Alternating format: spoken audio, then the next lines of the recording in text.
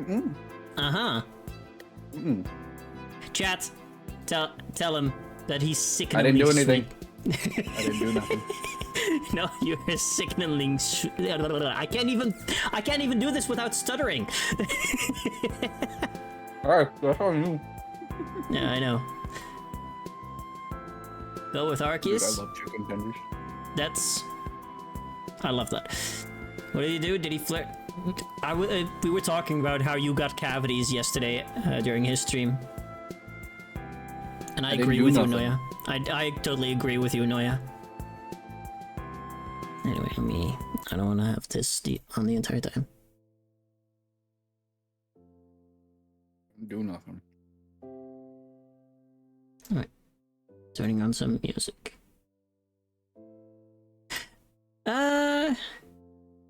It hurts. Ow, ow, ow, ow, ow. Shake my head, yeah.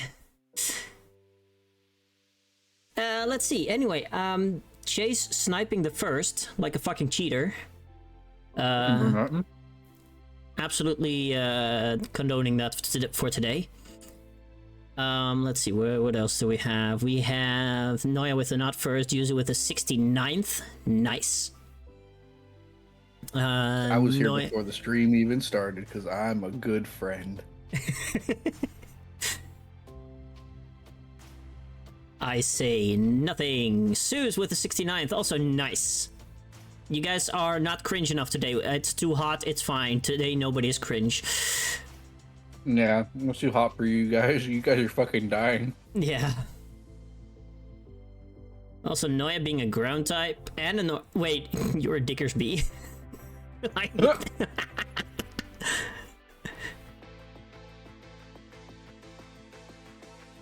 I think it made Noya really salty that I immediately got fire type.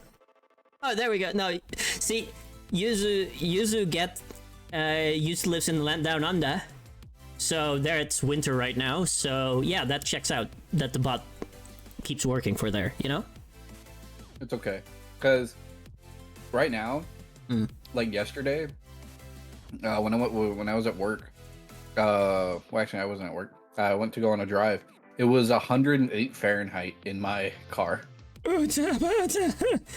See, I'm slowly starting to somewhat understand Fahrenheit. That sounds like fucking hot. Let me see what that is to Celsius. Give me 1 second. 42 Celsius. Poison normal. Yeah, it was 42 Celsius. Fuck. You okay? Yeah, no, I'm fine. That's hot. Wait. Yeah. So I'm a firefighting. I'm a starter type. Fuck. Why does that check out though? But which one? The only good one that matters. So which one? All three of them are bangers. I'll let you decide. All three of them are bangers. What are you talking about? I'll let you decide. Okay, Blaziken is the best. You said it, not me. It's 4 degrees here. Damn. Ice flying. Ooh, Noya, you're an Articuno. I like that. 4 Celsius is fine though. I go play football on that. That's cold. What the fuck? Yeah? Also today, it reached 93 degrees Fahrenheit here. Oh, that's not... Dude, that's rookie numbers. You want to know how hot our record is? I mean, it was the record-breaking 1st of July here. Wait. What is... It's not even that humid today, actually. Never mind. Oh. I just don't deal well with the heat. Despite, you know, the me being highest a fire record temp that we had was 117 Fahrenheit. And so 117 47 Celsius. 47? 47 Celsius. That was the hottest in my state. Yeah, the hottest we've had here was in 2019. It was 40.7 degrees Celsius. Numbers, come on, man. It could be worse, though. So that's 105 or something Fahrenheit. But then again, you know, not regular temperatures for the Netherlands. It's not supposed to get this hot here. I wouldn't imagine, because there's like a lot of water near you. Yeah. The North Sea is quite violent. Oh. Like I would expect it. I would expect it to be like. My upstairs neighbors at it again. Fucking 8 o'clock. What is wrong with them? I know. Why are we comparing temperatures when we can all just melt into the ground? Hey. Remember, I don't melt. I struggle. No, do you have that Asian gene where you don't sweat? Dude, I fucking wish. I fucking wish. Man. You know how great that would have been? Also, it would have been way better. Hottest day in my state was 119 degrees freedom units, 48 degrees. See, I don't care. It's not a competition, but that's just too hot because you literally cannot cool down anymore as a human being at that point. Yeah, you just kind of die. Yeah. We're here talking about temperatures when we were supposed to be talking about Inazuma 11, but, you know. I mean, Inazuma 11 is pretty hot, but... Hey. You know what? I have not heard of a better segue. Let me just go over to this screen. All right. I can't ride segways anymore. I got in trouble last time. Well, that's because you have to stop hitting school-going children. That's 50 points, dog. I know. See, everybody always say aim for the grannies, but grannies can't move as fast, so they're not worth as many points. Correct. All right. Talking about the... Wait, we have to wait. Noya has a joke to make. Is the joke Noya? I mean, probably also as well. Let's get you closer. There we go. Pharaoh and Chief Officer of the Unknown Enemy Countermeasures Committee is pretty hot. Agreed! That's not a joke, that's just stating a fact. That's my husband you're talking about. What do you want? Oh, would you like to know something really funny? What? About the Digimon card game. Sure. So they have like an option card. Mm-hmm. And this option card is really hilarious. It has the longest name in the game. And so as a judge for the card game, for you to resolve all effects, you must state the entire name of the card so that your opponent can know what card it is. And it's just for card knowledge. But the community has shortened this thing to MPD. That's not the whole fucking name. The whole fucking name of this card is Metropolitan Police Department, Community Safety Bureau, Cybercrime Division, Investigation Unit 11, Digimon Crime Response Team.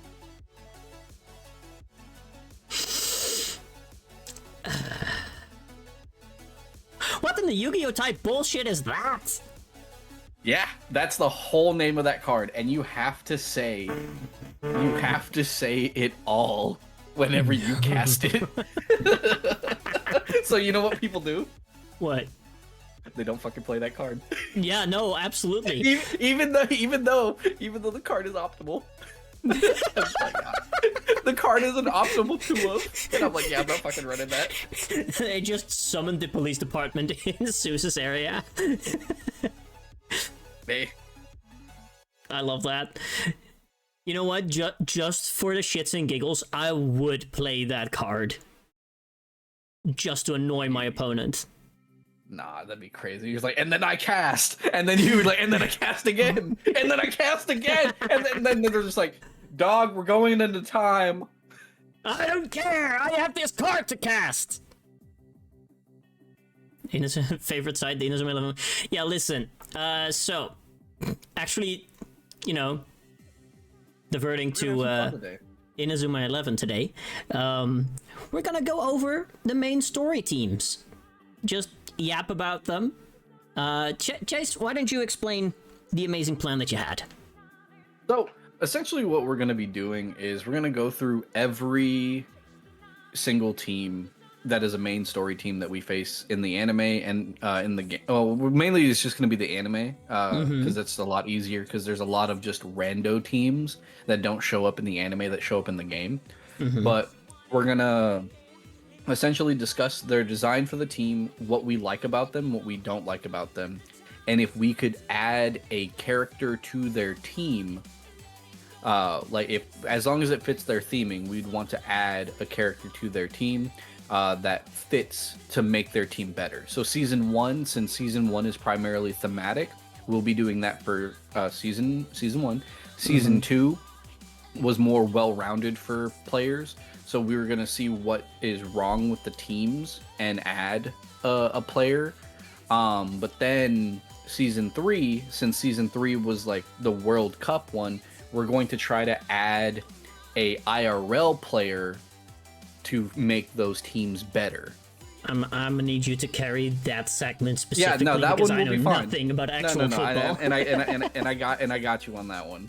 All right. But that's essentially what we're going to be doing. All right. Are the Fanon ones going to be here? Define Fanon. Yeah. Like, I assume that we are going to do Chaos and yeah, actual those are those are like main story teams. Ones from the Dream Match. I don't think Dream Match fits this one. No, Dream Match, since it's a different timeline thing for them, so those are like specials. Because then if we wanted to do that, that would be like us adding the adding the Donbal Senki people and stuff. Yeah. Or like Legend Japan and all that. Those are variables that aren't something that we can like attest for. Not saying that it wouldn't be a good idea. Yeah, let me just throw Professor Layton into one random ass team. Yeah. Because it's like then you got like Professor Layton, then you have like a bunch of other teams that don't really make too much sense. So we're actually going over the main story teams that Raimon or Inazuma Japan faces, or the Earth 11. Yeah. All right. So let's start with the very first team then. We have to start with the OGest of OGs, right? The actual Raimon team. The very first. Yeah, the first iteration of Raimon. Yeah. So season 1, Raimon that did the Football Frontier. So overall, like with season 1, I think the biggest thing that was great about them was the creativity in the midfield. Like the creativity in the midfield was like perfect. Their midfield and their offensive line was like really good. Because you have Kido, you have Ichinose, and then you have Honda, which was making up majority of the midfield. Yeah. I think the biggest issue was the defense. Like we really didn't have a defense. No. Like at all. I would say the only defenders that actually did anything was Kabeyama and freaking Domon. I mean, I guess Kageno also did a little bit. A little bit, but I feel as though if we could, the strengths of the team were definitely primarily offensive. If you think about it. I mean, that's because, you have Endo as goalkeeper, so the defense has to, part ways for our main character to be able to shine. And then you have the offense, which has, all of these talents like Ichinose, Kido, and Goenji. So in terms of like the characters that are there, it makes sense why the team is structured that way, right? It does make sense, but then it's also one of those where it's like, even as we got into like other areas, the team had like the biggest issue when it came to like players not really doing too much. Like you had Kurimatsu didn't really do anything. Freaking Megane barely did anything. Megane is a glorified manager, let's be real. Yeah, and even Kazemaru being like labeled as a defender wasn't like, he barely played in the defense primarily. He primarily was like moving up as a CDM for the most part once Domon came in. Yeah. So please explain some terms like CDM means. So CDM stands for Central Defensive Midfielder.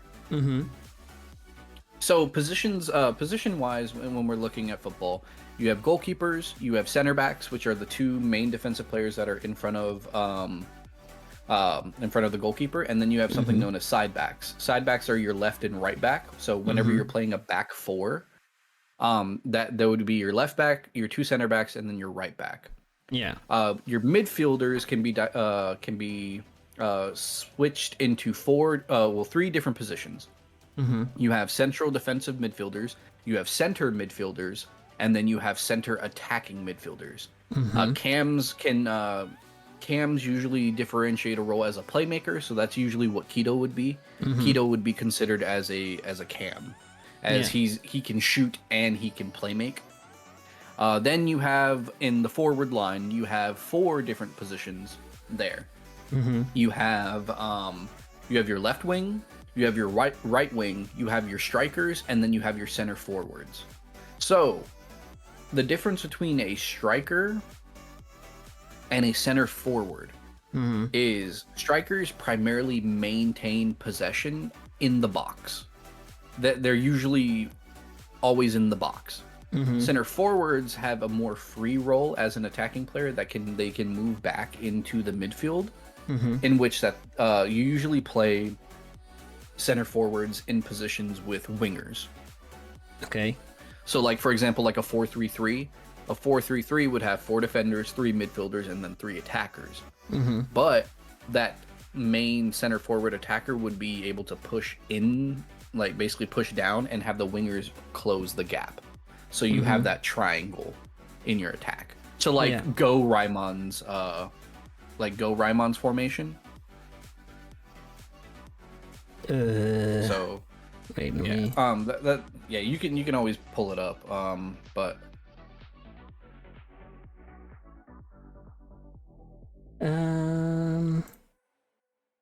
because Go Raimon's formation ran a 4-3-3, but they ran a really weird 4-3-3. Their 4-3-3 had a cam and a CDM, which is really uncommon. But in the instance of how Inazuma does their formations, that position could be considered as a center forward. But trying to find the proper thing here. But the biggest takeaway for like OG Raimon before we ended up getting like Fubuki and everybody is that defensively we lacked a lot, and I think they really needed like a partner to Kabeyama. Like I think that's what they really needed, was like maybe a center back that was fast comparatively to Kabeyama, that's like really good at like intercepting or just like holding players back. Not necessarily like being a big body, but being really positionally sound. Like, you know, whenever you play football, like that one kid that is always like glued to you, but doesn't really do anything, but you can't fucking shoot or pass. Like that type of player. Like someone you can put a body on them and they just don't let them go anywhere. I think that type of player would have made Raimon really interesting in the build-up. So you see Raimon's formation, they run a center forward. You see how the red in the center? That would be a center forward. Okay. because you see how they have wingers, but how that center forward can move back ever so slightly. Yeah. And 4-3-3s are a relatively common formation. Mainly because they pivot. They can use wingers, their left backs or right backs to move up and to pass into their wingers and pass centrally. There's a lot of just flexibility that the team has available. Yeah, so... wait. And so standard OG Raimon uses a 4-4-2 here? Yeah, a 4-4-2 is arguably the most simplest formation. Mainly because it uses 4 defenders, 4 midfielders, and then uses 2 strikers. Yeah. And so that's essentially what they do. It's a simplistic formation that uses squares and triangles to build up to the strikers. Yeah. But what that does, it runs left mids and right mids, who are not necessarily wingers, but they can be. But they play a more primary, like facilitated role in terms of passing.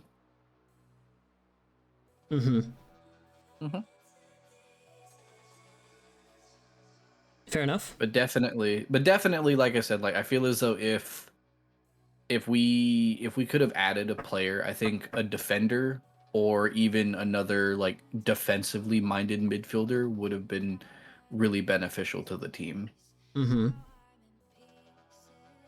Where would you want to add a player at? Whew. See, yeah, well, apparently we're serious. There's a lot of explanation, and I'm not gonna retain a lot of it. No, you're fine. See, my main thing is, especially for like the main team here, I'm not sure if I would add anyone, but more like repurpose and show some more attention to other characters.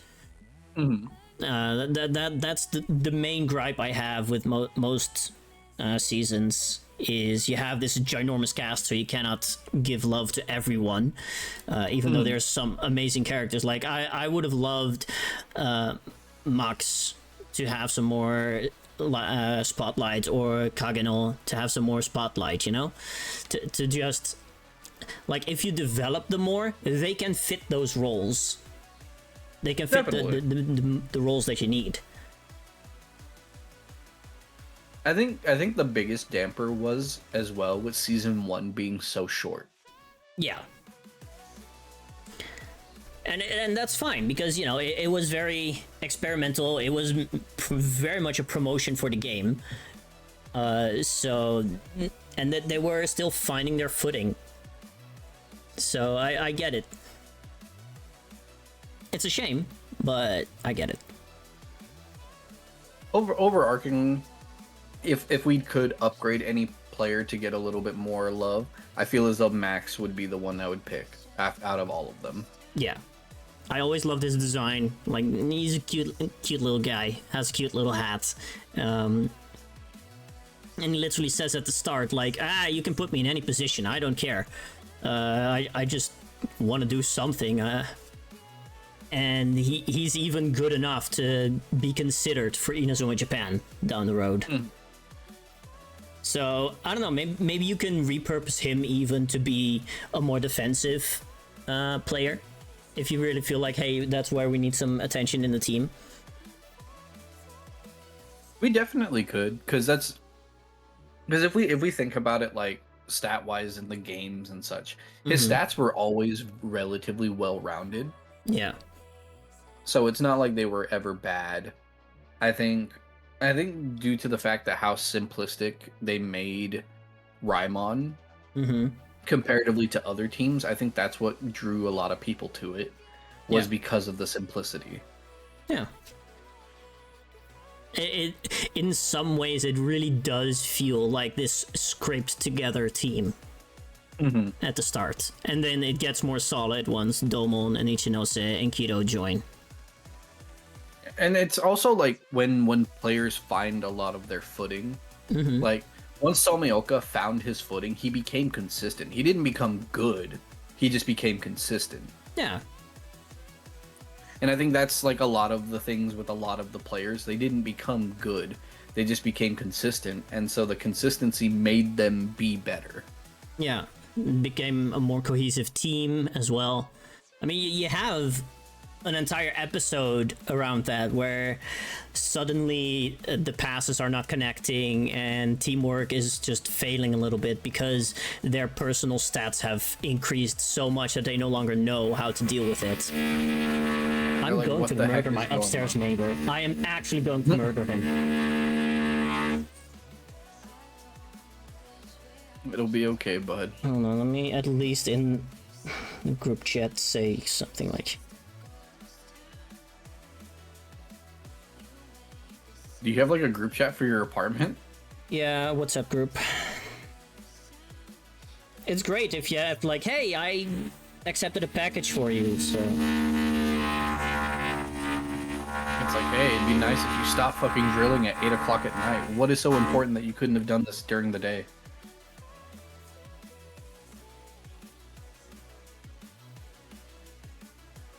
And if they complain, they have small wiener. They have the smallest wiener.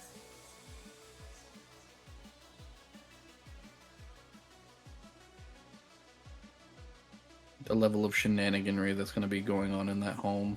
They'll be like, hey, what happened? It's like, what's happening? Well, they keep fucking up. What do you mean they keep fucking up? It's like, hey, dog. Could you not?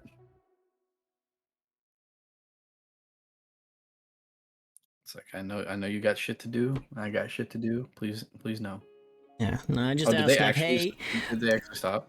Person on the 3rd floor around this number, can you please stop drilling? I'm starting to get a headache. I'm just keeping it neutral. Yeah, it's not the first time. It happened yesterday or the day before that when I was streaming as well. So it's one of those, like, I get it. Like, you got shit to do, but, like, fuck. But do it during the day and don't do it during a fucking heat wave. People are already irritated. They got shit to do, dog. Yeah. But yeah, no, outside of that for Raimon, I don't think there would be any other things that would change. Overall, like, Raimon-wise, I would say they're a solid, like, B. Yeah. I would say they're in purely in B. terms of performance, you mean then, or? Yeah, performance would just be a solid B. Mm-hmm. Like, nothing is outshining, nothing is, like, X, but, like, overarchingly, decent team. Yeah, and the team really does get pulled forward by, the 3 main characters, and Ichinose as well. I'm not gonna lie, Season 1 really, like, really made Ichinose, like, really hyped. Mm-hmm. But he really didn't do anything outside of, like, the Phoenix. True. I mean, so it's like it's that awkward place where you're like, this guy, he's missable in the games, right? Yeah, like, he's missable, which is crazy to me that he is a missable character. So they wanted to give him more attention, wanted to give him more spotlight, by, throwing him into the anime, and then people would be like, oh, hey, who's this character? Let me go look for him in the game that the anime is based on. Yeah. Let me restate that to everyone in chat. But yeah, no, he's in this weird place where at the same time, he's like Schrodinger's footballer. You know what I mean? At the same time, much. he's considered dead, but at the other time, he's considered the midfield magician and one of the best midfielders of all time. How do you keep that? Like, how long ago was it that he had the car accident? That, he still was able to build up a legend? Because, again, timeline-wise, a lot of things would make more sense if they were older. Throw in, like, 3 extra years or something, and a lot of their stories and timelines match up way better. Oh, definitely. And that's just my general gripe with Inazuma 11. Because it's like he had to have been like 7 or 8. Yeah. When he got hit by that fucking car. Yeah, because they were tiny. They were tiny tots in those flashbacks. And somehow, I mean, and this is just Ichinosa rambling because, you know, he somehow managed to convince both his parents and the doctors to tell his best friends that, nah, he fucking died. Like, it's best not to think about it too deeply, but... yeah. It's... Besides that, like, I think what they decided to do with a lot of this particular team was good. It was good. Oh, absolutely, absolutely.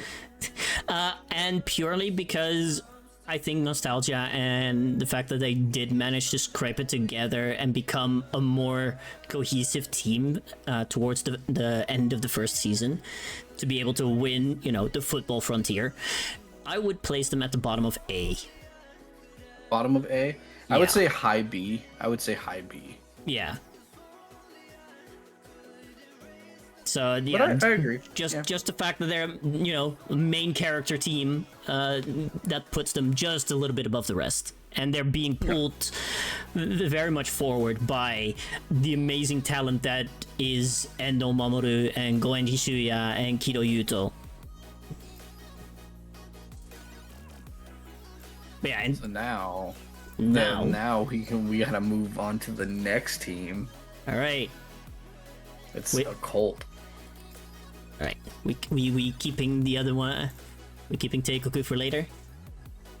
Yeah, because we would count Teikoku for when they actually play them in the final Fair of the enough. area. Yeah. Occult wise, their designs are relatively solid for what they're doing. Like, arguably one of the best like themed teams we've gotten. Because it's all occult related stuff. You have like zombies, mummies, a Jiangshi, vampires, werewolves. They even have like the Jason Voorhees, the murderer thing there. Yeah, you have Frankenstein's monster. Yeah, like a medium with the candles and stuff. Yeah, a ghoul.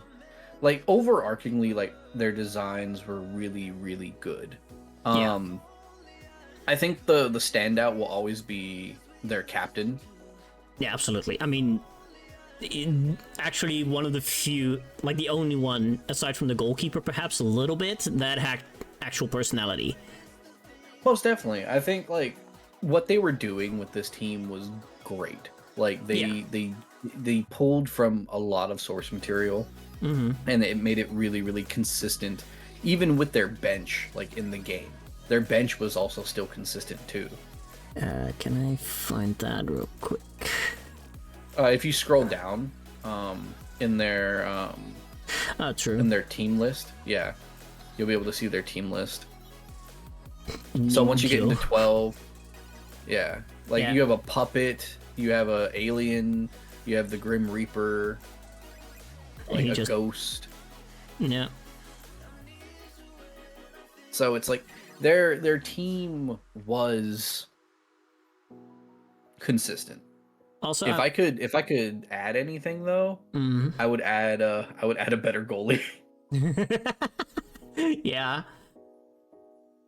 Yeah, fair.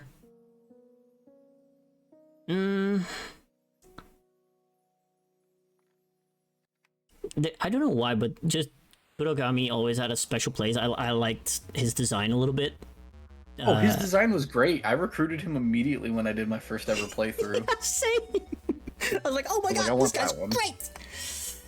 I did like their coach's theming though, because he was Jekyll and Hyde. Yeah.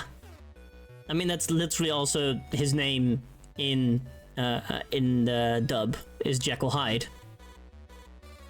But it's also his name in Japanese. Oh, yeah, Jikuru Haito? Yeah. Yeah, Jikuru Haito. Sorry, this screen is not all that good. Got it out of a dump. So stream can see it perfectly fine, I assume. I can almost count pixels. But no, overarchingly, I think Occult always has been solid. Yeah, after like especially thematically is just perfect. Especially after the first match against Teikoku, this team really helped set the tone for what you can expect from Inazuma 11 as a series as well. Like, you're gonna have far out there teams that make no actual sense, just turn off your brain and enjoy the bullshit of that kind of fun storytelling, and I love that. I think the biggest issue with Season 1, overarchingly, was throwing Royal so early. Yeah. I think that really set a bar that really didn't get met until we got to Zeus. Yeah. I mean, at the same time, you kind of need a very threatening team in there, like Royal, to draw out someone like Goenji. And it makes sense. But it's one of those things where it's like we didn't really get anybody that was as dominant. No. Until we got to Zeus. Even like Kidokawa Seishu wasn't dominant. No. But that's because, you know, as soon as Endo learns God Hand in episode 2, he's the most overpowered keeper in the entire tournament. Oh yeah, no. Like, the amount of carrying that man does is insane. So I do understand then Occult's role here is to, you know, get us down. Like, oh no, you before this you played against the best team of the country. This is the rest, and now you have to work towards, because that victory was not actually a victory at the end. Even with Goenji, they never would have. Yeah, even with Endo knowing God Hand, he was already tired. They were not actually going to win against Teikoku had they played the full match. But overarchingly, I would give Occult a solid like top of C tier. Yeah, agreed. Also, one other thing, you cannot tell me that the werewolf and the vampire are not the actual ancestors to the second stage children. Oh yeah, no, that has to be it. Come on, that has to be it for Garshin and freaking Dracul. Yeah. Or Vamphany. Yeah. That's definitely it. Come on, because after Occult we have what, Wild? Yeah. After that we have Wild. So I completely agree with your statement, by the way. Like, it's a very good C tier team, top of C tier. The theming is amazing, and either have another substitute goalkeeper that's better, or just give this man a better move. Like, in the game, he has Killer Blade, which feels more fitting for his like, yeah, for his theme, inspiration. But, like, yeah, it was ass. That move was the weakest. It was the weakest one in the series. Yep. So it's like, come on, man. Yeah. But it's one of the more fun. It's one of the more fun themes we have going around in season 1. Most definitely. All right. Next up, we have Nose, aka Wild. Wild. So I'm not gonna lie, this team, when I first saw it, I was like, "What the fuck is going on?" Yeah. It's another showcase of like, oh, we're going balls to the wall in terms of craziness with this series. This team's build-up was really odd, because it's like they're supposed to be in Japan. Where the fuck is the school at? You do see it. It's almost as if the school is in a jungle or something. Yeah. So you have to ask, and it's still somewhere in the Tokyo region, because they're regional qualifiers, right? So it's the greater Tokyo region. Where? Like, this has to be near Mount Fuji, I guess? Somewhere in the forest around Fuji? Perhaps? It would have to be. So aside from like location, where is this school even? What are they teaching these children? Because, like, when they were introduced, they didn't know what a fucking car was. Yeah. do they actually just like it's fun, it's quirky, you're not supposed to think about it too much, but then you start thinking about it and you're like, wait a minute, wait, none of this actually makes sense. Also, like, overall, it was. I think their theme of being animals was cool. I just wish a lot of the designs weren't as like aggressive. yeah.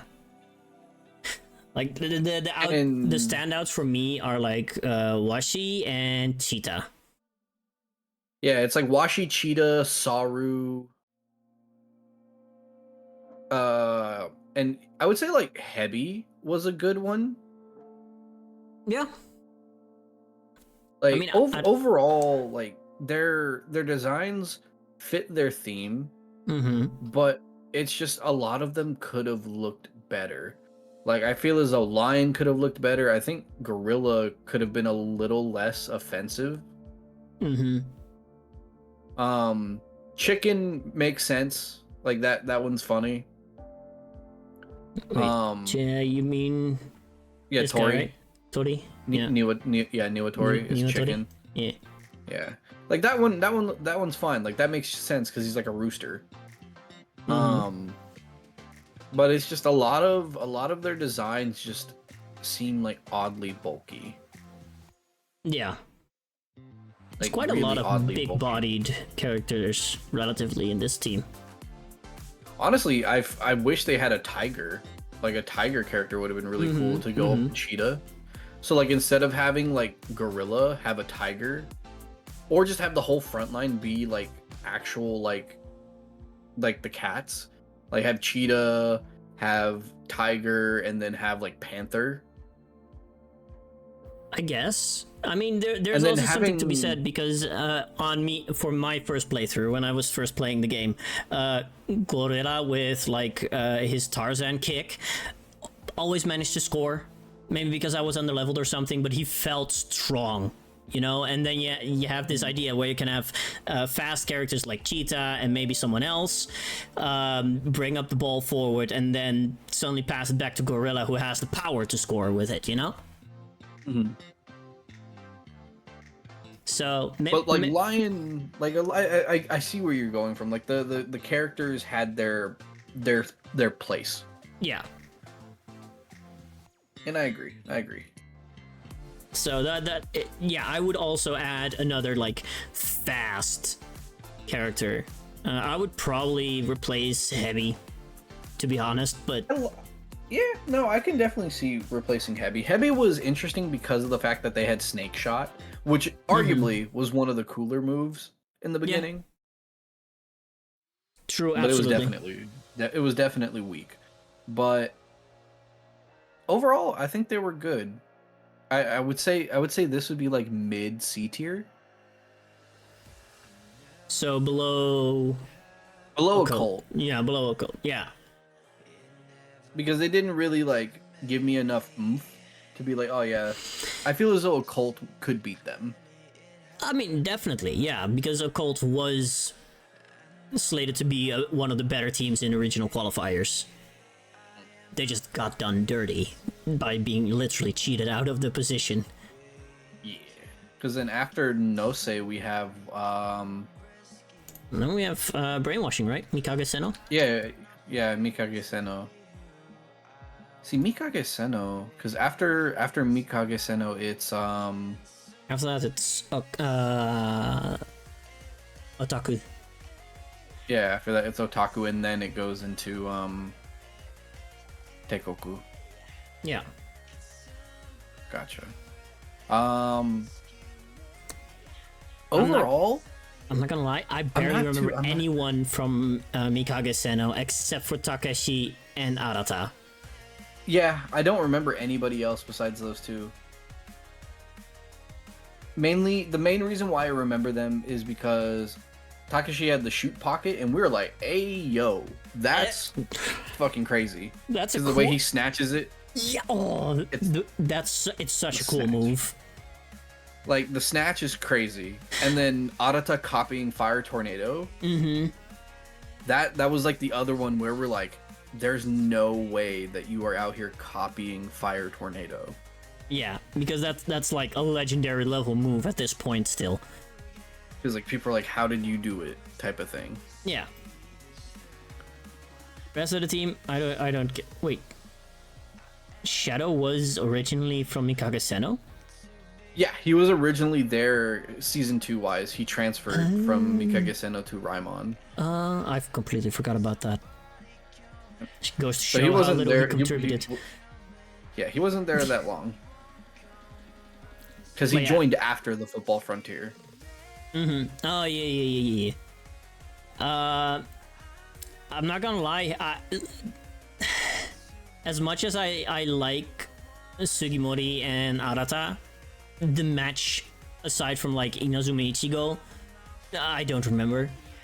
I don't remember a lot of it either. It was very lackluster. Yeah. I would definitely give this team a fucking D tier. Yeah. With just special mentions for those two characters, like, hey, you guys are cool. You get to hang with the homies. Yeah. You're invited to the cookout. Everyone else isn't. Oh wait, there's one more thing I do remember about the match when they finally get through to Sugimori, and he just rips off the nodes on his head and starts barging down the field on his own, being like, "Nah, fuck this shit." I love that moment because you saw that Endo was also like, "Oh hell yeah, now we're playing ball." Outside of that, like I said, I would say the team is like a D, like a solid D. Yeah. Which is a shame because the whole idea and setup, like it being a front for Kageyama again, I feel like could have been exploited more, could have been fleshed out a bit more to make the team have more staying power. Yeah, no, makes sense. So other than that, I don't know what I would add because they're all brainwashed teenagers. Like so many others in this series. I don't think we could really add anything because there wouldn't necessarily be anything to add because their team was just ass. Yeah. I wouldn't really add anything. I think they're okay the way that they're at because I don't think us even adding a player would actually make them better. No. And there are some fun designs otherwise, like this Suzuki here. I kind of like it. I can dig it. With the eye patch and everything. Yeah. Like it's cool. It just seems like a precursor to that one schooling Go that cares about education. Yeah. It just seems like also, a precursor to that. I'm so sad that but we'll get to that.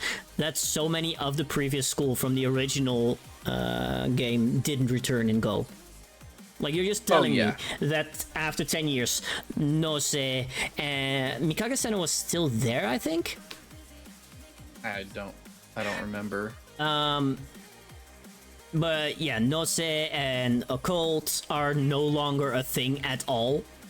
Or did they just change names and everything? Because you do see some influences still, I feel like. But yeah. But that's something we'll get to when we get to Go.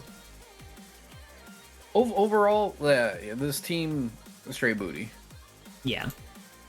Like, not even good straight booty, just straight booty. Just straight booty with two characters where you're like, okay, we like you. Yeah. That's literally because at least those two characters put some oomph into something. Yeah. They do use a 4-4-2 setup as well. They use a basic 4-4-2.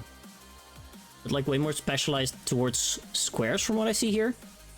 Yeah. So, but yeah, no, absolutely. So it's actually really funny. Their 4-4-2 is, so you know how Raimon's is kind of boxed and triangles. Theirs is a straight line 4-4-2. They're all boxes. Yeah. Yeah, they run a grid, which is arguably one of the worst formations you could run.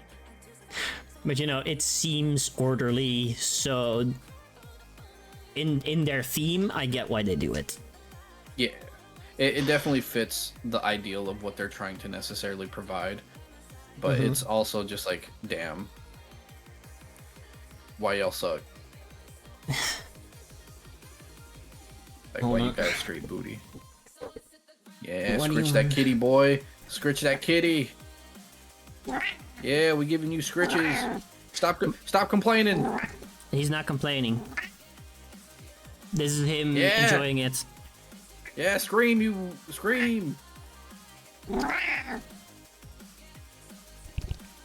What? Scream, Kibby.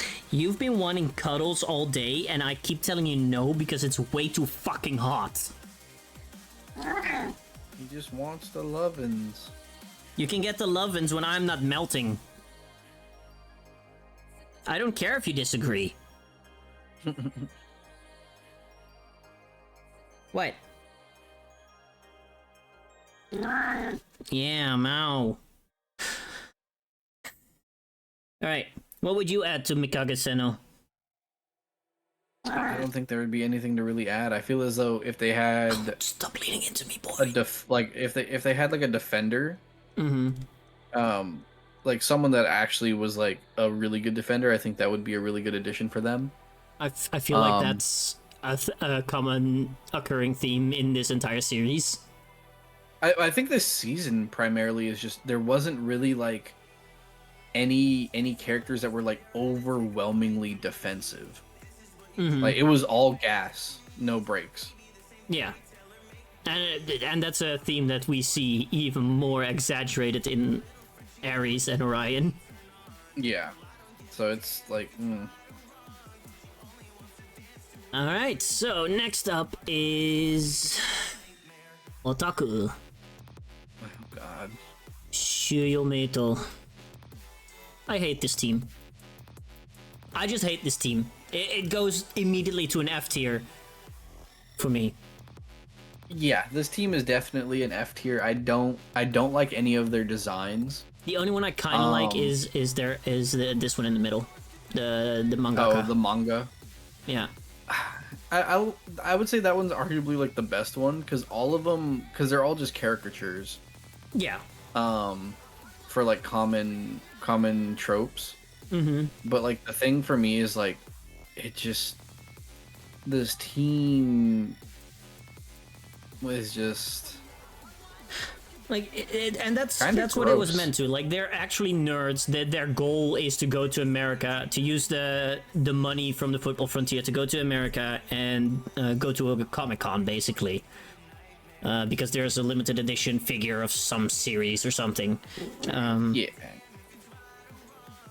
So, you know, they cheat. They literally cheat occults out of the tournament, even though they got beaten royally by them. And then they tried to do the same with Raimon. I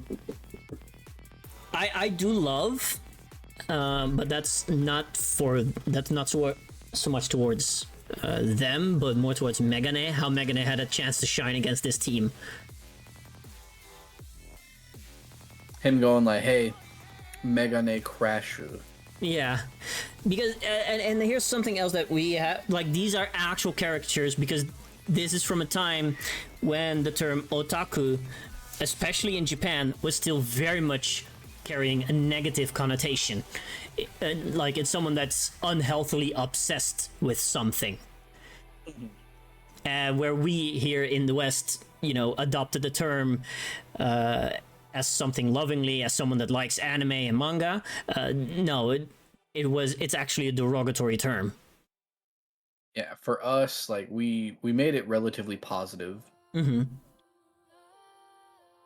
But I think even now, like even in the West, although it lost that edge in Japan because of influences from the Western anime fan base, even the Western fan base at some point was like, you know what?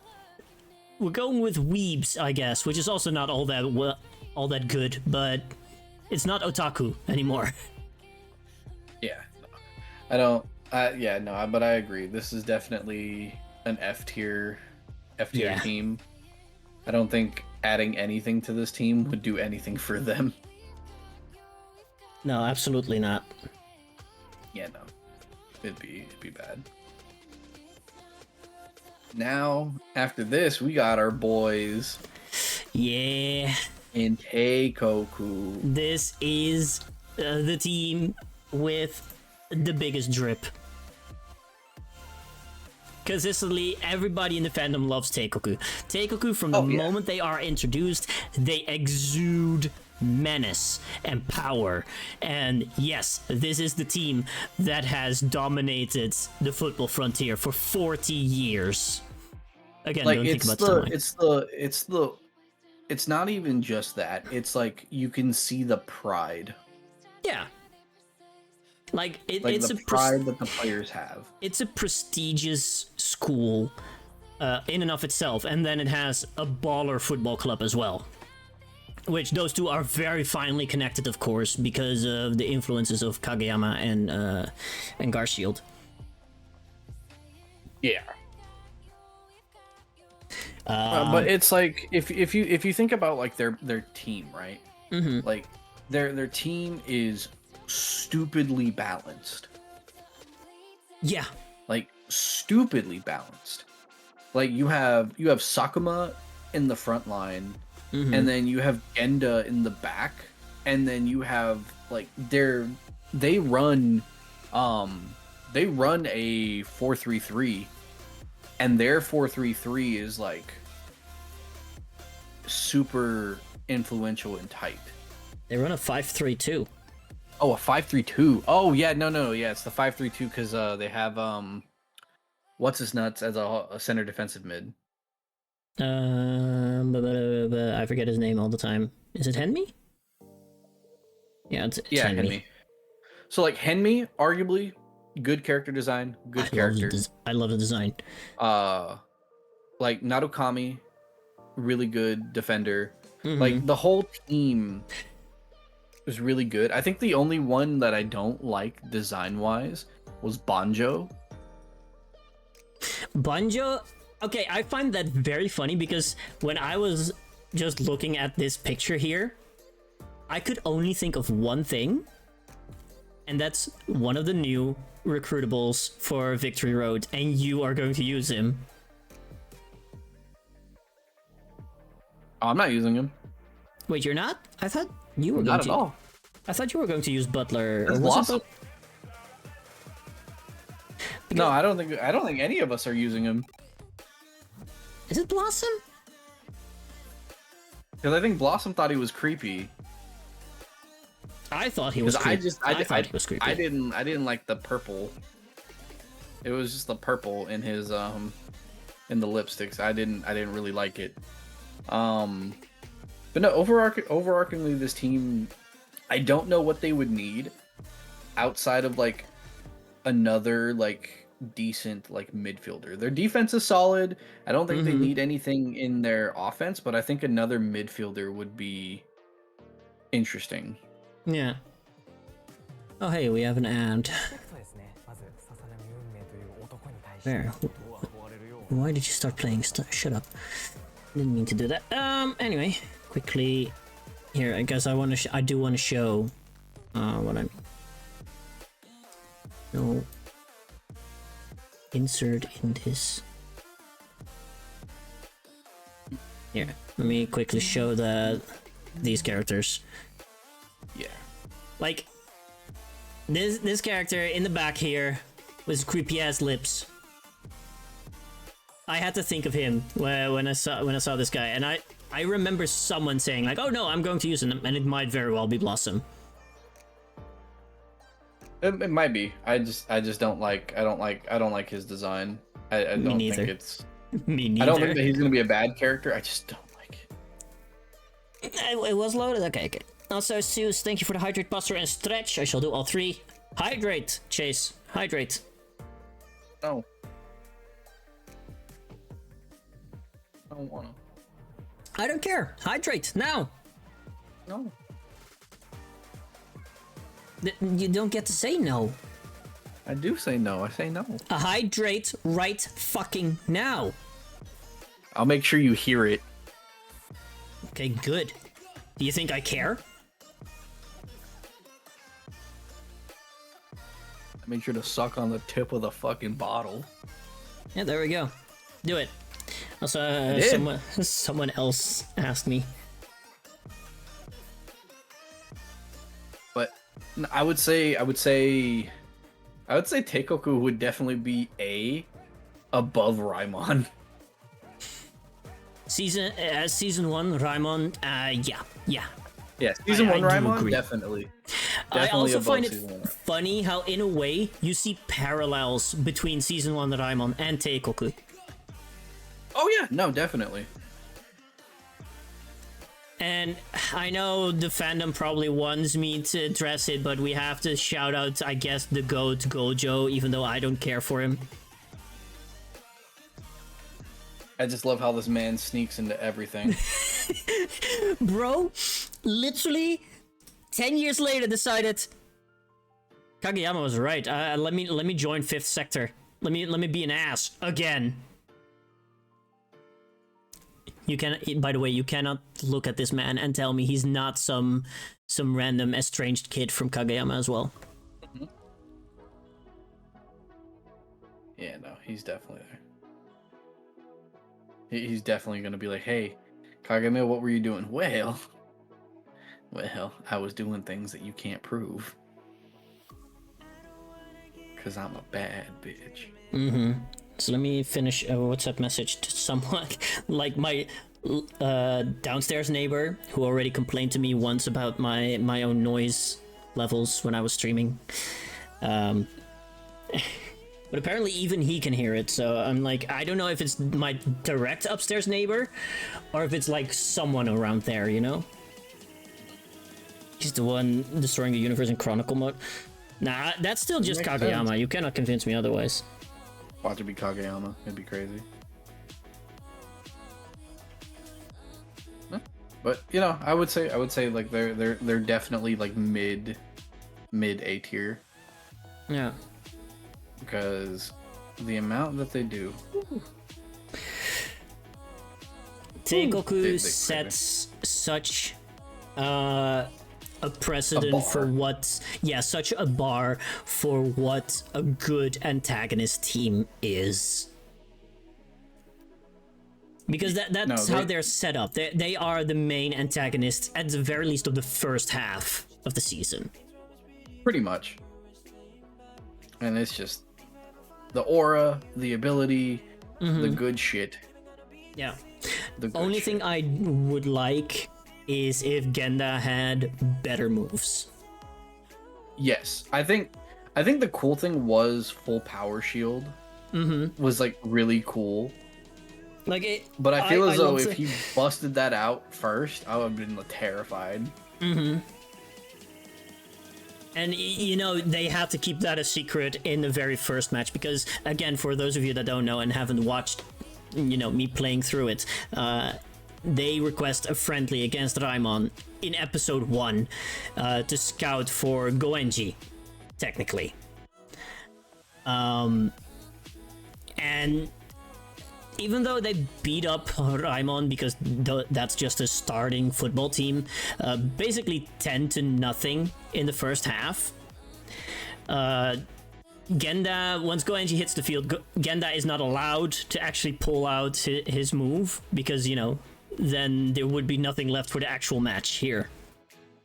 Right? Because he's like, give me the goods. Yeah, like, in my opinion, if you do want to keep the story beats of Teikoku goes up against Raimon, make them use their substitute keeper. Make them use some substitutes in the main lineup, even though Kageyama would never do that, because he's like, no, pure victory. But then again, we're gonna hurt their feelings. Yeah, no, because technically you can also argue, like, yeah, but they're here for scouting. They're not here to beat down this team. We're here to scout something.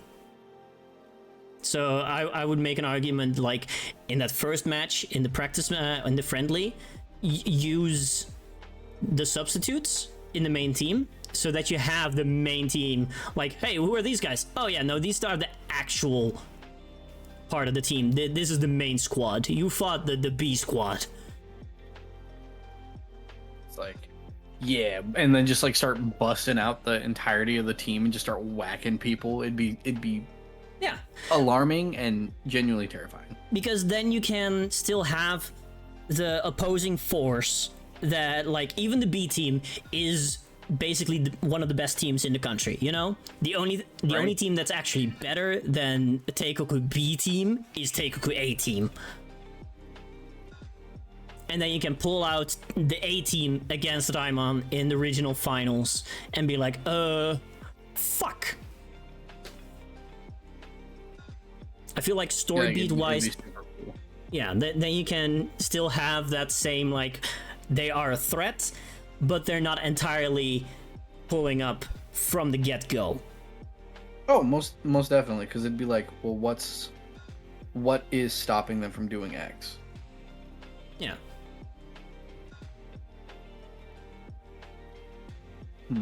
But no, I don't know what we could necessarily add.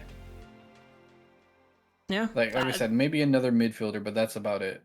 Maybe another midfielder, maybe, like, I do like how in the match, in the anime especially, how Genda's like, yeah, this move uses these quote-unquote physics to stop shots, which becomes a precursor to Ichigen the Hand from Inazuma 11 3, if you think about it. But give him something else. Like, especially later on, aside from Beast Fang, like, the only other move that he gets is Mugen no Kabe. So Infinite It's Wall. one of those, like, weird ones. Yeah, like, this man is supposedly the king of keepers, the best in the country. He should have another move as a backup in case people figure out the weakness. Like, he definitely could have had something crazy. Yeah. Like, it's like, what else could be relatively, like, crazy for him? Because he's basically like he looks like a lion. So I think another iteration of, like, Beast Fang, or like a weaker version of Beast Fang would have made sense. Mm-hmm. Something that doesn't it's like drain like energy, but it's also because, like, they made smaller versions of Emperor Penguin. Yeah. You know what I mean? So it's like they made Emperor Penguin number 2, so they could have been like a Beast Fang 2 or something. Mm-hmm. Like, there could have been something else. Yeah, he's a king goalkeeper. Yeah, king of goalkeepers. King of goalkeeper. Keeper. Yeah, so... Yeah, and yeah, it needs, like, the O in his nickname, Genol, means king. Yeah. There should be something, like, royal, pun intended, about another move that he has. Because overarchingly, like, learning Mugen no Kabe is kind of ass. Mm-hmm. Like, I really don't like that move. Because it's like, oh, it's the ultimate defense. But then, outside of the game, like, outside of, like, the first 3 seasons, mm-hmm. it really didn't fucking do anything. No. Because if we think about it, like, if we took that to, like, the world stage... Oh, dude, Fideo would fucking eat that shit up. Bro, Fideo would literally just hop on top of the wall and just, cheap shot it. Because then you got like Terrace, who has, like, the best fucking wall move that we know. Yeah. Even though I don't like the guy, but, you know. Yeah. Like, Terrace is cool. I don't like his personality, but we'll get to that. Oh, yeah, no, Terrace is a dick, but, you know, that's okay. Yeah. That's okay. So, yeah, no, absolutely. This is top of A tier. I would say might even be an S tier. I would say top of A tier. I think that's where it would be beneficial, because it's like they are really good at what they do. They set a good precedence of where teams should be at. Yeah. In terms of their, like, ability to be like, oh, this is happening, this is what we can deal with, this is the level that things should be at. But then what stops it for you from actually going into S tier? I think the biggest thing that stops it from going into S tier for me is Genda. Really? I think the biggest thing is Genda as a whole. And the reason why I say Genda is because they made Genda look like a chump in the first match. Yeah. Because if he's like the king of keepers, he shouldn't have struggled that much. He should not have been surprised by Goenji. Oh yeah, no.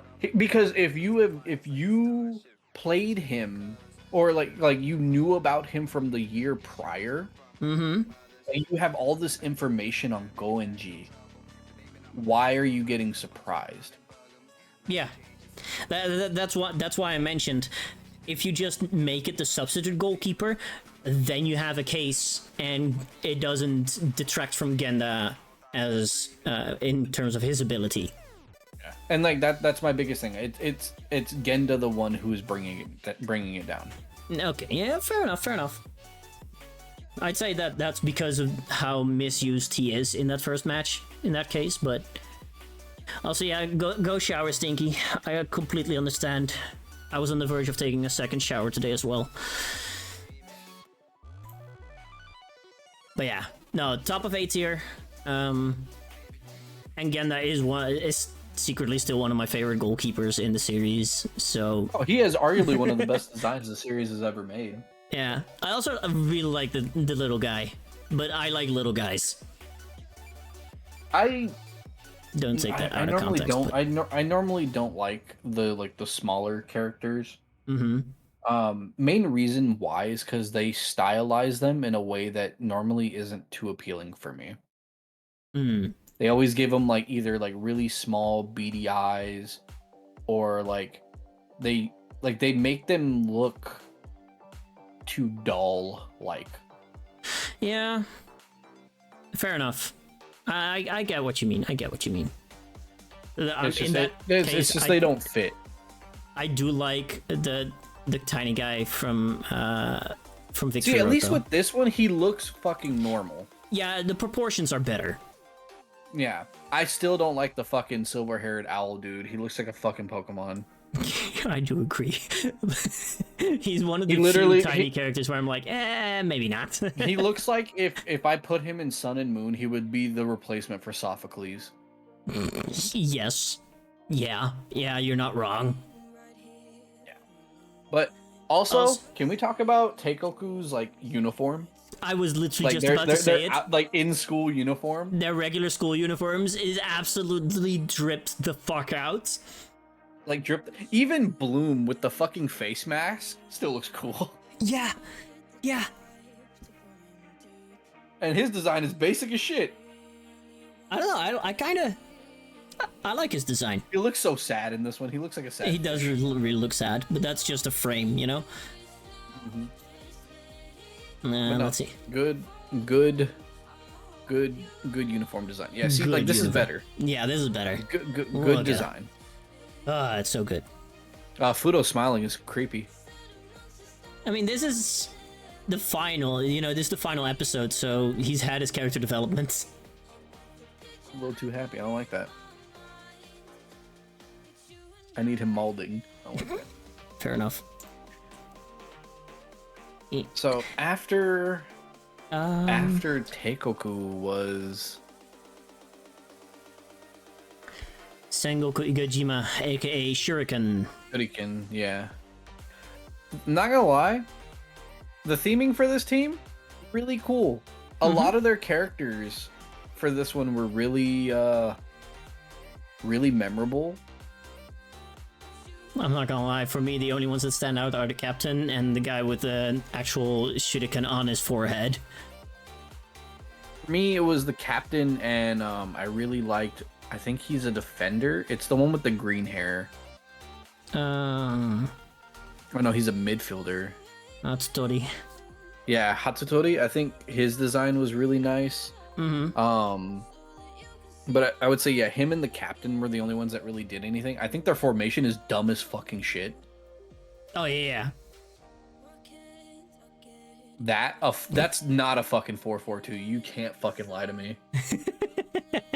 Like, that is not a fucking 4-4-2. That's a fucking travesty. Like, god fucking awful.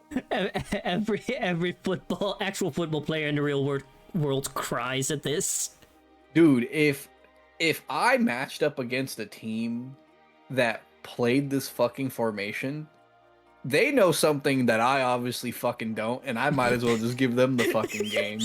Because it's either gonna go one of two ways. I'm gonna get my shit absolutely rocked, or I'm going to rock their shit. Mm-hmm. There's going to be shit, and it's going to get rocked. Something's gonna happen, and it's gonna be awkward for all of us. Yeah. But yeah, no, I like the team. I just, and maybe this is just some bias that I have, but I feel like the two big-bodied characters are not fitting for this team. Most definitely not. They don't fit, and I know why they're added, because they're named after historical figures. True. But they're all like the rest of the other people are also named after like historical ninjas. Mm-hmm. So it's like it all I don't know. The team overall I would say is good. Mm-hmm. Because of their theming, but outside of that, they were relatively lackluster in what they provide. What I do like is like their role in the game. Yeah, I think they did more in the game than they did outside They of that. literally stole the manual for Hono no Kazamidori for Fire Rooster, which, by the way, is still among one of my favorite shots across the entire series. I don't know why I like that shot. But the way that fucking Fire Rooster. Yeah, but well, what else would you do? I don't know. I don't know what else I would call it. Do we have it in here?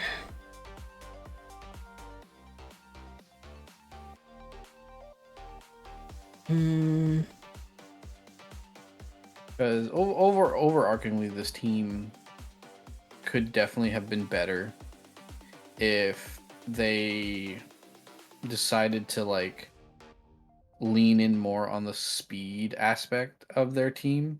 Yeah. Because that was their whole thing. Like, they were supposed to be faster than everybody. Mm-hmm.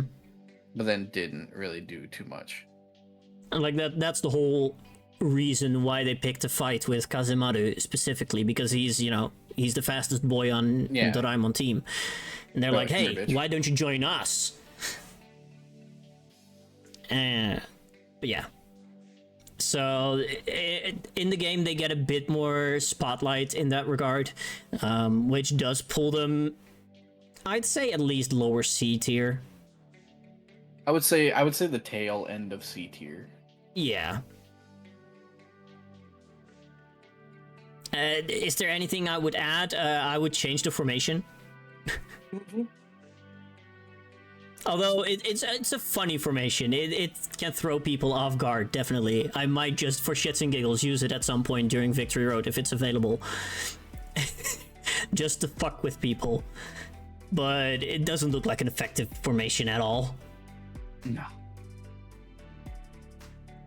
But, yeah. I like the theming. The theming is fantastic. Outside of that, kind of ass. Yeah. Also, together with Occult, the only team that actually pulls up with Hisatsu tactics before those actually became a thing. Mm-hmm. So, yeah. And so after this, we have what, Senbayama? Is it Senbayama first and then Kidokawa? Yeah, it's Senbayama then Kidokawa Seishu. Alright. Senbayama. Farm. Yeah. This team... arguably one of the worst in the fucking series. Yeah. This team has like no standouts, and I get why. Yeah. They don't have anything because they're all just kind of like nobodies. They're all nobodies, and their actual only role in this story is to introduce Kido to the main Doraemon team and have him work together with them. Yeah, and I think because of that, it makes this team just a throwaway. Yeah. The team is a throwaway, and it could be better. I don't even remember their formation. Like, I don't remember shit about this team. I like this guy's design. I thought it was a girl for the longest. Same. I mean, that's one of the things about Inazuma 11. They can throw curveballs like this. Like, is that a girl? No, it's a guy. It's like, damn. It's a great way. Oh yeah, they use a 4-3-2-1 kind of formation. Oh yeah, no. 4-3-2-1s are fucking weird. They're either really good or they're fucking ass. Mm-hmm. But in terms of what they're trying to do, yeah, I understand why they use this formation. They need one lucky shot to get one goal, and then, depend on... the bus. They park the bus, depend on Mugen and Okabe, and call it a day. There's no other strategy there. Not at all. So it's very easy to pick up on, like, what do you add? You add an extra attacker. Oh, definitely. Is adding on a striker that is, like, I would say like a balance. Yeah. Like, just a balanced striker would be really good. Also, I did not know that this weird bald guy, this Krillin knockoff, it was the captain. I did not know that. Yeah, I didn't even realize he was the captain. That's crazy. From the games, I thought it was this guy, Shiotani. Yeah, I thought it was him. Or maybe even the goalkeeper, But he doesn't look interested enough, so I get why he's not it. Oh yeah, no. But yeah. Like, we're not doing that. So yeah, I would absolutely add another forward, a good striker to it. But other than that, yeah, end of C tier. Yeah, no. I'm not gonna lie, I would put them in F. Nah, I will absolutely put them above, like D tier then. I will put them above Otaku. Okay. Purely because of this one guy and their one forward. And because Inazuma Break happened in their match, and I really like that move. Yeah, okay, no, I get it. I can definitely see why. So then we got Kidokawa Seishu. I hate these three. I don't like them. Like, they're not... They can fuck all the way off. Yeah, I don't... This... You know what's crazy, too? This team was also relatively lackluster. Yeah.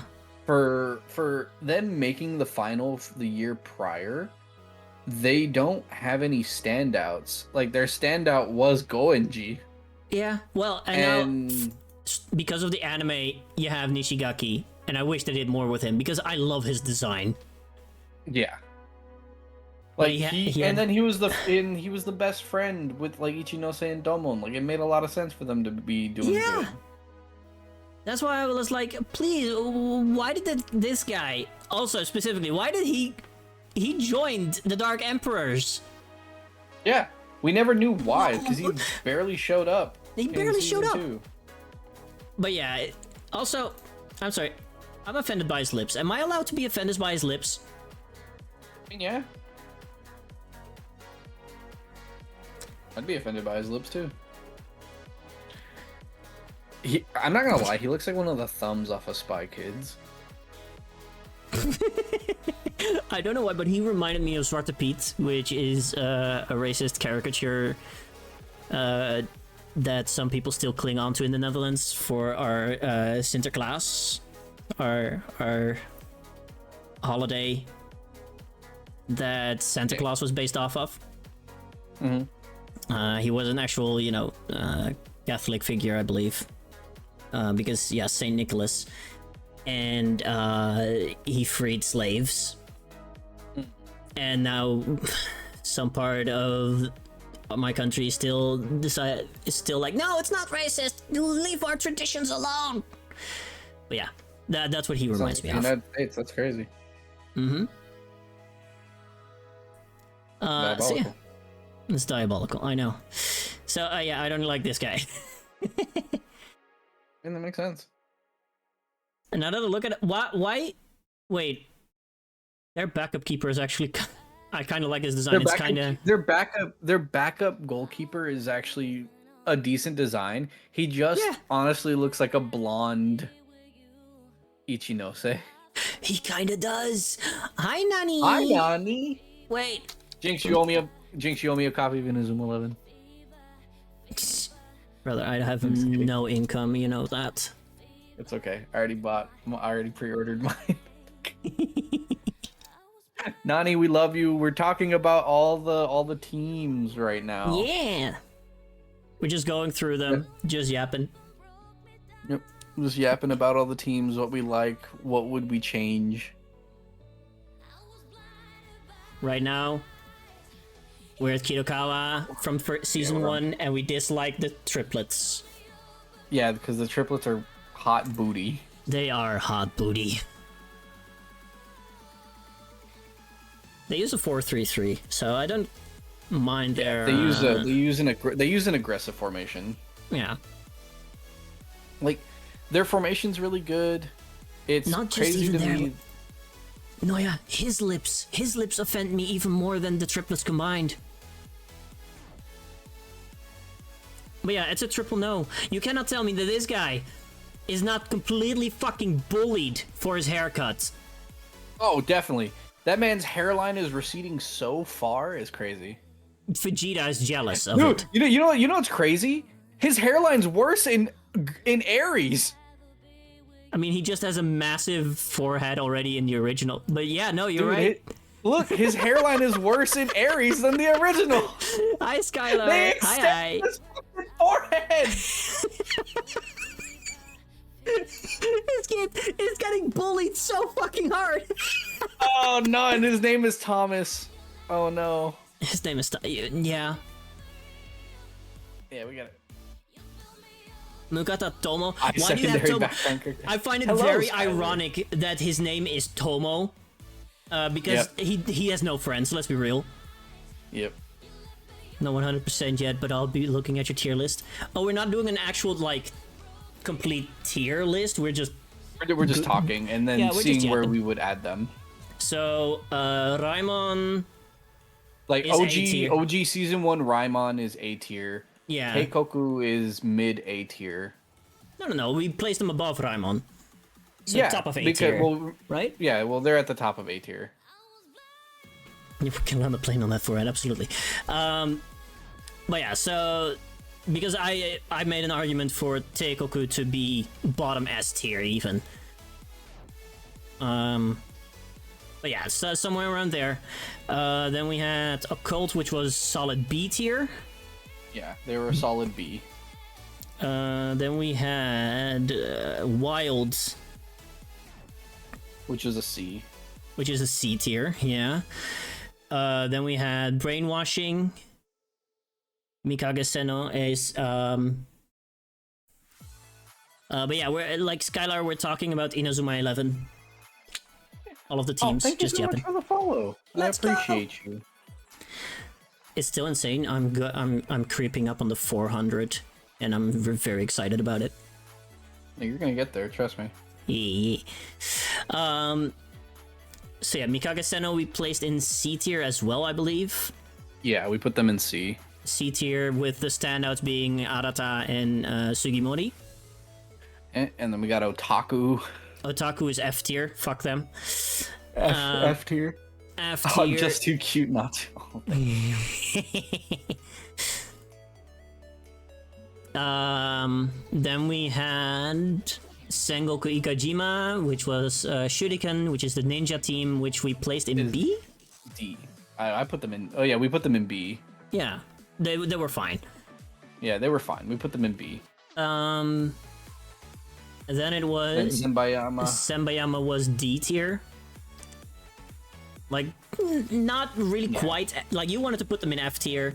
I'm like, I definitely wanted them in F tier. They're better than otaku. So I'll give them. I'm an otaku. That's what you call an anime fan. Yep. It's also what you call someone that's just unhealthily obsessed. Is the original meaning. Yeah. Do you take it or leave it? Huh? Don't mistake oppa for opai. Is all I can think of. Don't confuse your Korean and Japanese. Not understanding the question. No, anime. Oh, anime? Do I take it? I love anime. I enjoy anime. I have a whole giant, like, Digimon tattoo on my arm. I got a Pokemon tattoo on mine. You can guess which 2 Pokemon I have on my arm. Raichu, Flareon. Exactly. My favorite anime? My favorite anime is Yu Yu Hakusho. I have to watch it sometime. You can watch it on Crunchyroll. I think my favorite anime at the moment is the Dragon Quest Dai no Daiboken anime. It's so good. I mean, if you wanna use a Crunchyroll, you can use mine. I have Crunchyroll. That's how I'm watching Dragon Quest at the moment. We'll eventually get an anime tattoo. Ooh, which one, Zeus? Which one? But yeah, no, Yu Yu Hakusho's on Crunchyroll too. Nice. What I would recommend as well though, watch Yu Yu Hakusho in English because the English voice acting for that is before like 4Kids and them all came around, and it's actually good. Oh. It's actually really good because episode 1 will make you cry. It'll make you feel something. I was about to say, good luck making me cry. Yeah, it'll definitely hit you home because of one character, and his name is Kuwabara. I heard that name before. I'll get a tattoo. Trust. You see, if you say trust all capitalized like that, I don't trust anymore. I'm not gonna lie, I want Noya to get the little mustache on their finger, and then every time we meet them, they go, "We." Yes. Think Tokyo Ghoul and/or Gurren Lagann. Ooh, I still have to watch Gurren Lagann as well. Exploiter is pretty great. Still have to. So many anime I still have to watch. None of the motivation to do it. I don't know. I would say like outside of like sport anime, because like I'm very partial to sport anime over a lot of things. I'm not really big into like battle anime and stuff. Noya, what the fuck do you mean by that? Huh? Why do you say that like it's a derogatory term? We carried the internet so you guys could fly. I want you to show some fucking respect here. Okay, Noya, I need you to get a tattoo of a baguette on the entirety of the like right side of your leg. Just a whole baguette. Yes. But I wasn't even the one that proposed the mustache. I proposed the mustache. Do it, Luke. Kill him. Like, Chase is not a millennial. I think. 96. Oh, you're borderline. You're exactly on that border of millennial or Gen Z, was it? Yeah, I think it's Gen Z. Gangnam Style so they can skibbity. Exactly! That's literally it! That's a crazy ass statement. I'm not paying you shit. I'm broke. But remember? No, I would say like my biggest things, I really enjoy romance animes. Like I really like like recently would be like Horimiya, which is a really good one that I really liked. There's one that my wife and I watched. That was one of her favorites. Let me actually. You say you'll kill yourselves? That's a millennial thing as well. You're not new with that, trust me. Yeah, but the difference is that we'll do it. No, the boomers will do it for us. Tragic romance was my thing for a while. Sus, I'm not surprised at that, actually. Oh yeah, Yakuza's Fiance. My wife really, really likes that one. A Condition Called Love is a really good one too. Anohana was one that my wife really liked. That one was really fucking sad. There is. Oh, Dungeon Meshi is a really good one. Yeah, I love that one. One that I really liked was Haganai was really cute. But there's just a lot of just fun romance. There's so many good anime. Like, I also grew up in the time where Death Note and everything was still pretty new. That's when I started watching, and I'm like, oh my god, that's the greatest shit ever. So, and then you have Full Metal Alchemist and Haruhi Suzumiya. So I love those shows as well. You should really watch Yakuza's Fiance. And the reason why I say that is its art style is really different. Why does that already remind me of Way of the House Husband? It's very different. Okay. Like the synopsis for it is so there's two families. One's in I think Osaka, and then the other one's in Tokyo. So the granddaughter from the one in Osaka gets set up with the like the grandson from Tokyo. And she basically has to go there and be like a peace offering type of thing. But her whole thing is that she doesn't want to be a part of it, and the guy, he's acting weird. Like, he's really weird. He's like, oh, I'm not a Yakuza, like I'm not in the family, but he's out here like killing people. But he's like, I'm not a Yakuza, so you don't need to be afraid of me. But he's also like, I'm only playing into this because I think you're interesting. But straight up is like, yeah, he's like, I don't give a shit about you in any shape or form. And then her personality shifts to where instead of being like, oh, I'm trying to be like cordial with you because we're gonna get like married and stuff, she just says fuck everything and fuck you. Understandable. Yep. So pretty good anime. You should watch. Good art style. So Yakuza End of Fiance, episode 1 will make you laugh. Yeah, Yakuza's Fiance. The last episode, the ending of episode 1 will make you laugh your ass off. I love that. All right, I tabbed it somewhere real quick. But Kidokawa Senshu. Kidokawa Senshu. I don't know. I'll give them a upper C, maybe lower B tier. I'm gonna give them C. Like, I'm gonna give them a solid C, mainly because of the fact that they definitely were a team that was aggressive in terms of their offensive power. Like, they had development in a sense where they had to build themselves up outside of Goenji. Yeah. And so it's like it made sense. It made sense. Like, that they had to grow and they had to do X and they had to do Y and Z. Like, it's cool. I think their ability to like persevere was really cool, but their reasoning for persevering was skewed. Yeah. So I love that it also gave some more depth to Goenji. And of course, in the anime specifically, with Nishigaki, they also gave some more depth to Ichino Sendomon, which I also really like. So you have those two-pronged approach that I kind of really like.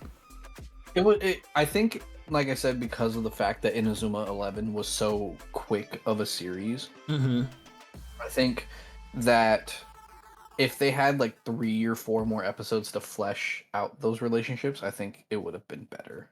Yeah. But that's pretty much how I would see that one. But other than that, also here's a special shout out, which will absolutely pull it in a low B tier for me. Coach. Their coach is just a good dude. Oh yeah, no, he's a good dude. Like after the match, just goes or even before the match, goes up to Goenji and be like, "Hey, are you doing better now? Is everything okay? Are you doing good?" He's like, He's like, I don't have to explain anything to the team. Nope. You don't have to explain anything to anybody. Don't think that you have to explain anything to anyone. You don't owe an explanation to anyone. I'm just happy to see you're playing the game again. Yeah, he's like, I'm just glad you're good. So yeah, the coach gets a special shout out as well. He looks like a kind person. He looks like someone that I would not mind being my dad, you know? That kind of person. I would put the coach just himself in B and then the team in C. Oh no, if we're talking just the coach, this guy goes straight to A tier. Yeah. But if he has to drag that team along, it's yeah. Yeah, no. So, but good thing. Good. All right. Here we go. I get to do it. Now we're in S tier. You're just slamming the shit out of your desk. I don't fucking care. You will not pull me away from this. This is S tier team right here. Oh my god. Man, just straight up was like, Yeah, I kept totally calm. This was me holding myself back, okay? I need you to know that. I was holding myself back. Like, if I'm glad that you kept calm, sir. If I have money again, if I have enough money again, know that I will absolutely commission Nani to do the two of us, but in Zeus clothing this time. But yeah, everything about this team, for me, is S tier. The Greek mythology-inspired theme, you know, the literal character that awakened something in me when I first saw him as a kid. It's everything about it. I just love it. I just love them. The threat that they pose to the main team, like completely destroying Teikoku, is brutal. Is it over the top? Yes, but it shows just how much. And then you have them in Ares again, and okay. So, all right. I would so for myself, right? Mm-hmm. I enjoy Zeus. I would say the biggest thing for Zeus that really got me was Aphrodite. Because of that slight little kick up of the ball and spinning it on his finger. I'm just gonna look up the scene. I'm just gonna look up the scene. I've shown it before, I think, on stream, but it's so smooth. And the thing, overarchingly, Aphrodite's design is simple, but it's commanding. Yes, it's so effective. And the voice actor does really good in terms of, like, especially in season 1. The voice actor during season 1 gave a sense of, like, foreboding. Not necessarily like a commandeering presence, but it was more of just a, oh, you think you can handle the gods? Like a very questioning kind of tone. Yeah. Like, this guy shows up and demands attention. Right? It's just what he does. He demands your attention and your respect.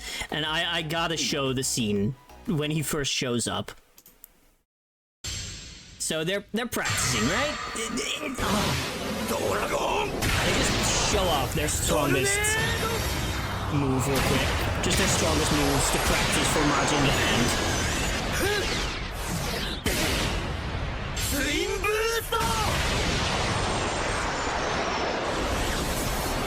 Motherfucker jumps in and is like, let me just be a boss, you know? He just snags both of them, and it's like, what the fuck? Yeah. It's still just this casual flick. Yeah, it's the casual flick that really does it. Mm-hmm. And then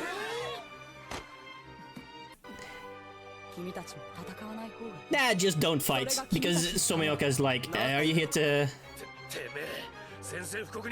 declare war? No. Like, just a side eye. That side eye is criminally offensive. Oh yeah, no, the side eye, because the thing is, it makes it to where like his character was very like very unassuming and very uncaring on what would like be associated for the outcome of things. Yeah. And I think overarchingly as a final boss team, I don't think any other final boss team does it the same way that Zeus did. No, absolutely not.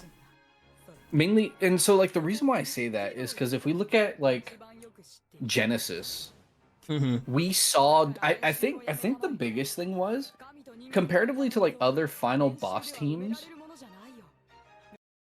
we like so in 2 we saw Genesis a little too fucking much. Yeah. I think seeing them too much really did not do them justice. Because it's like, why are we seeing you guys so much? Because there's also, at the same time, you still have Prominence and you still have Diamond Dust vying for that same position as well. And we never and it's like, we didn't see them as often. We only faced Diamond Dust by themselves. We didn't face Prominence. And it made no sense. Like, it seems as though like Chaos was definitely shoehorned in. Yeah. And so comparatively to like Genesis to Zeus, Genesis, we saw them a little too much because we saw them when they were in Fukuoka, which shouldn't have been a thing. I don't think that they should have been there. And then season 3 was against like Rococo, but the thing is, we also saw too much of Rococo. I wouldn't say that necessarily. I think the main part that still gripes me is they could have set the little Gigantes up without them completely obliterating 8-0 against Italy. It's that, but then also us helping them out in the Kotarl area. Like, so I think those two factors set their expectations a little too high. Yeah. But then like with Zeus comparatively to the anime, Zeus was like, oh, they beat Royal, but they beat Royal in like the semis before they would face anybody else. So it made sense. Like, it's not like they were no names, like in a sense, like they weren't known, but they were cruising through their areas. Yeah. And so there was a slight buildup because they're like, oh, we saw their names on the team, on the like the team list and all that. And so I think overarchingly, just the buildup of Zeus as a whole makes season 1 genuinely better. I think they were a good way to end season 1. I don't think the way that we got to it in the game was as good because we lose out on learning Majin the Hand. Yes. Because in the game, Majin the Hand is suddenly gained, I think, against either Senbayama or Kidokawa Seishu. He actually learns it whenever we're against the Inazuma Legends. Is it or was that when he first showed promise of it? I think that's when he started actually using it.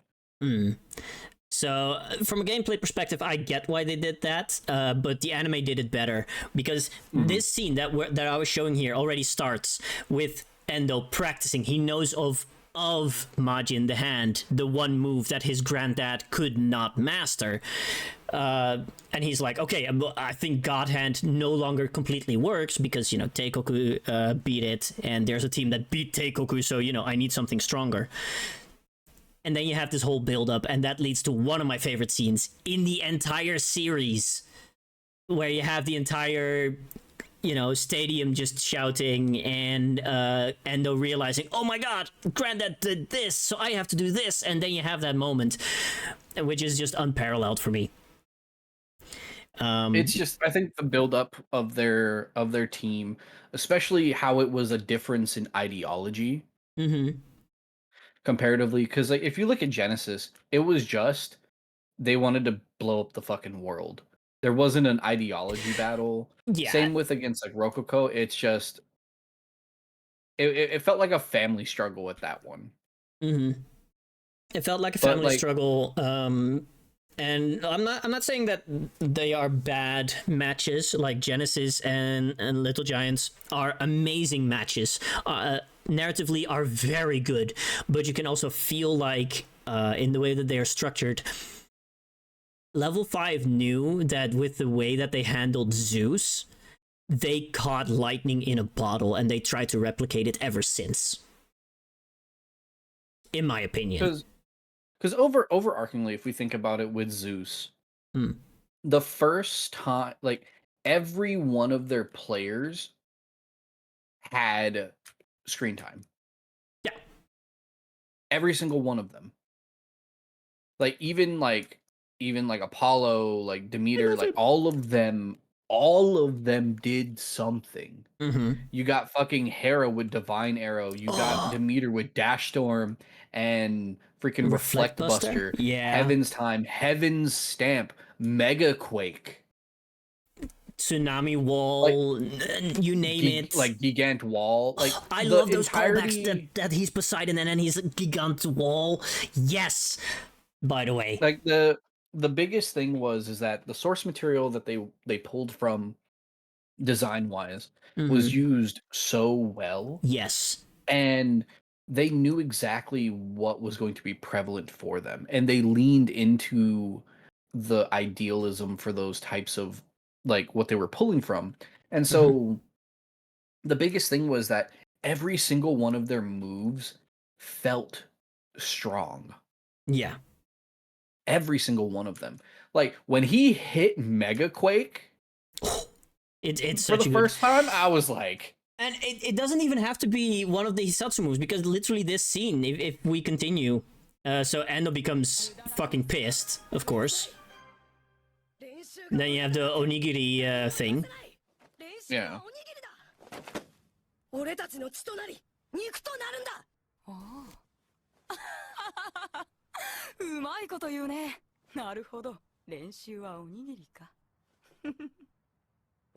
Like the fact that you get to elicit this type of anger from Endo, and just this casual flick.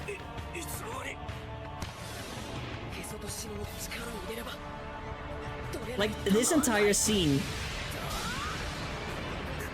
is just menace. It's pure aura. Because like if you look at it, his regular shot was the strength of arguably a Hisatsu. Like combining the Dragon Tornado and Twin Boost, probably in terms of strength. Yeah. So it's because one of those where it's like, what is going to set him apart from everyone else? Yeah. And then they like, and here's what I think. They set up not just like Zeus in general, but Aphrodite especially is so good as an antagonist. And just as a character, but especially as an antagonist, that they were like, let's bring him back. And that's why Fire Dragon is one of my favorite matches as well. Yeah. And then us finding out that he's Korean. Yeah. That threw people off. But then we also found out that Burn and Gazelle were also Korean. Yep. But that makes sense. They're all half because they were orphans. Like Like it all makes three of them sense. are hafus, right? Like half Japanese, Yeah. half Korean. Well, I think they're just like half Korean because they don't really go into because remember Burn and Gazelle are uh they're orphans, Mm-hmm. so we don't really know. True. True. But yeah, no, this team. The Definitely, I only would say it's a solid S. Yeah, the only thing I dislike is had Hermes design. Hermes looked so whenever I first saw Hermes design, I thought he was like oddly bulky, but then I saw him in game. Like he looks very different. It's the cloak. Yeah, it's the scarf cloak thing, but he's just Yeah. regular. He's just regular sized. I think maybe even Yeah. small sized. He's small. Okay, that's He weird. counts as a small. And it's the smile. It's the smile. So that's the only thing that I would realistically kind of change. Yeah, no, Maybe I definitely agree. maybe Artemis a little bit, but I kind of like it as well because Artemis wants to remain that distant because fuck men, or specifically don't. But you know, I get it. I think out of all the designs, I think Aphrodite was like the best one, and then after that would be Demeter. Uh, yeah. I mean, I personally Because like have a the preference helmet for was great. Apollo, of course, but I'm not gonna lie to you. I kind of wish they made Apollo taller. yeah, Like it would have made a lot more sense to make him tall. yeah, kind of. I also genuinely like his design in Ares more. I think his design in Ares is just a lot more softer, and I think that works because he's supposed to be a pretty boy. Yeah, Apollo is literally one of the original twinks. The ye old historical twink. Yeah, the historical twink. But I yeah. never thought that I would have to say that sentence in my life. Well, there you Ye go. old historical twink is absolutely diabolical. Yeah. So yeah, no, I love all of their designs a lot. Just like they were That's a cookies. lot Yeah. of anime, Skylar. That's a lot of favorites. Yeah, damn. Yo, Jesus Hamtaro Christ. throws me back.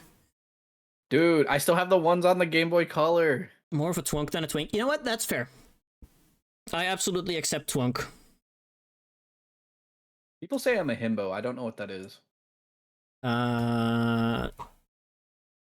Big of heart, dumb of head, big of ass.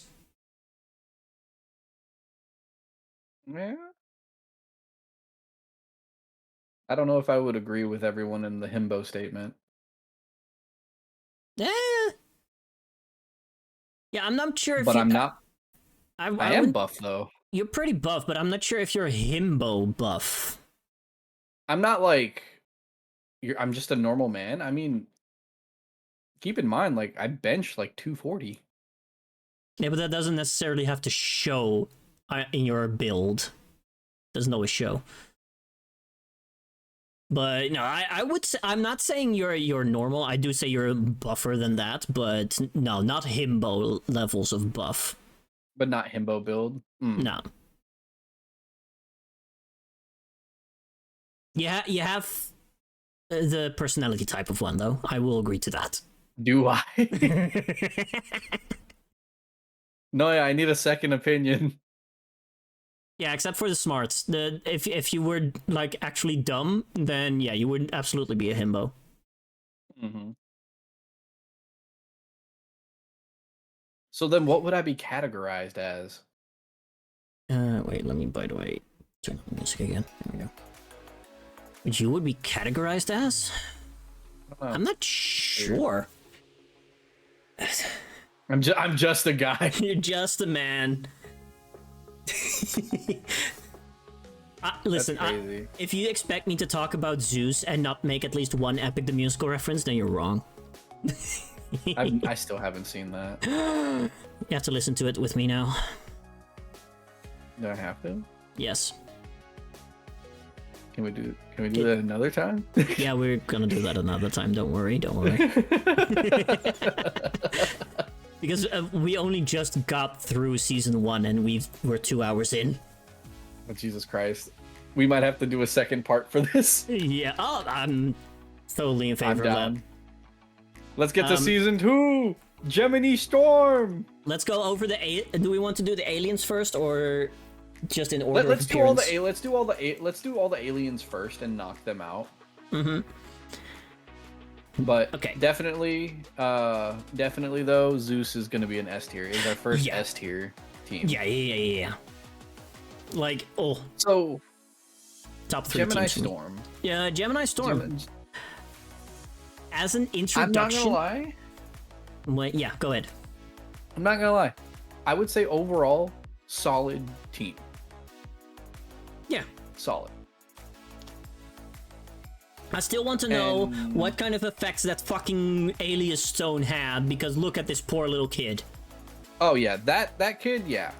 But like overarchingly, I would say like design wise, they're a solid like 6 out of 10. I don't think they're perfect.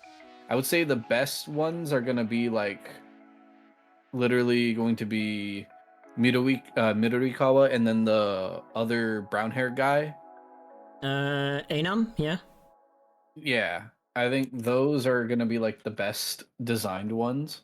Mm-hmm. But outside of that, I think the team was interesting because of the fact of how many times we played them. Like we never had to have played a team that much. Yeah. To like actually beat them. And Noya's right. Design wise, they're the most alien. Yes, absolutely. Which I think? they have an amazing introduction once again, just completely destroying the school. They are an actual menace and completely destroy and injure most of the Raimon team. Mm-hmm. So, what I will give them minus points for is I'm going to kill you. Thanks, Sexion. And then kill you again. So they're like. Their uniforms are kind of awkward, in my opinion. It's the harness. Yeah. It's the harness is what gets me. I don't think their designs are bad. It's literally just the harness. Mm-hmm. And I will always have a special place in my heart for Gemini Storm because these kids, like, remember, these are not actually aliens. They are just kids that have been completely mutated because of an alien rock and are used as the absolute bottom of the barrel team. But see, the thing is, they weren't if they technically weren't originally the bottom of the barrel. What do you mean? Because remember, Genesis, like Gaia, Prominence, and Diamond Dust trained using Gemini Storm as the use Gemini Storm and Epsilon. But even then, like, this team's purpose was to be the first practice dummy for Genesis and Diamond Dust and Prominence. So these 11 kids, thought I'd pop in before stream and say hi. Hi, Zax. Hi, Zax. Love you, Zax. Love your face, buddy. But yeah, no, I just hate how basically these kids were abused. Like, out of all of the Alias kids, I think Gemini Storm consists of the most abused children. They definitely got the short end of the stick. Yeah. Like, they definitely did. Wait, I think my bell rang. I'll be right back. Ding dong. Alright, friends. Alright, people in chat. Rise gone. We are now going to commit... We're going to commit great crime. Are you guys ready to commit great crime?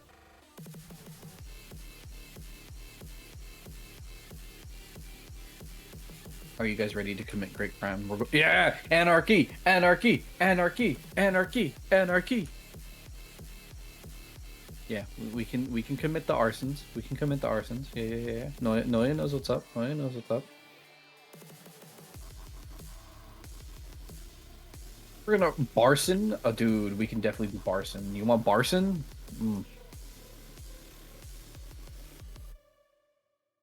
Remember, guys, when Rye comes back, we didn't talk about any of this. Remember, Pinky promised with me. What did you not talk about? We didn't talk about anything. Mm-hmm. Nothing you can prove. Rob a bank, arson, overthrow the government, so nothing new there. Yeah, see? We didn't talk about nothing. You're crazy. I don't trust you guys. We didn't talk about nothing, big dog. Look me straight into my eyes. Look me straight into my eyes and tell me you did actually not talk about anything. Remember, sir, I can't look straight at all. As Noya said, okay, I'm gay. Look me gay into the eyes and tell me you didn't actually talk about anything. That's pretty Who pretty gay. posted my nudes on Twitter.com? Thank you, Zex. I didn't hear what Chase said.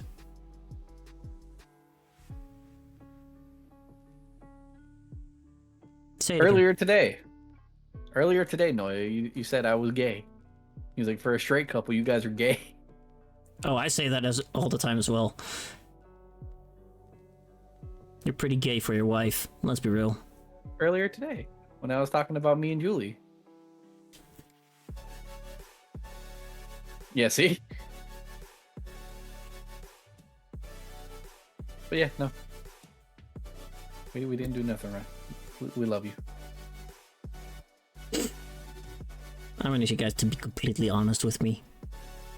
I'll be I honest, trust- but not I have- completely. I have trust issues as is. Okay, I'll be like your neighbor. I'm a drill.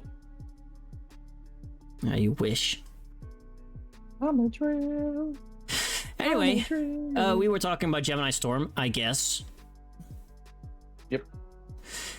So, yeah. Would we even change anything about these guys? I don't think there would necessarily be anything to change. I think No. overarchingly they were good. I think they used a solid like formation. Their formation wasn't crazy. They were always like 5-3-2. Yeah, they were definitely good. Mm-hmm. I don't think they were bad. No. I would say like the biggest gripe was once we got Fubuki, they got absolutely touched. Yeah. They got destroyed. Yeah, like just adding Fubuki really just hurt them. Mm-hmm. Like that's Which, the to thing be that was fair, crazy to me. They also actually like Daimon actually started training with Fubuki, so they leveled up considerably.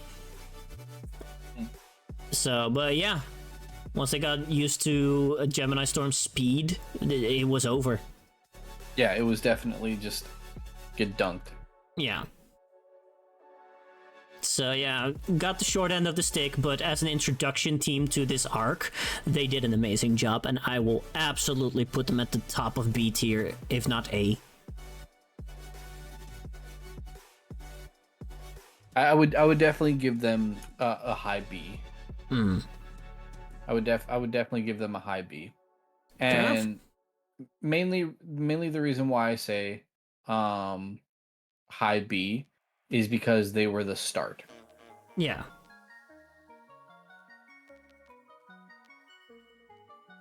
So But yeah, outside of that, they were great. they were great. I also love the little addition that puts you on the track of recruiting them in the game, where it's like we saw this weird kid disoriented in Kyoto, and then it turns out to be Erase. Yeah, and it was just that's a very interesting way that things happen. Yeah. Alright, so next up technically is the Secret Service. The SP Fixers. I'm not gonna lie, I really didn't like them. No, same. I love Toko. I love Toko, but I couldn't care less. I like Coco. I do like their designs. It's their designs were good and they made sense. It's just so silly to me that the Prime Minister of Japan, as big of a football nut as he is, has his own Secret Service be a team as well. The best designed player on that team is the blonde. Oh yeah, absolutely. Like, she is the best designed character. No one can tell me otherwise. Like, best designed. Yeah, we agree on that. Like, why is this guy so short? Yeah, he's smaller than Kurimatsu. I think he's even smaller than Timmy.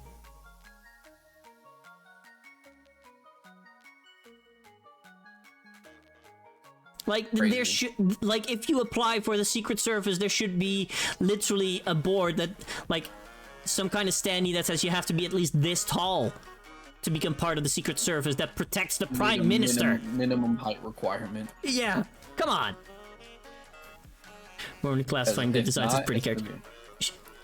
Well, to be fair, I kind of like the guy with the hat here. Like, he's obviously just a spy character. Like, I love his inspiration. Like, you Probably see the weird one was like the Prime Minister's like right-hand man, the dude with the red flat top. Yeah. It's an odd choice for hair color. Especially, well, in this universe, not so much. In Japan, yeah. General Japan, yeah. But overall, I personally don't enjoy this team. But I would say that they're like a solid C. Like they're just a solid C team. They are used to introduce Toko and the Prime Minister basically, and we never see anything from the team ever again except Smith. Yeah, we just see Smith. So yeah, but we did get one of the best girls in Toko. Mm-hmm. But yeah, so solid C tier. I do agree with that. Like, they're not bad, but they definitely didn't have like oomph, like how other characters and other teams had. It, in a way, it was good for the place in the story to give Raimon just a little bit more of a fun, lighthearted match, because before this it was only Gemini Storm. It was that, but it was also just straight gas and no breaks. Yeah, so this was that break that they deserved at that point. It was a good break. Yeah. Next up, Hakuren. Hakuren overall was really solid. A lot of their designs overarchingly were just good. They weren't perfect by any means, this but kid has definitely good. Eternal snow on his hair. I love that. I love this guy's design. Arguably one of the best designs. But they do suffer from the same thing that Kidokawa basically suffered from, and that's their over-reliance on one player. Yeah. The biggest thing was that due to the fact that they only dealt with one player, really did not help them. No. In the long run. The over-reliance on Fubuki didn't put too much love on them. No. Which sucks because they definitely did have a really wonderful charm to them. Like, all of their team was really happy. The biggest thing that sucked for them was their team was all newbies. Yeah, basically. Like, I think the only other one that has some experience is the Keeper. Yeah. And from there, it's just like, design-wise, they're perfect for their area, which was a frozen, like, northern area. Fantastic designs. I think the biggest detractor from them was just because of the fact that they were just newbies. I think that's pretty much it. Everything else was pretty good. I don't think anything else would make them pretty bad. I definitely would give them an honest I'd give them an honest B+. Besides that, I don't see any issues. Sean being so would we want to count Sean like in his defense form for this, or do we want to count him like in his Atsuya form or his merged form. His merged form. I think we it would be doing dirty if we don't talk about like both the Shido and the Atsuya form, if we don't mention them, at least both, because you know it's such a big plot point. Like, so overall, I think they were fantastic in what they did. Like the whole plot relevance that was facilitated with them was great. The way that they would fight each other mentally was a great talking point that the series did for it. Overall, I think the merging was perfect. They definitely knew what they were doing with that.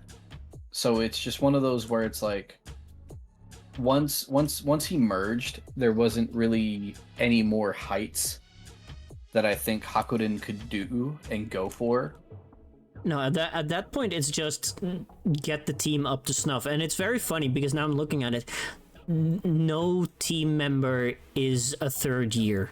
They're all second year or first years. Yeah, so that means it's just their team. Like I said, like their team is relatively new, and I think that gives them a lot of charm. Yeah, absolutely. That their team has a lot of just fresh faces, a fresh thing. Like my favorite character on this team is the one with the scarf. Kitami? Yeah, Kitami is my favorite. Yeah, he's a fun guy. I have to be biased because he's wearing a scarf. Also, hi Dini. We're just talking about Inazuma 11. Just the teams in the main story. Saying what we like or dislike about them. But overall, I think they're a solid B. Like they're just a solid B team. There's nothing that makes them like stupidly good or like stupidly like bad. They're just inexperienced. They need to train. Yeah, they're just inexperienced. There's nothing that we can do about that. But other than that, also, one of my favorite characters from this team is just the guy with snow on his hair. Yeah, I love this guy. It's such a good design. I think people really sleep on that. Also, I did not know that this guy with his orange hats became captain after Fubuki graduated. I didn't either. Apparently. That's crazy. I mean, someone had to be, but I thought it'd be the goalie at least. No, but the goalie would have graduated as well at the same time as Fubuki. Yeah. There's only two first years, apparently. All of them are second year, except those two. That's crazy. But yeah, no, I assume after Fubuki's success in the Football Frontier International, the Hakoden would have gotten more members as well. They definitely would have gotten better, because like they show up and go. Yeah, exactly. As like relatively prominent, so. Alright, so next up, after Hakoden, it would be Cloister? Yeah, it'd be Cloister. Manyuji. So we're going to Kyoto now. I love these two. I love these twins. The twins are really cool. I love this guy with the green hair as well. The thing that was really funny about this team was that they were all puns based off of martial arts. Yeah. Like the captain, well, not the captain, the guy with the green hair, his name is Taekwondo. Taekwondo, yeah. Yeah, Kageta, his name was Taekwondo. Which is really funny. And he had arguably one of the funniest recruitment methods in IE2. And what was that? Let's see. You had to lose to him. To be defeated at the selecting card. That it for a team that literally does not participate in the Football Frontier because they're not playing for competition but for self-betterment. No, so the reason why so whenever you beat him, he goes, "Oh, I cannot join you because I am not strong enough. I need to go train." But then when you lose to him, he goes, "Oh, I think it would be better for me to learn under you. Da da da da da. So it's really funny. Overall, I think the team is really solid. I think the team, I love how his name is Dirk Arts, so he's the Dark Arts, and this guy his first name is Marshall. It's just martial arts. I love that. Yeah, he's the martial arts. Also, the cult is Inazuma 11, Dini. Come on, get with the program. Yeah, come on, Houdini, come on. But yeah, no, I love this team. Would have loved to see more of them, where they're like, hey, competition is not necessarily a bad thing or get you out of that trance. Like, I would have loved to see some kind of development on that front. But I do love how, they set up Kogure with this as well, and how they face off against Epsilon. Like, hey, if this team had participated, they would have single-handedly beaten Zeus as well. Like, oh, and then Epsilon absolutely knocks the shit out of them. Yeah, they get absolutely chunked. It is kind of a Dragon Ball thing where, you get, after the Cell Saga, you get the Buu Saga, and they introduce, what's-his-face, the Demon King. Deborah. Yeah, Deborah, who's then said, like, oh, Deborah is just as strong as Cell. Just to clarify, when he gets easily beaten by Buu, just what kind of threat you're up against. Manyuji is literally that role. Yeah. And overarchingly, I think their inclusion helped with Raimon's big thing about only wanting to win at that time. Mm-hmm. Because once they beat Gemini Storm, they had a big wave of relief. And then when fucking Dvalin and Disarm fucking shows up and nukes them, it's like, he hadn't even played them everyone yet. got scared. Yeah, I know they haven't played them yet, but like everyone was like, oh, fuck. Yeah. Because you saw how scared Midorikawa was of Disarm. Mm-hmm. So it's one of those things where it's like, the players are showing us something that we don't really get. Yeah. Huh, funny. Right? I mean, overall, good. I would say this team is a solid B. Yeah, absolutely. Like, definitely, I think they would be on the higher end of B, like at least a high B, but I don't think they can go lower or higher than that. No, fair. I also really like that Shorin is a temporary member in the second game. I love Shorin. Look at this little guy. His hair is so weird. He looks better. I think he looks better in like Ares and stuff. Yeah. I mean, the proportions are just better. It's the eyes that really get me, though. Yeah. Because, like, Jesus Christ, dog. Like, who had to do this? Yeah. Poor guy. Anyway. Is there... Yeah, I don't think there's any kind of player that I think we stepped off of. What kind of player do we want to add? No. Right now, I think the biggest one was, like, adding players was primarily for, like, Season 1. Because Season 1 needed more structure. But I think in Season 2, I think they really fixed that issue. Oh, and then for Season 3, you wanted to add, like, actual players. Like an actual IRL player. Because they're national teams, so we can just look at national teams. True. Anyway, next up, probably one of the more popular alien teams. Purely because of Disarm. I'm vouching S. You're vouching S? I'm vouching S because of the fact that, firstly, Disarm is arguably one of the better written characters in this season. Yeah, let's not talk about him outside of this season. Poor guy. But secondly, he's also playing out of position. Yeah. The entire time. Like, he's not actually a goalie. He is a forward. Like, that's the thing that really, when I saw that, I was like, there ain't no motherfucking way that this man out here is not a goalie. Could have fooled me. And I still think that he's still the better goalie even then. Because, originally the goalie was Zell. Yeah.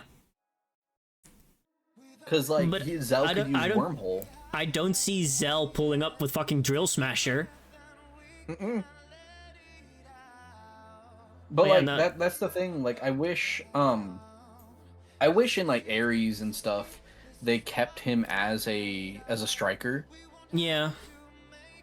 But the entrance in the second game, and I'm not gonna lie to you, the voice actor for Dvalin in the second game, in arguably English. one of the better, in English, like, even in English and Japanese, arguably one of the better voice actors we've gotten. Oh, in the series. absolutely. That shit carried weight.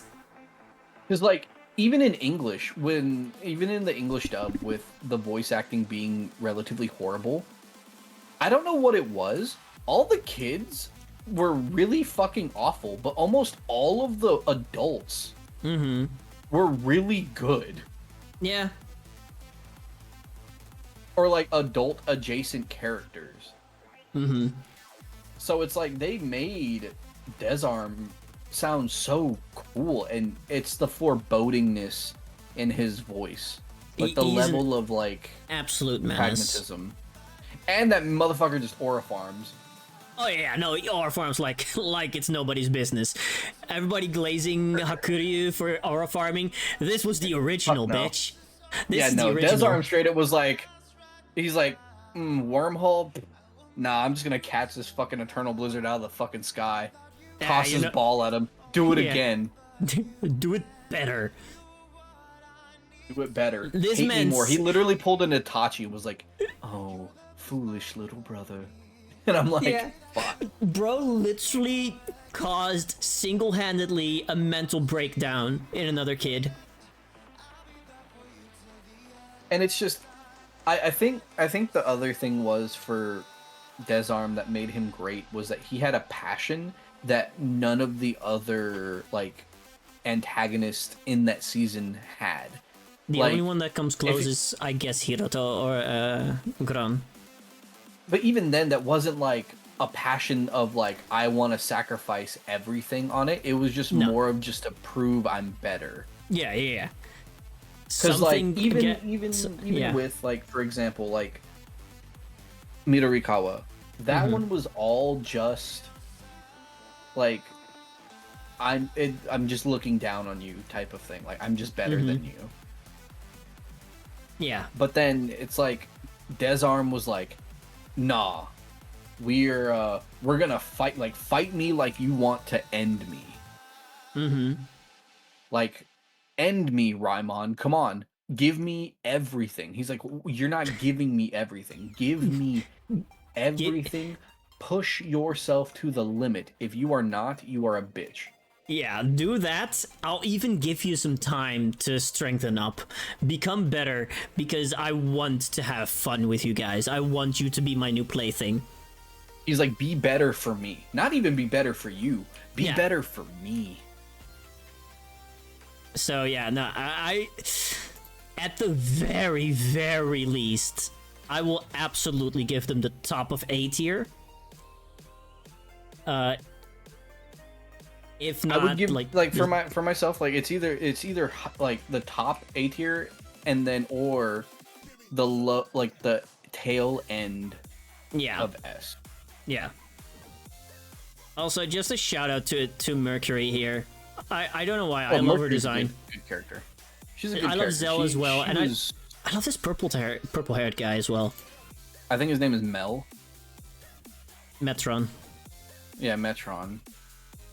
But I think all of their designs were very, very well put together. I don't think any of their designs are bad. No. Except for probably, like, Swarm, but...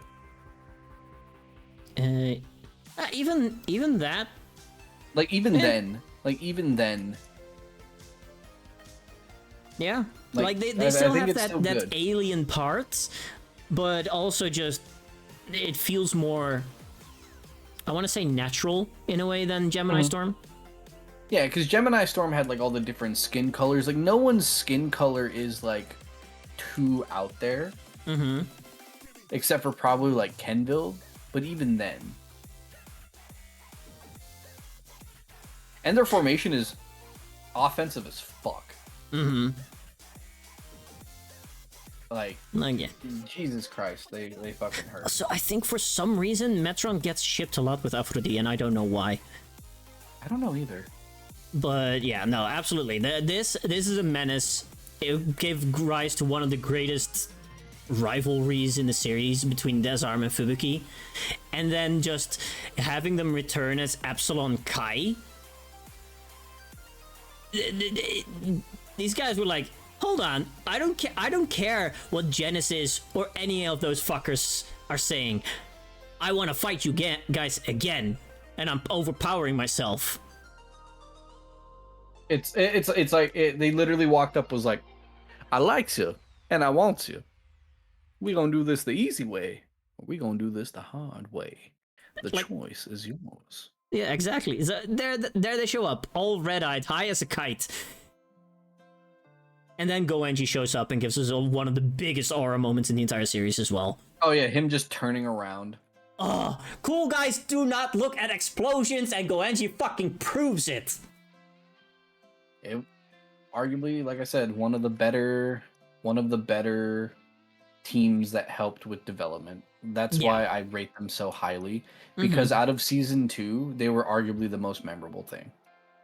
Yeah, I think aside from Genesis. Yeah, but you know that's because they're the final team. I don't count the Dark Emperors. I do not. But we do got to talk about them though. Yeah, we still get to talk about them. So after Epsilon, where do we go next? Oh, yeah. Royal Redux. Yeah. Teikoku Redux.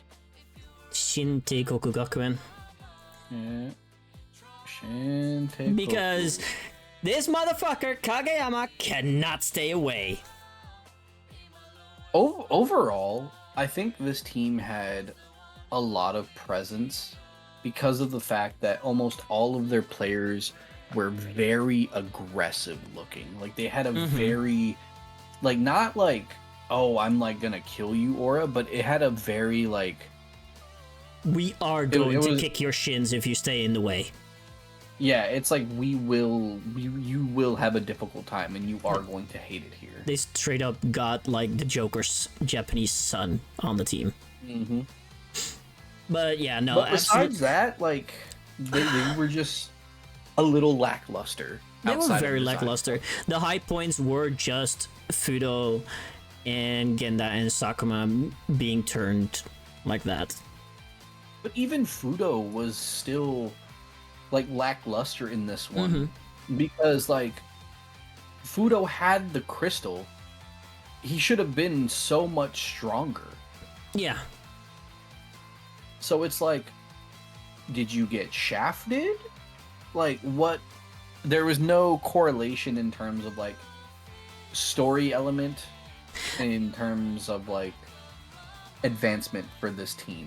It was either Genda or Sakuma. Outside of that, no one else really did too much. No, I think it was Fudo that injured Someoka though. I think so. I don't remember off the top of my head. Yeah, actually, yes. No, I'm very sure because I just recently, the entire series is on YouTube in Dutch, and I just clicked on a random episodes and it was that episode.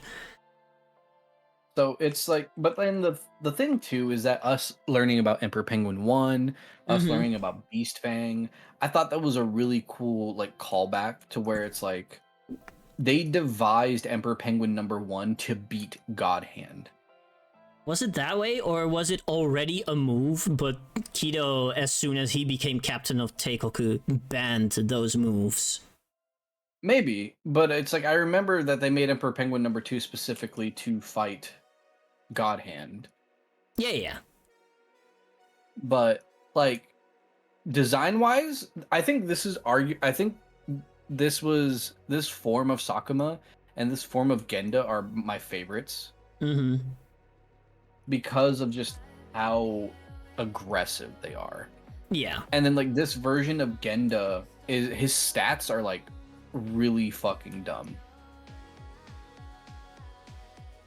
Like his stats are really, really fucking dumb.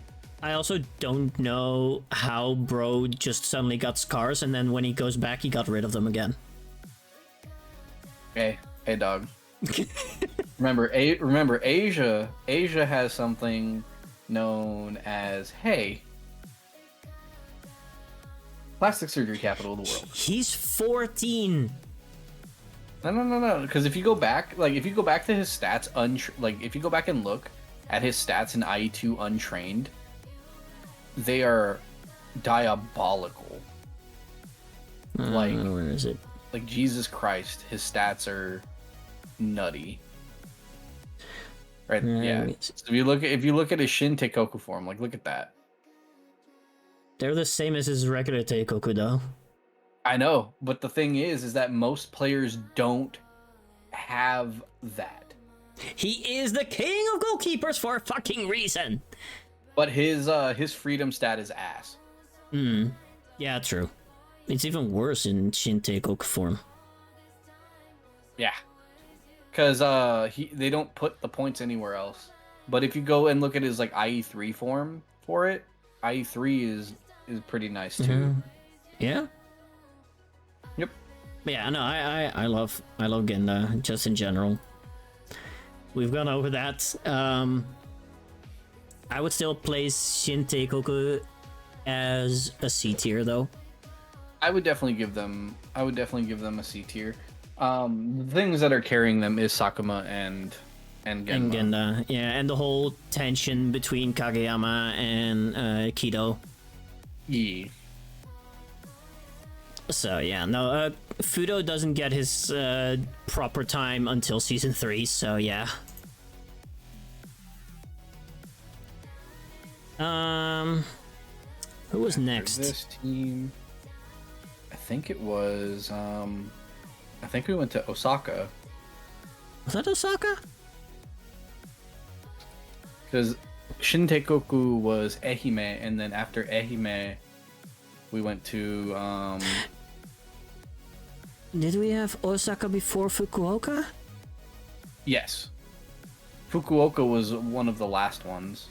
Okay. Because the last person to join the team was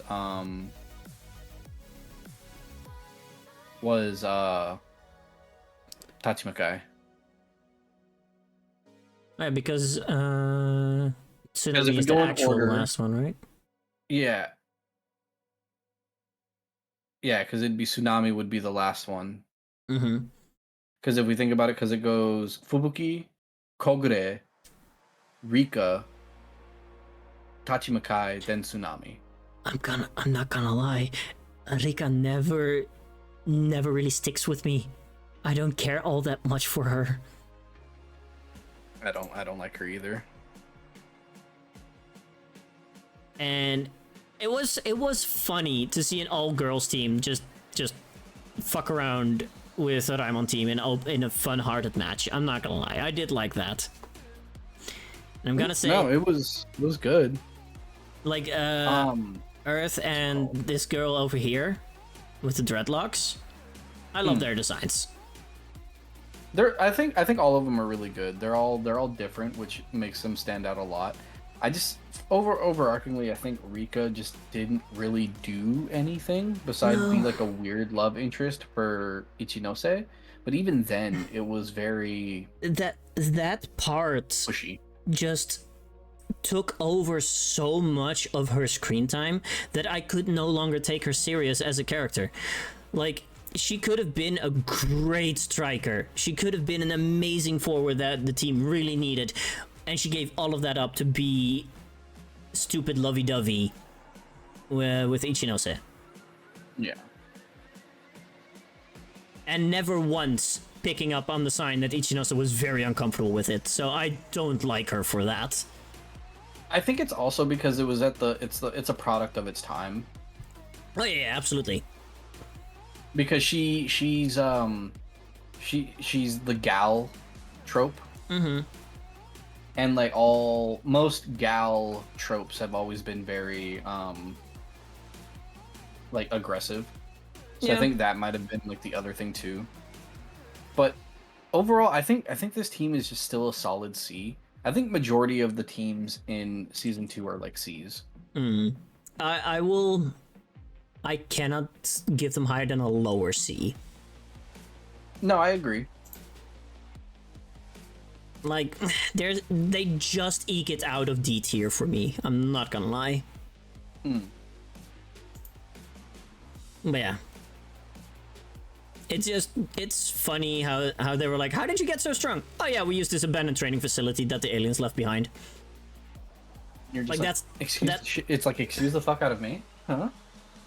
Where's my aggressive gal? Here you go. There's a team full of them.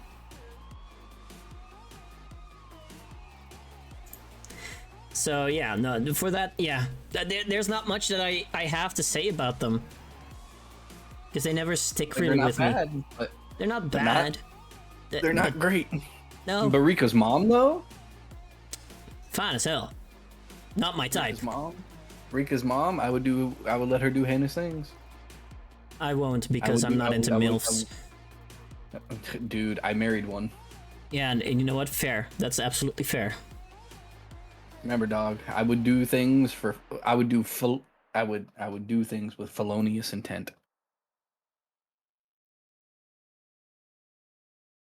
I would do things with felonious intent. That woman thick as hell. Look at them titties. Sue says wood. You know what? I get it. Get that gyaru. Really the gyaru. Dude, and just always picking a fight with her daughter. Yeah. I dated a gyaru once. She was great. But yeah, no, lighthearted. It's a fine team.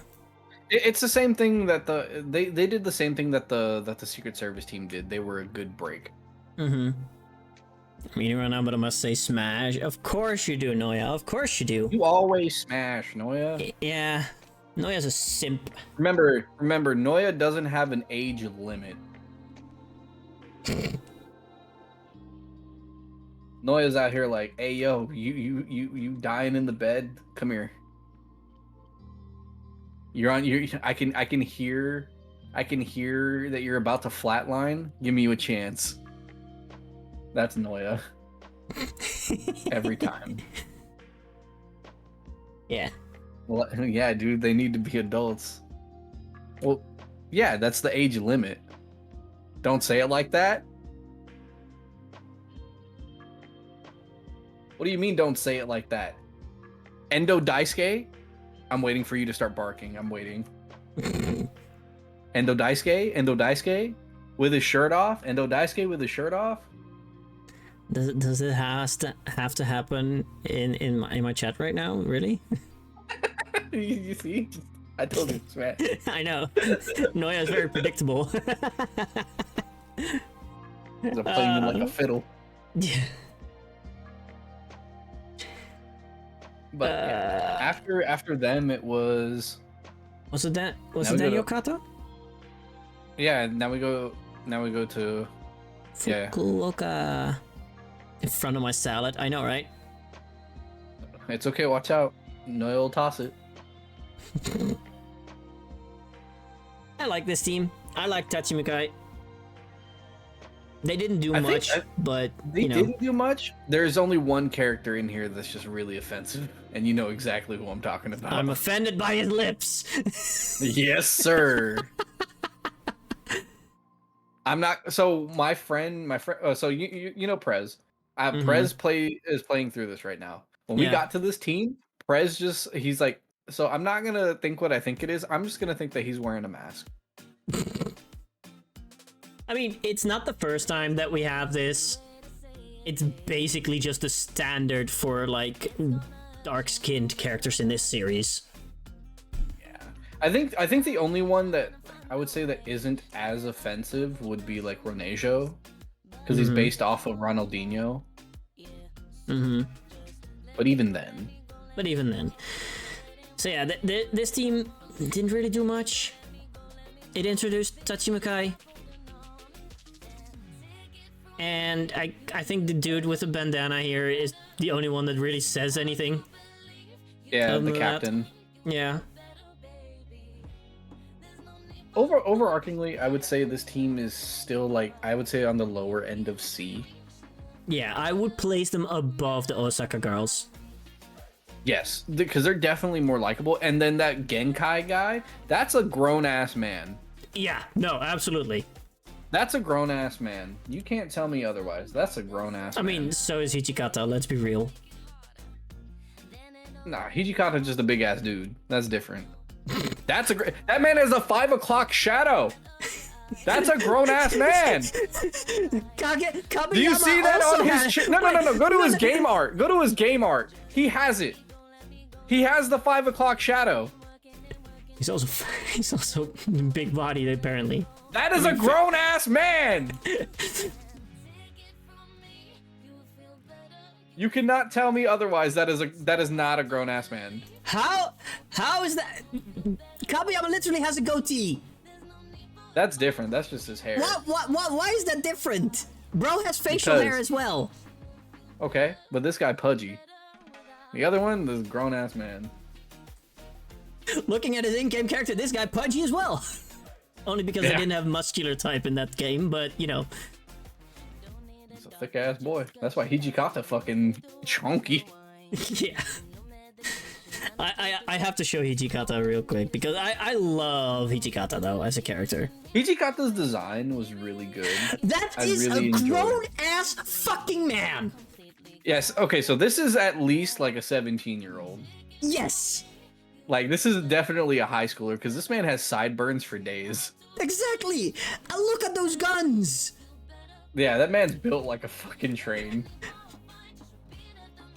Like, this is the body type for a himbo, okay? This is the body type we're talking about. I'll get there. You'll get there. I would say I have he's like... He's not a second year. He's not a second year. You can't... No, that's a grown-ass adult. Yeah, he's not fucking 14 years old. No. But yeah, Yokata, just above the Osaka girls. I like the team. And Tachimakai is just adorable. Let's be real. Yeah, Tachimikai's a good character. Yeah. No one can tell me otherwise. Up next... It's gonna be Umihara. Is Umihara? Because we go Umihara and then... No. Umihara. There we go. Umihara. The long... Oh. I love this team. This team is arguably my favorite besides Epsilon. This team took the concept of wild in some cases and improved upon it so much. So, would you like to know why I like this team? Is it this guy? Is it Soundtown? It is Soundtown, because he just looks like a blue-haired me. Mm-hmm. I love Soundtown. I love the guy with the literal waves for hair. Oh yeah, no. It's so fucking cool. This little tyke over here with a fucking shell on her head. It was being keeping Goenji. The cool thing about this entire team was when they got introduced, when the music changed, and they're all just like having fun. Yeah. Like even when they got scored on by Raimon, they were like, hell yeah, that was amazing. Let's fucking go. Like, you guys are great. Like, also, I think this guy with the diving gear, the snorkel, that guy will have stamina for days. Will never lose his breath if he takes it off. Maliciously so. What's crazy is too is that in the game they had one of the strongest moves. Mm-hmm. Fucking Eagle Buster. Oh, that shit was good. And what made it worse was that fucking move was a long shot. Oh, long shots, my beloved. So if they actually got it off on you, you're just sitting there like a bump on a log. Yep. And you're just like, please don't hurt me. No, absolutely. But yeah, no, I would say this is a solid A tier team. Mm-hmm. Like Umihara was solid A tier. A tier, purely because of the new insights that Soundtown gave to Kido as well. Yeah, and it's just like the team was just good. Yeah, this is the breather that Raimon really needed at the time. I feel. Because yes, they had not fought against the aliens, but this team really made them forget about it all for just a second, for just a bit. Definitely. Like overarchingly, I think the team had one of the biggest like breathers for them. Yeah. Like it was just a good break. Mm-hmm. And it's just good. Yeah. So there's some baller designs like Shark. Oh, Shark is such a good one. He reminded me of like Shark Boy and Lava Girl. I love it. Good characters all around. Good characters all around. Yeah. So yeah, no, I will absolutely put them in an A tier. Yeah. I don't feel like we have to go over Epsilon Kai because it's basically just Epsilon, just powered up. Yeah, it's just Epsilon powered up. Which I think leaves us just because even though they don't really appear, but Burn does. I feel like just quickly touching up on prominence. Overall, they feel underwhelming. Yeah. I don't think they're bad. They just feel really, really underwhelming as a squad. Mm-hmm. What's going on, Zaza?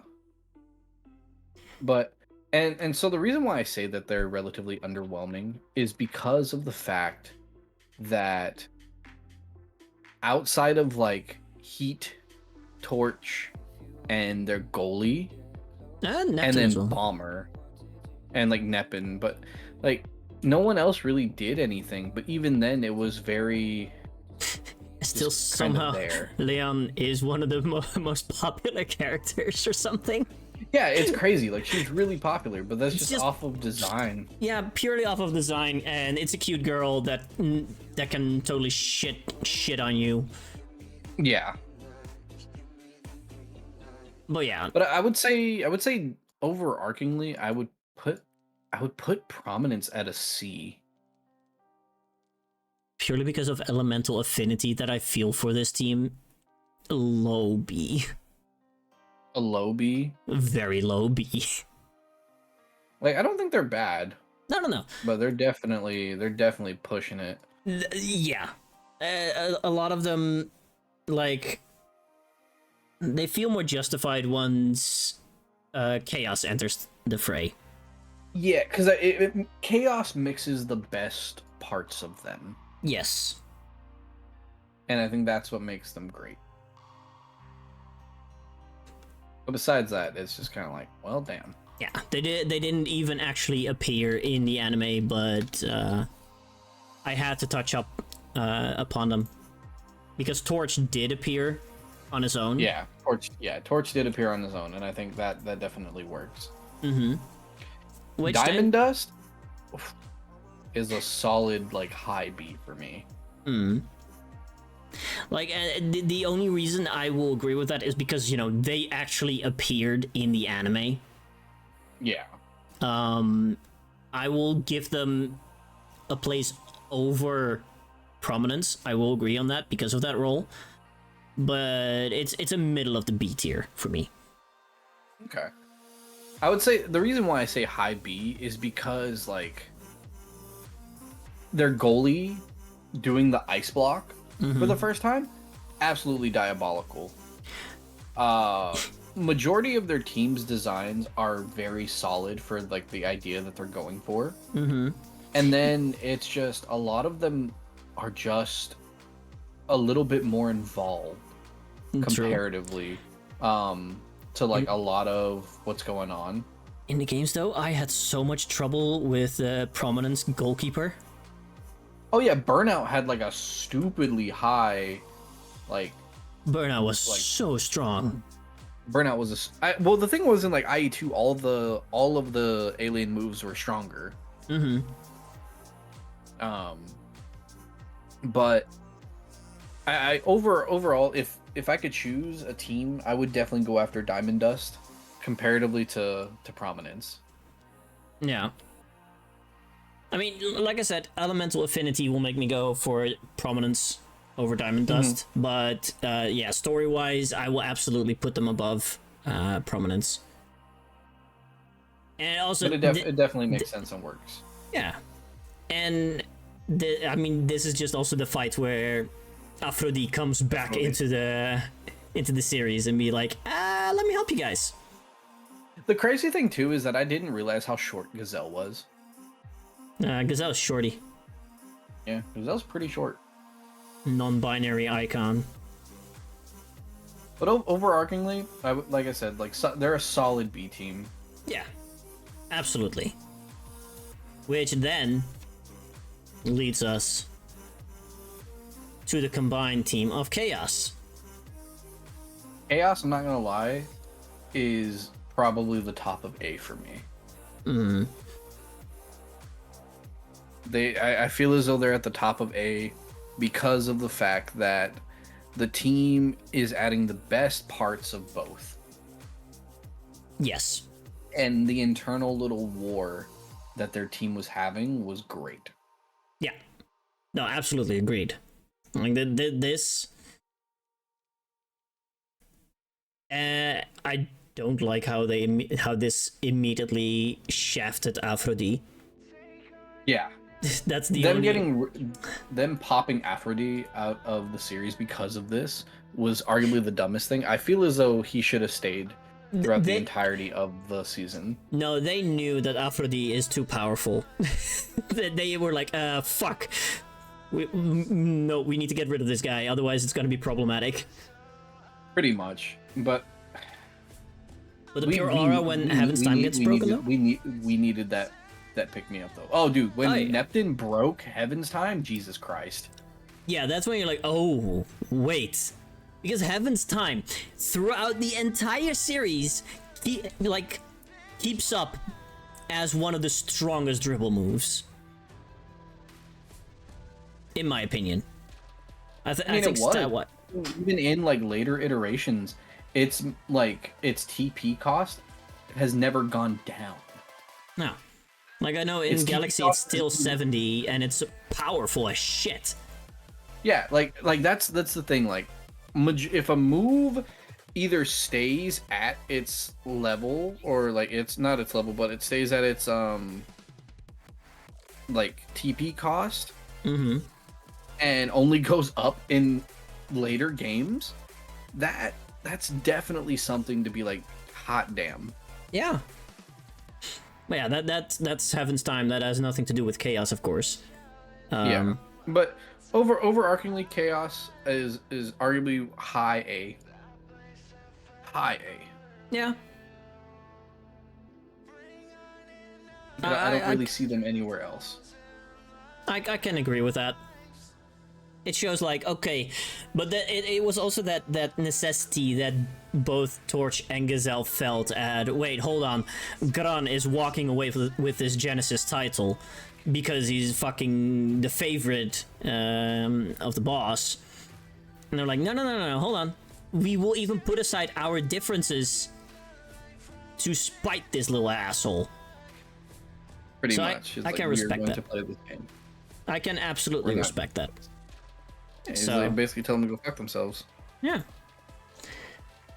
Now we didn't touch upon it, but during the Yokato arc, Genesis was already introduced. We already saw Genesis.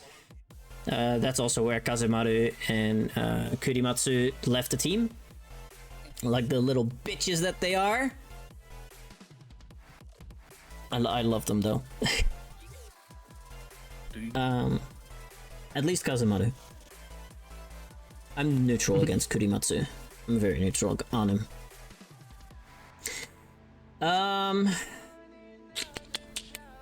What was the next team? Is this already where we go towards Genesis? Yeah, after this it would be Genesis. There we go. The quote-unquote main villain of Season 2. The main antagonist team. I'm giving them a B. Really? I give them a B. I don't really like Genesis. I only like 3 characters off of this team. Which ones? It's Gron, Bellatrix, and Wit. I don't like anybody else. Oh, yeah, I already told you, I love Nito. I love Nito. He was a menace as a goalkeeper. Oh, yeah, no, he's arguably one of the best goalies in the game. I have no doubt about it. But it's just, no, I don't know what it is, but their design seems so underwhelming comparatively to the other teams. Like, all the other alien teams just, they don't really carry the same aura. I mean, it's hard to follow up, especially after like Epsilon, because Epsilon was set such a high standard for it. But I still think, and that's the thing that sucks. Yeah, I mean, yeah, they are very human, except for like this guy with his mask and this guy in the back here. Yeah. Like other than that, Nero and Gron just need to go outside more. But other than that, these are just children. These are just human children. Yeah. That can apparently shrug off actual bullets or something. Probably my favorite thing is that the one melanated female with the purple hair, I just think of Noya's OC. That's all I think of. Fair. But yeah, no, I disagree with your ranking. I love this team. I love the match. I love the stakes that they brought. It's there's a lot of designs. I love this little gremlin over here. I don't know why. This one, yeah, the one right to Gran. I do agree with your earlier statement that they were seen too often. So they didn't really maintain that level of menace that they could have, but it was a struggle. It was a damn good match against Raimon. I would have to go back and look, Noya. So I will absolutely at the very minimum put them in A tier. I would have to fight for high B. That's gonna be a fight, because personally I will put them next to Chaos. So the reason, with it, right, the reason why I say high B is primarily going to be because of the fact that they themselves, I feel as though them being the X team, right, like the big bad, then they do the whole limiter release thing. It's like it shoehorns it back to like season 1 with the Ambrosia. Yeah, like there's always like another step, but it makes no sense to give them that other step when they were already like touted as the strongest. So it's one of those where it's like I don't see the point in some of their story choices. Like overall, like their characters are good. I think the characters are good. I just don't agree with certain choices in the story that basically are like, oh well, Genesis is getting beat. Release the fucking limiter. What was the point of telling us that they were better than everybody else, and then give them now a stage above it that doesn't do anything? I think it more so served not so much as a power-up during the match, but more as a plot point for look at how egotistical and abusive the actual guy behind it all is. Completely disregarding the safety of these children that are in his care. just to get what he wants. Like, he completely lost sight of the fact that, hey, these are orphans that you chose to take care of, and now you're allowing them to destroy themselves because apparently this entire training program is actually too much. So their teenage bodies cannot cope. So I feel like the limiter removal is more of a plot point for that particular story beat and not so much a detractor from the match itself. It served a different purpose, in my opinion. Overarchingly, it's just one of those where it's just what more could we primarily get from the team? Mm-hmm. It just doesn't seem like everyone in their team was as involved as they could have been. That's true. So it's like it's. I think the biggest thing that separates like teams that are in like S or in like high A tier is always like the involvement of like the whole of the team. That's why I say chaos is so high, is because of the fact that they are so involved. And Genesis doesn't seem as involved with a lot of other things, you know what I mean? True. I think that's more of a limit of the story, that they were like, we want to wrap this up. That's what it more felt like. Because you can see that the personality is there for multiple of the characters. Of course, Gran and Bellatrix and Wits are the most like personality-having characters, followed by Nero, I would argue. But yeah, I think that's just a restraint of the story itself. It doesn't diminish your point, but I don't know. I think that they did their job very well as final antagonists. Not as good as like Zeus, but no, I agree. I'm not stating that they were bad. I just don't think that they're as high as they could be. Mm-hmm. Also, yeah, I just like the outfit as well, I guess, and just the overall match, just the feeling of the entirety of the Genesis match. Mm-hmm. No, I get it. So, for me, it's an A tier. But I hate this guy. Fuck this guy. Fuck this asshole. So yeah.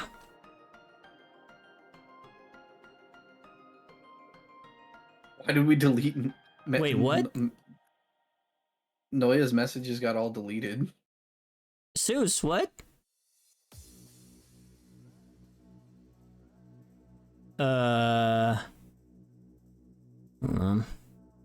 happened? Something went wrong there.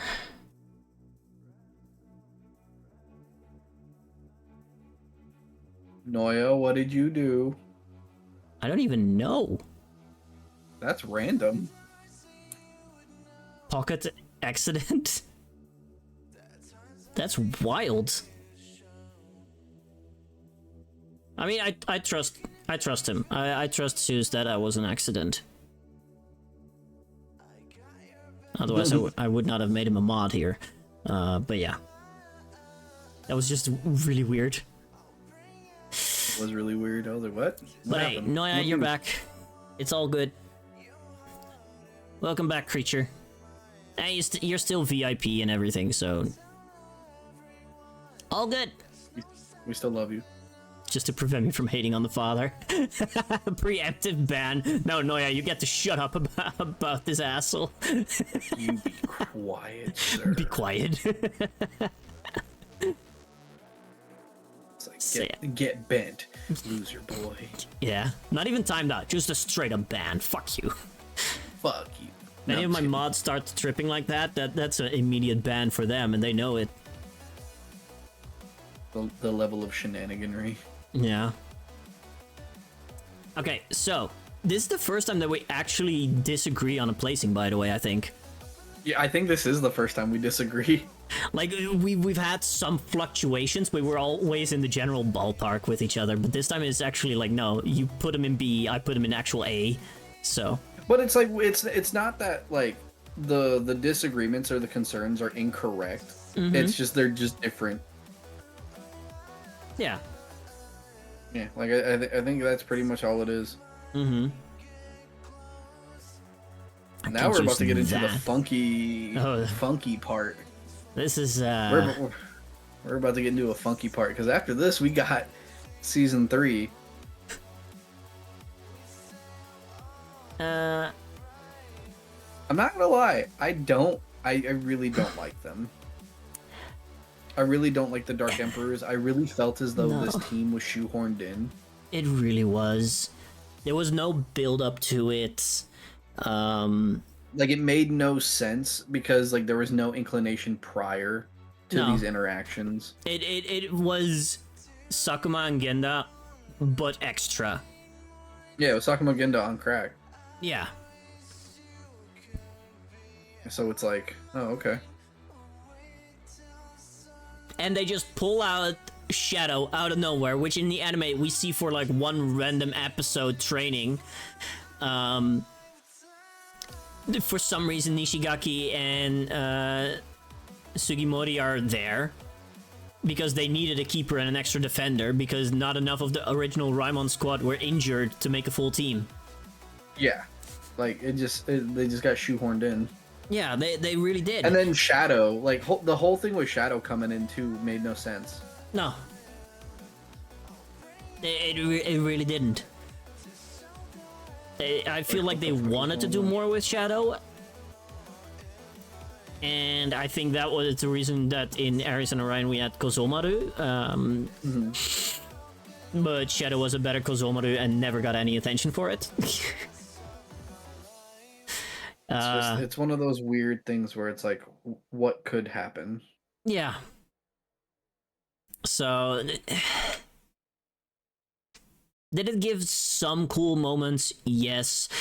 Do I feel like, hey, why did we never see any other, like, consequences to this entire match in Season 3?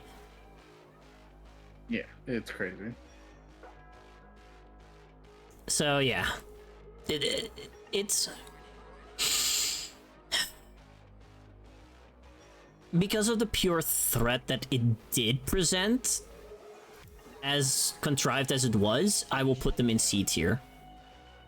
I agree with C because I don't think they're shit enough to be like F or D, but they're definitely not high enough to be higher than that because of the fact that they don't really do nothing. Yeah, it's just mostly this asshole, Michael Jackson looking motherfucker. I think the biggest thing is just like a lot of the new moves they introduced are really cool. Like Shooting Star, cool as fuck. Shooting Star, Revolution V, Dual Smash. I mean, Dark Phoenix is still cool. Dark Phoenix was cool. I'm not gonna lie to you, I was waiting for like Dark Wyvern or some shit. Oh, that would have been amazing.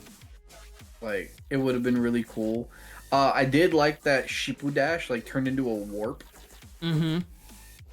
Like that was cool. It did do some cool things, and that's what keeps it in C tier and not anything lower. Yeah. So it's just one of those things where it's like. Also, for some fucking reason, Kurimatsu's tooth grows. Yeah, his teeth got longer, which is weird. It's weird. And I'm really glad that Max found another one with those caps. Another hat. Yeah, I found another hat. And then Shadow doesn't look any different. No, he really doesn't. They were like, Shadow doesn't look any different. Menacing enough. His hair just got slightly longer. Yep. They gave him bigger bangs. Yeah, but no bang for a bucks. It's just crazy. So yeah, it's I don't know. They could have completely ditched this and worked more towards like the Genesis, or maybe add in prominence somewhere. Oh, it definitely would have been way better. So yeah, like it's like Jesus. And then just have a fun match against this squad that is the Dark Emperors, but just as a fun match, like, hey, everything's fine. Like, hey, look at how much we've been training, and Kazemaru... I mean, it was a way for Kazemaru to get over his depression that they got him into. That's what I will give it. The rest, though, they were fine. They were injured, but they were fine. Frustrated, but fine. So yeah, that's all I gotta say. It's just one of those where it's like, come on, man. Could have been better. It could have been better. Which means it is time for Season 3. Season 3. Season 3. Wait, we have to start with... Come on. Wow, what am I doing? You have to start with the actual squad. The actual squad. Let's start with the first squad.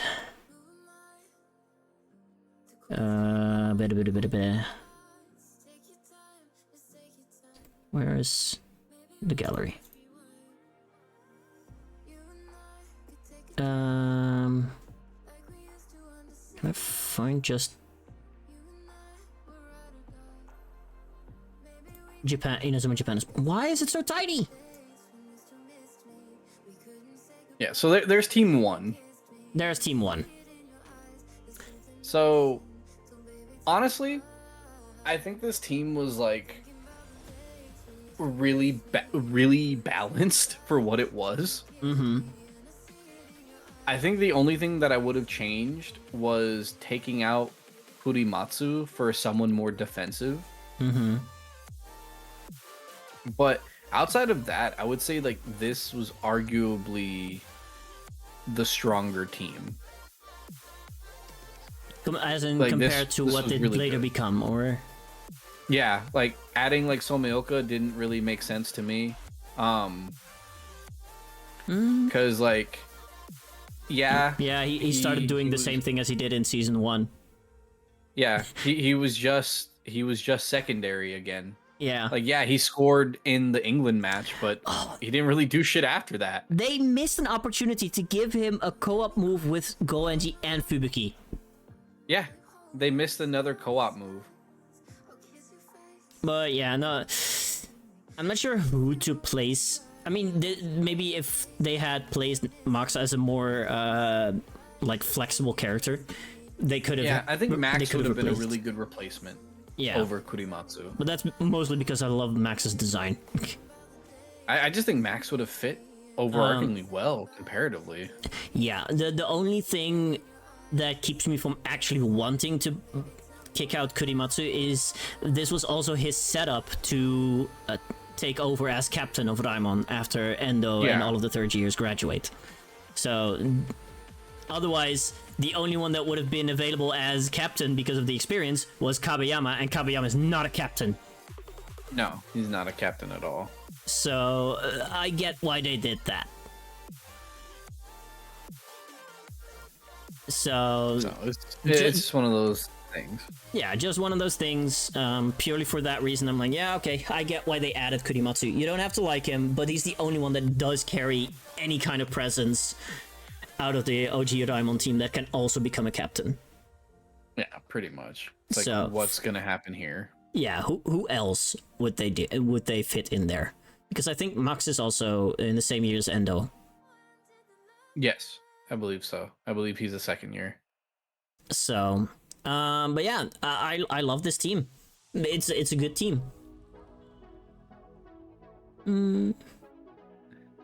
Overarchingly, I just think the biggest issue that they had was I think it's just with so many of the teams, it's their fucking defense.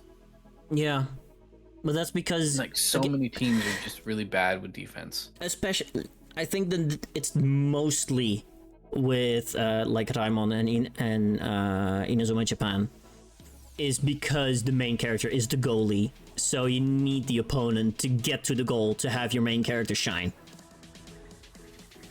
And I get it. It's just, but that just seems kind of annoying for it to be like that. Like, if you're an actual fan of football, then yes, that becomes annoying. You're like, why are there such glaring weaknesses in the defense? But from a storytelling perspective, if this is your main character, I already disagree with the fact that Endo got full-time back in the goal. I think they should have kept him as a libero. Oh, dude, if they kept him as a libero, would have been absolutely diabolical. Yeah. Because then you have Tachimukai as the main keeper, and you could bring in either Genda or Nero, in my opinion, as the keeper, as a secondary keeper. Oh yeah, no, it would have been really, really interesting to see what they could have done. Or maybe even eventually recruit Dvalin, Desarm. Yeah, and then have him as a funky backup. Yeah, have him as a funky backup because he can still show him like, yeah, I can still do keeper things. Because that's the most thing. Like if we place Endo out of the goal, then you have that defensive position that he can fulfill as well, right? Then you can fix up your defense. Have Tachimukai in the goal and have a secondary goalkeeper and start doing shenanigans with that. Yeah. It's like, what you got there? Problem. What is the problem? Us. Yeah. What you got there? A knife. No. But yeah, no. This is I'd say lower A. Lower A wouldn't be bad. Like it's yeah, like you said, it's a well-rounded team. You have Fubuki, that's also like a very flexible player. So I do like that. He can move around a lot. I love that they added Tobitaka, who doesn't make sense from an actual like competitive point of view, but it gave some great storytelling, in my opinion. So yeah. I think Tobitaka was a character overall like I enjoyed the most. Yeah. I love how in the beginning. And the reason being, he's just a dick. He's a delinquent. He's a punk. And somehow the only person that he does respect at the start is Endo. And Hibiki, of course, but even then it's still like, well, ouch. Yeah. But I love how he basically takes on a bit of a like bigger brother role to Toramaru halfway through. I love that little skirmish they have. He's like, you need to like grow up. Yeah. He's like, it's okay to feel like shit. It's okay to feel like this. Yeah, absolutely. Do better. He's like, do better. And then Totamaru's like, I don't want to hear that from you. Do better. And he's like, watch this. Yeah. And then shows him like, oh yeah, I did get better.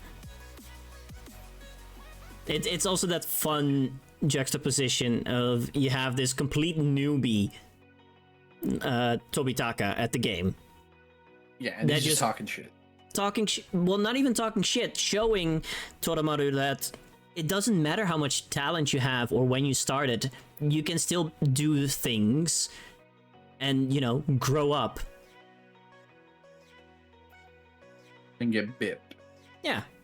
So never underestimate anyone, no matter the experience or whatever. Because that's basically what made Toramaru lose that little skirmish against Tobitaka. Was he a big bitch? Yep. Also, I love how in this image, Kabayama just looks absolutely buff.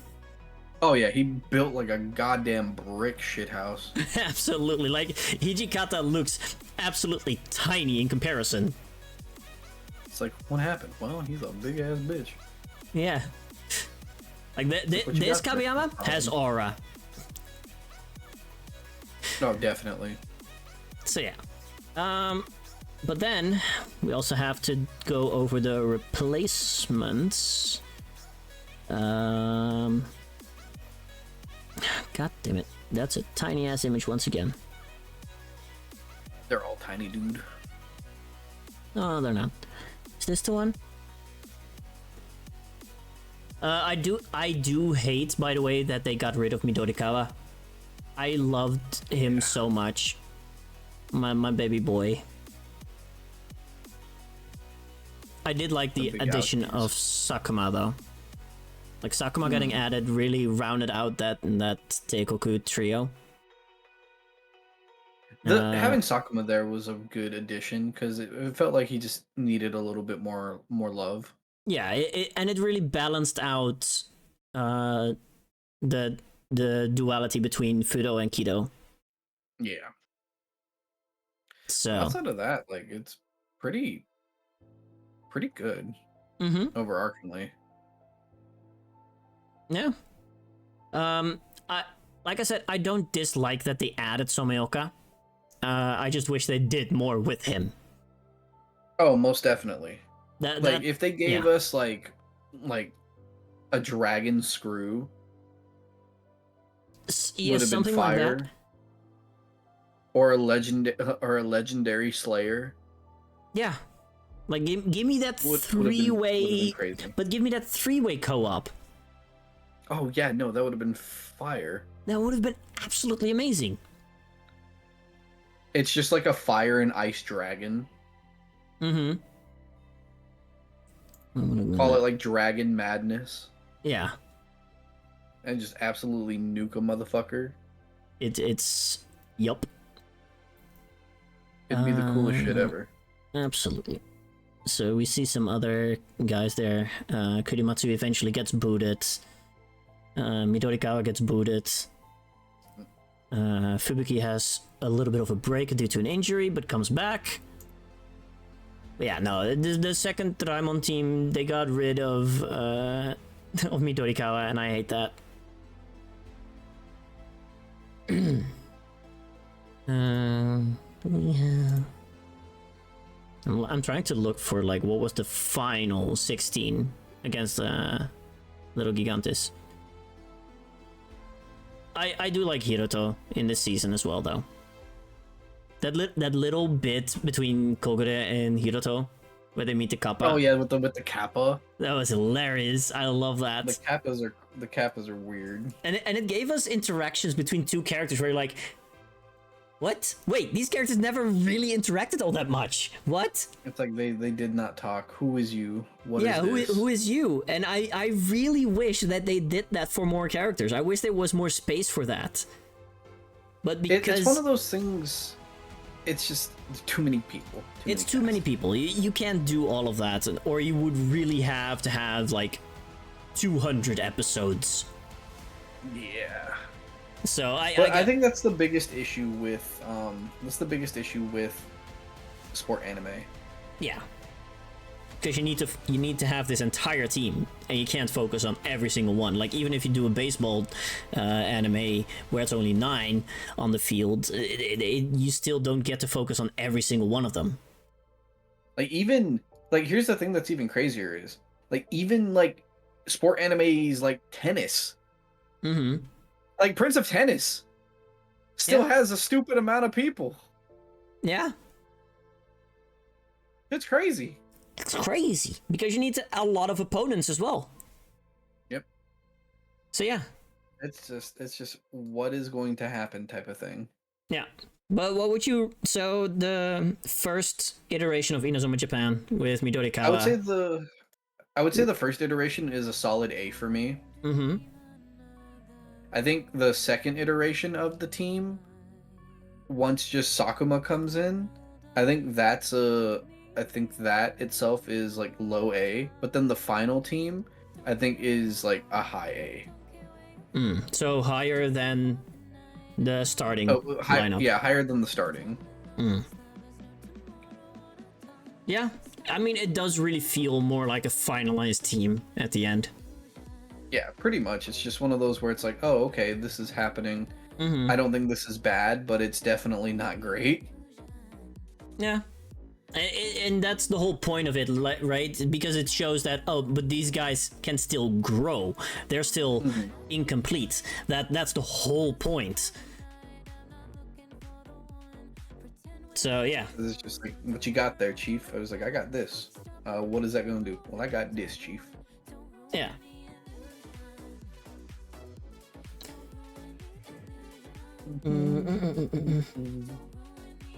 But no, I think pretty good. But if we could add a Japanese, like an actual Japanese player, I would add Hikaru Matoma.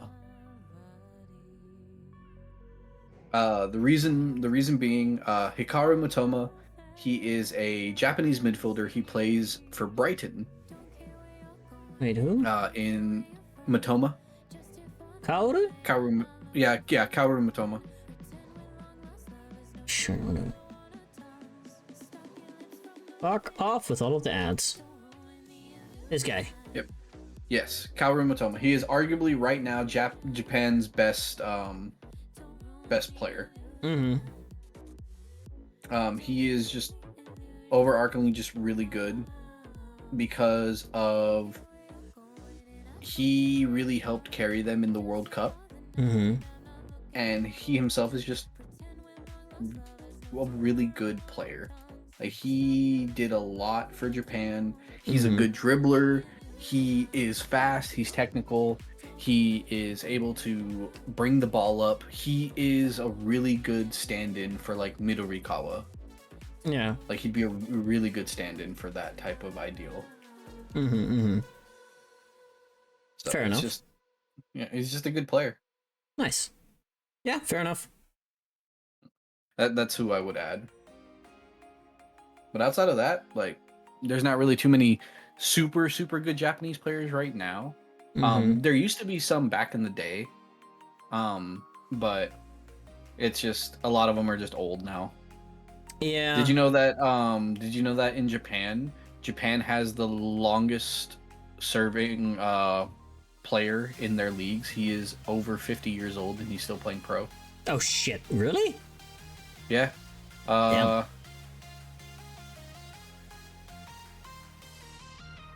His name is Kazuyoshi Miura. He was born in 1967. Wait. What was his name? His name was Kazuyoshi Miura. So Miura. Miura. Yoshimiru. King Kazu is a Japanese professional footballer, plays as a forward for second oldest active player to play and oldest to score in a professional match. Yeah, he's 58. Yeah, he's old. Bro, old as fuck. He's old. Yeah. And what's crazy is he doesn't even look 58. No, it's the fucking Japanese. The man doesn't even look that old. But yeah, if we wanted to put a legend, I would put him on there and give him like an 85 rated card. Mm-hmm. But it would have to be Kaoru Matoma. Yeah, but then fair enough. yeah. Now we're moving on to what? Big waves? Yeah. Shoot, big waves.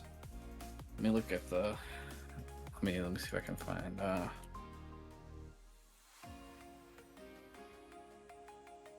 this team has another instance of that's just an adult. Yeah, like they have a lot of just that's an adult. Well, mostly this guy on the left right here. Pretty much. That's just a grumpy librarian in his late 50s. Oh, definitely. Like, I get it. Some people are just born old, you know? You can't really change that. I'm not gonna lie, I don't care all that much for the big waves. Big Waves was just like a weird introduction team. I think the Megalodon shit was really cool, but yeah, they have some outside cool of moves, that, but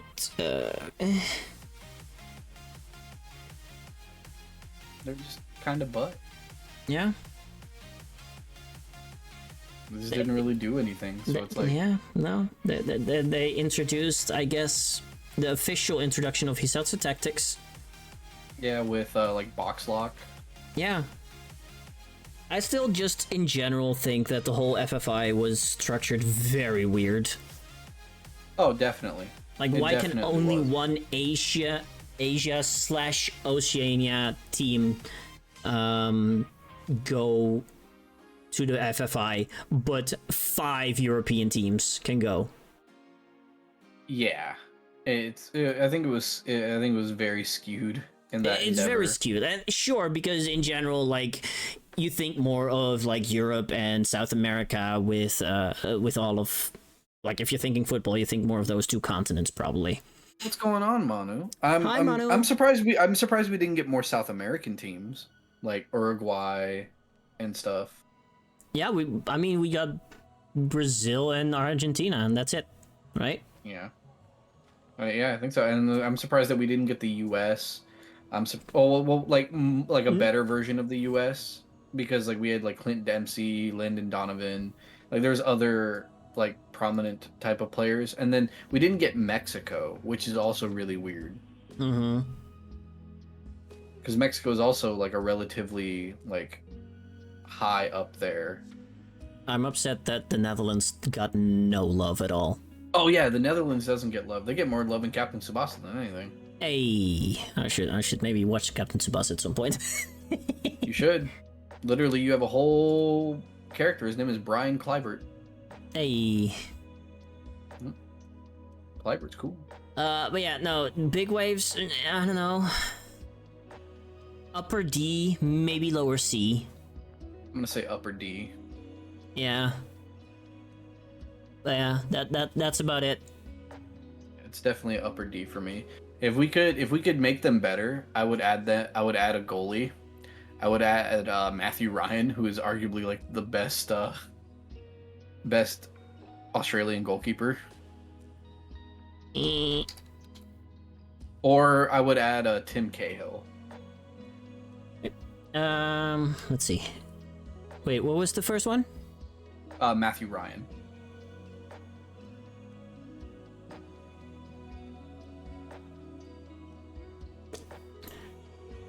Yeah, Matthew Ryan's a goalkeeper. That's another Matt Ryan. This guy, right? I guess? Yes. No. Matthew Ryan only has one T.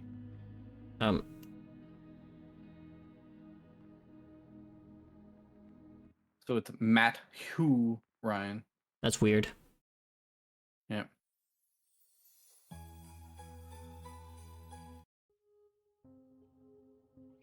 But yeah, no, I mean, I don't take any issue with the goalkeeper. Like, he's fine. It's just the entire team is underwhelming, in my opinion. Oh, definitely. So, but if you say that Matthew Ryan would be a good addition there, then yeah, sure, I believe it. Matthew Ryan would be arguably a better addition to who they have currently right now. Mm-hmm. All right. Still upper D only though. Yeah, upper D. Which gets us to the Desert Lions. So Qatar. Qatar. I enjoyed I enjoyed them. I enjoyed their team. Their team was great. I feel like their entire team hinged on a gimmick, and they were very lucky that they played on a day where it was actually hot. Yeah. So and it yeah. helps. Also, this team has so many characters where I'm like, that's an adult. So many. Like, one, I argue him as well. 2, 3, 4, already 5. Those are just adults. For the most part. I did enjoy their captain, though. It was at least somewhat friendly. Whereas, Yeah, no, he was definitely enjoyable. Whereas the big waves captain was just an asshole. Definitely. Like, so many of these captains were like, I get it, you're like junior high schoolers. You're supposed to be teenagers and assholes, but you're also all just in it for the love of the game. Be nice. But yeah. Yeah, like be good. Like, stop being a dick. Be good. Yeah. So yeah, no, I enjoyed them. It was fun. Yeah, good stuff. I'll give them a C tier. A good solid middle of the C tier somewhere. Yeah, no, there would definitely be a C tier. If we could add any player right now, we would have to give them a better like midfield, There's a player. His name is Akram Afif. He's a right mid. His name is Akram Afif. Akramafif.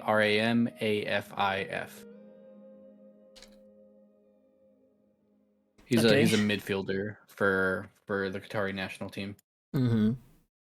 I think he'd be an interesting choice to add to their team. Yeah, fair enough. Fair enough.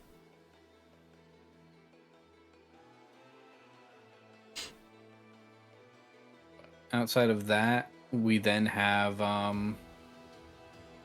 so Manu, overall we're picking players that that I'm going off of my knowledge. We're not necessarily going off of other people's favorites.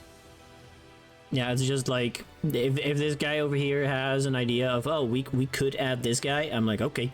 This is the part where I'm doing it based off of my knowledge as a player, and keeping up with the game.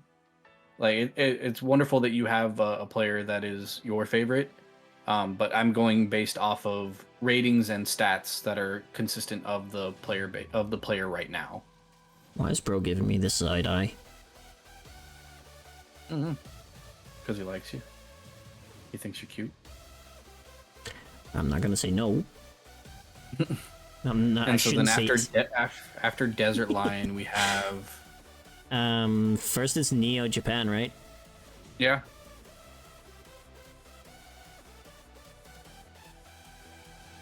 Which I like. I'm not gonna lie. I like the concept at the very least. Like a whole backup team. Yeah. Like all of these characters where you're like, oh yeah, no, makes sense. Why were these guys not invited for the tryouts at all? Yeah, like a lot of them. Like it. Don't get me wrong. Like Wits, Demeter, Hera, like all the Zeus ones definitely make sense.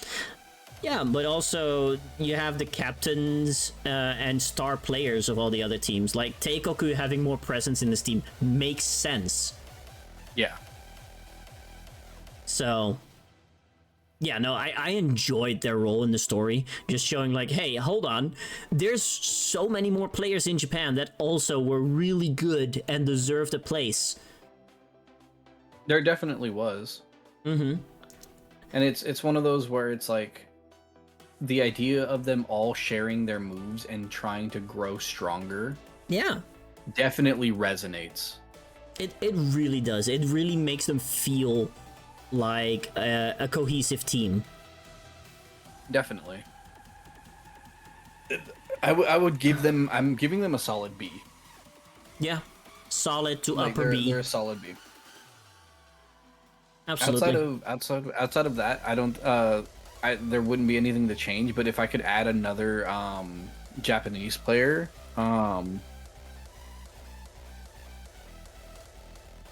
so if we're adding another Japanese player, I would give them a little bit more oomph in their offense. I would add if in his prime, I would add Shinji Kagawa. Shinji Kagawa. Yeah, I would add Shinji Kagawa. He played on Manchester United. He played on Dortmund. He played for the Japanese national team. Like he was definitely a decent player. Yeah, fair enough. And like he was definitely good in his prime. So I feel as though adding a more solid attacking midfielder would add more options to their team. Yeah, because defensively they were fine. Oh, absolutely, and a lot of this they changed around positions a bit. Pretty much, like this team, I think defensively has arguably been one of the better ones. So it's just one of those where it's like I don't think we needed it. But yeah, no, it was good. Yeah. But yeah, Shinji Kagawa would definitely be good. Them in an all-black uniform would have been terrifying. Oh yeah, absolutely. Like that looks fire. Also, I do wish that maybe one or two players, like, it would have been fun if they added like Sakuma or Somioka to this team, so that later on they were scouted from Neo Japan. It would have made a lot more sense. Yeah. For that, because it's like, oh, you can pick these players from this team because they're like a side unit team type of thing. Yeah. Although I will always advocate for more Zeus rep, so. Up next, one of the best matches in Season 3, I will say. Yeah, Fire Dragon. Fire Dragon. Straight into A tier, in my opinion. Oh yeah, Fire Dragon is definitely an A tier team. The team itself was just... They're carried hard by these four.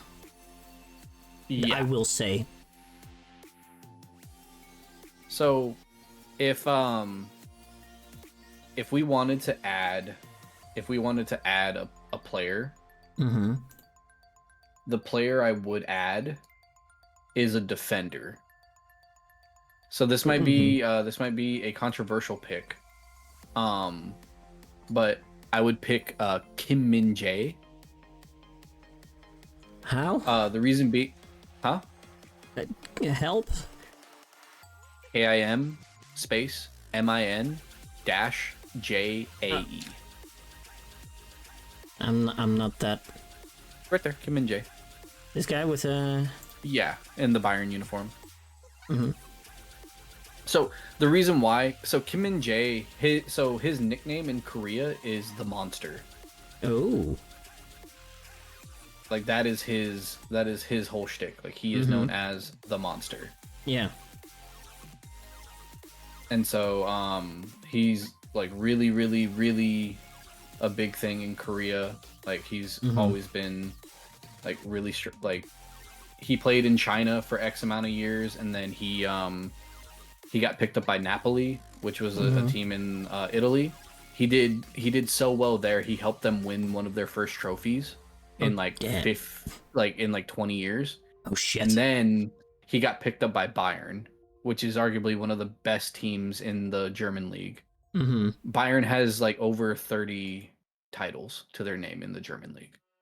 Even I know that name. Yeah. So he got picked up by them. So I feel as though if Fire Dragon had a top class defender, because they already have Cho Chansu, which is their midfield magician. I feel as though if they had a defensive like powerhouse, would be a lot better. Yeah, no, agreed.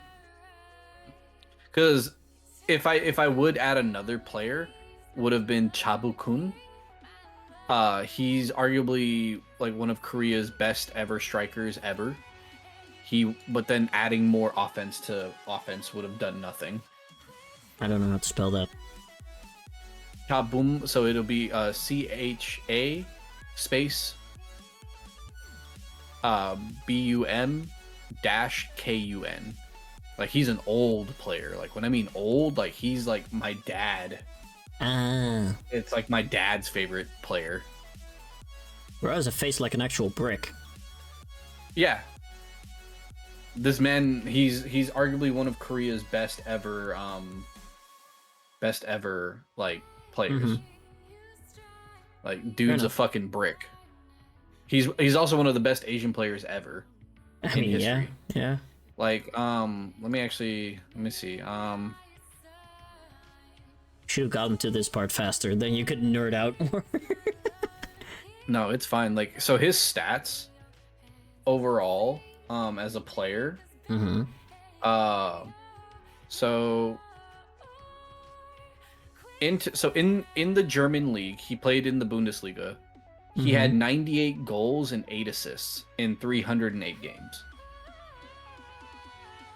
In the UEFA Cup, he had 9 goals and 1 assist in 31 games. And then in the DFP Pokal, he had 13 goals in 27 games. And in the Club Winners' Cup, he had 1 goal in 6 games. So out of his career, out of 372 games, he had 121 goals and 9 assists. I'm just gonna assume that that's pretty fucking good. For a player at that time was really good. He also had 56 goals for Korea. Yeah. Yeah, in international competition. So altogether, he had a little over 170 goals in his career, which But isn't like fucking amazing, but it's also like not awful. So he was doing really good. Like he was born in 1953. Like yeah, fair enough.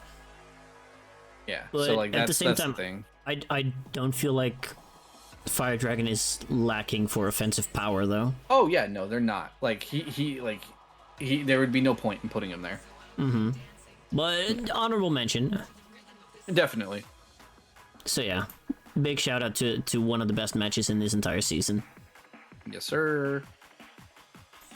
Also, more of my boy, more of my beautiful boy. All right. Next up is Guardians of Queen. Knights of Queen. Yeah, Knights of Queen. The England team. Good. The Overview of the entire team. England. Not the England. The England. I'm not gonna lie. The best part of this team was Edgar. Yeah, I mean that was basically the only part of the team. Yeah. Honestly, if they had like a midfielder or anything like that, they definitely would have been a little better. Yeah. But this motherfucker just ran towards the fence and be like, wait, I have a shot that makes no fucking sense. Let me do it from back here.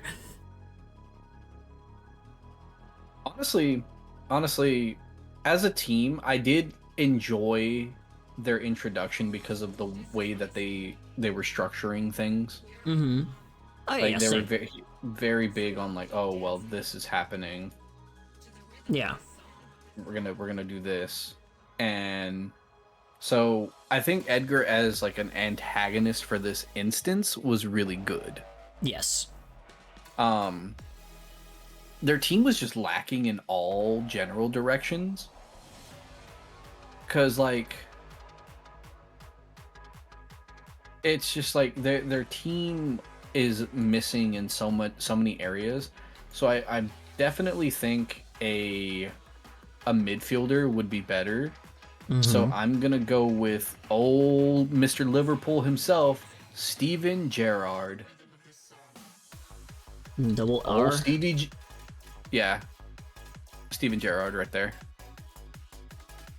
Oh, he looks like he's having a great time. Stevie G! Stevie G! Mr. Liverpool himself! Yeah, Stevie G's There we go. He can smile. Okay. Yeah. He's a very attractive man. Yeah. When he smiles, yes. This not the most flattering photo. No, but he's a very attractive man. He is like standard British man. Oh yeah, absolutely. He's definitely standard British man. But he is arguably one of England's better midfielders. But if we wanted an honorable mention to add a little bit more flair into their midfield, I would pick David Beckham. Of course. Even I know that guy. Better.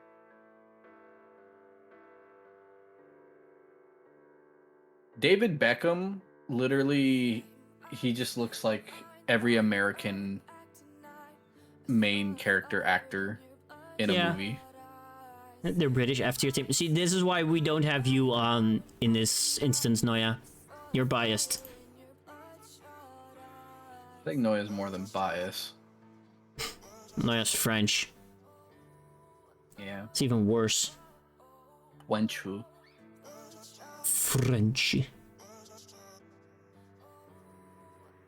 And so it's just one of those, like, I think overarchingly, I think that's the biggest thing that they just needed was some type of creativity. Yeah. Like, they just didn't really have anything to push them to the front. Like, they had Owen, who's based off of an actual player. Owen's based off of Michael Owen. Michael Owen was one of England's like poster boys for a while. He was yeah, like he was definitely one of the England's like number one like choices for things, but then he unfortunately like got a lot of injuries and stuff. So it wasn't great for him. So now he's mostly owing hospital bills. No. I had to make a joke here somewhere, but you know. No, I get you. Oh yeah, no. In terms of where do we place the Knights of Queen though? They're definitely a fucking C. Yeah, I'd say They're lower C. Lower C for me. Yeah, it would definitely be a lower C for me as well. Now we move on to... I always forget, is it Empire first or Unicorn first? Empire. It's Empire then Unicorn. Okay. G, Empire. I'm gonna say it. I'm putting them in D tier. I don't care for this team. I hate Tedes. I do not care for him. That's the Caribbean in you. Fuck the British. You know what? Fair enough. Yeah, fair. I mean, you could definitely fuck the British if you want to. No, not that way. That's the last thing that they want. Yeah. No, So- I don't care. Like they were a menace, but they only were because Majority of the Japan. team wasn't there. Yeah. And that makes sense. Like it definitely makes sense. I think they're a good team because it gave us like a very defense oriented team which we hadn't had. I will give them that. I would say like the big thing for me that I enjoyed about them was Terrace. I just don't like the fact that he's a left back. Like that makes no fucking sense. No. If you're literally basically putting your goalkeeper out of a job, then you're somewhere in the center, right? Yeah. So since they technically already have like their center already, like their defense already set, I would give them an offensive midfielder, Diego Maradona, who is arguably one of the GOATs of the game. Diego Maradona. Most flattering picture I can find. Yeah, Diego Maradona arguably was one of the best players ever, but he had a problem. Which is? Cocaine. Ah. Yeah, that's slightly problematic. Yeah, that was his thing. That's why he died. He also had one of the most controversial goals at a World Cup. Oh? Called the Hand of God incident. Oh, wait, I do know that one. Where he jumped over the English goalkeeper and he said that it was his head that hit it. But the fact is that because Maradona was short as shit, there was no way that he would have beaten the goalkeeper. So if you watch it, you can see his hand hitting it. So that's why it was called the Hand of God. Because they didn't call it.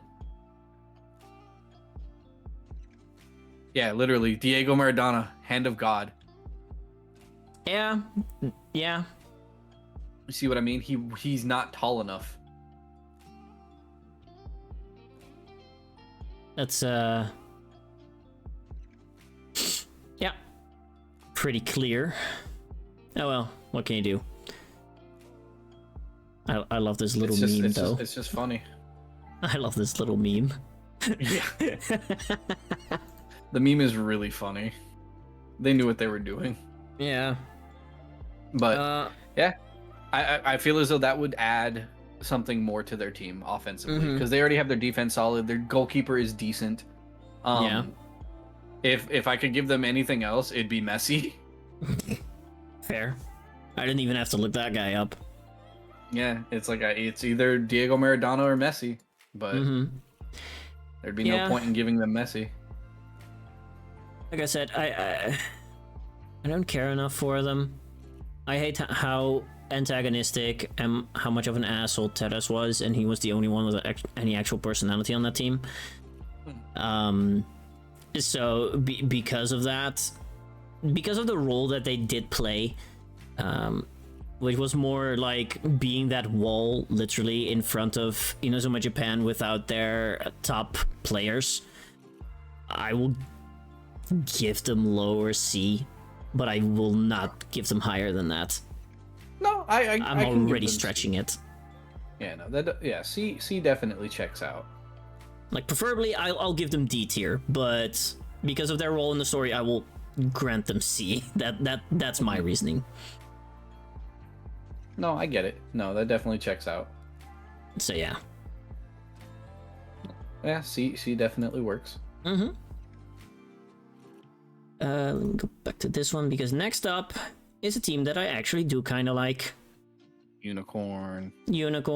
I mean, carried hard by Ichinose and Domon, but Mark and Dylan also really did a lot. And their coach. Oh yeah, no. If I could pick anybody for them, it would definitely have to be a better goalkeeper. Yeah. I would give them Tim Howard.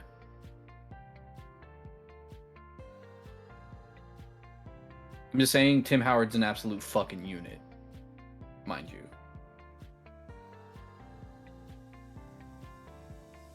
Yeah, Tim pretty Howard, much. big ass dude. Tim Howard, a big ass dude. But yeah, no, he was arguably like the US's like golden poster boy for goalkeeping. There hasn't really been a goalkeeper as good as him outside of like Brad Friedel. But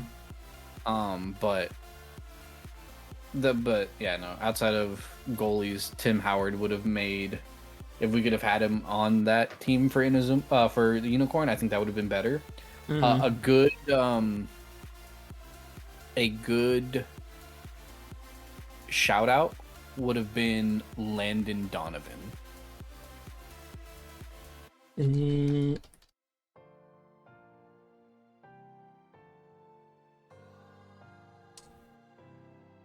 Yo, you can land an airplane on that.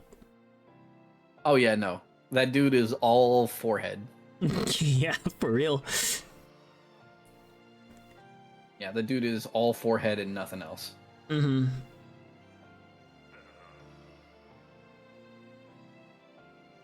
man is definitely all forehead.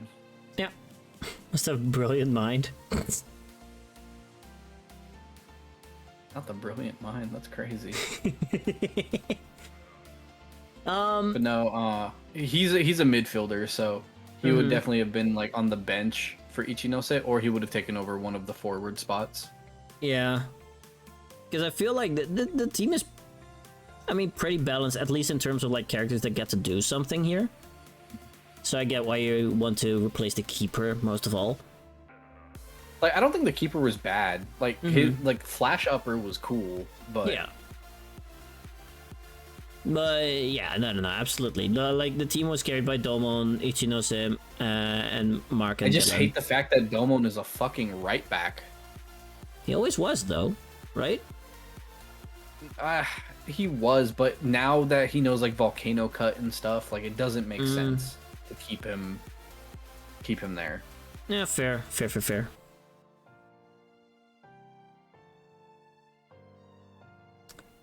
But yeah, no, I will.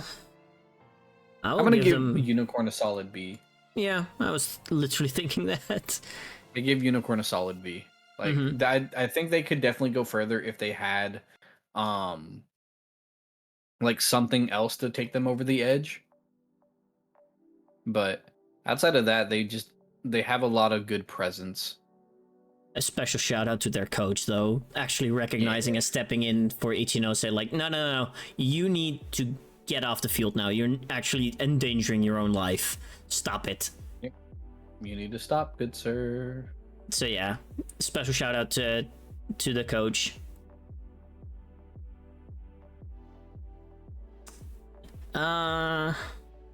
Which means it is now time for, well, no, hold on, because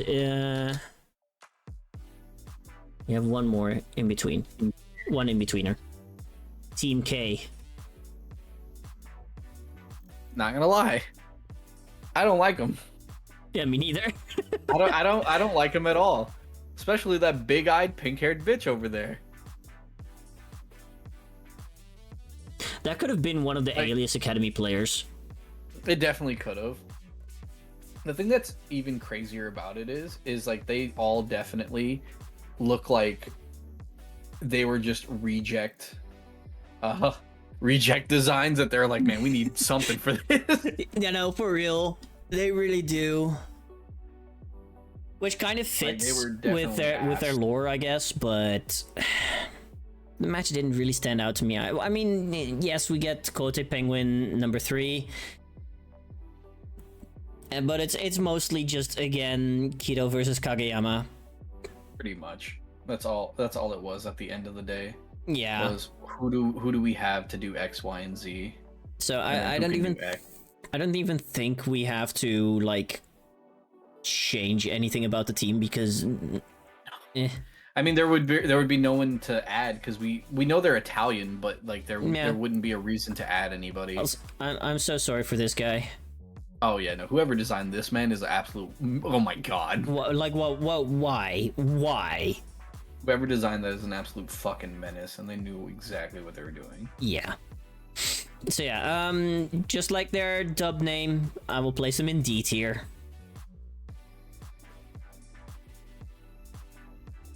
Yeah, D as fuck. Yeah. Now we got Orpheus. And that one, in my opinion, is solid A. I think it's a solid A. I don't think they need anybody either because they already have a pro player. Yeah, they literally already do. Yeah, Nakata. Yay! Nakata is their player.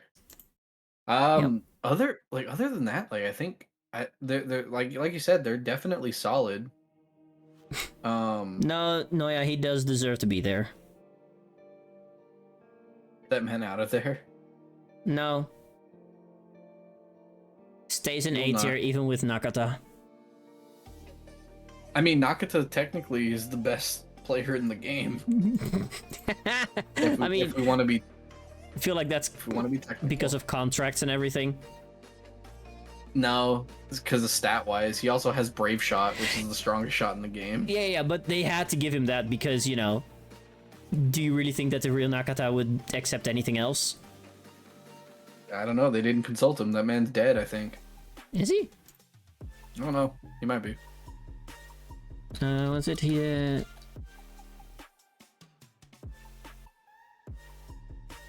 Hidetoshi Nakata. How old is he right now? He's 48. Huh. Nah, he's not dead. Nah, he's not dead. He's getting there though.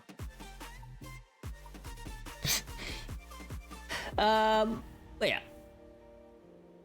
Yeah, No, I do dislike how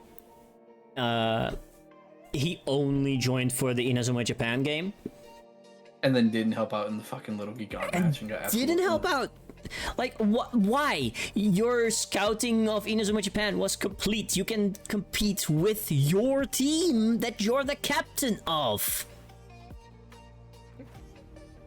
I guess they didn't want to make him lose like that or something. Like, there's just a lot of favoritism going his way.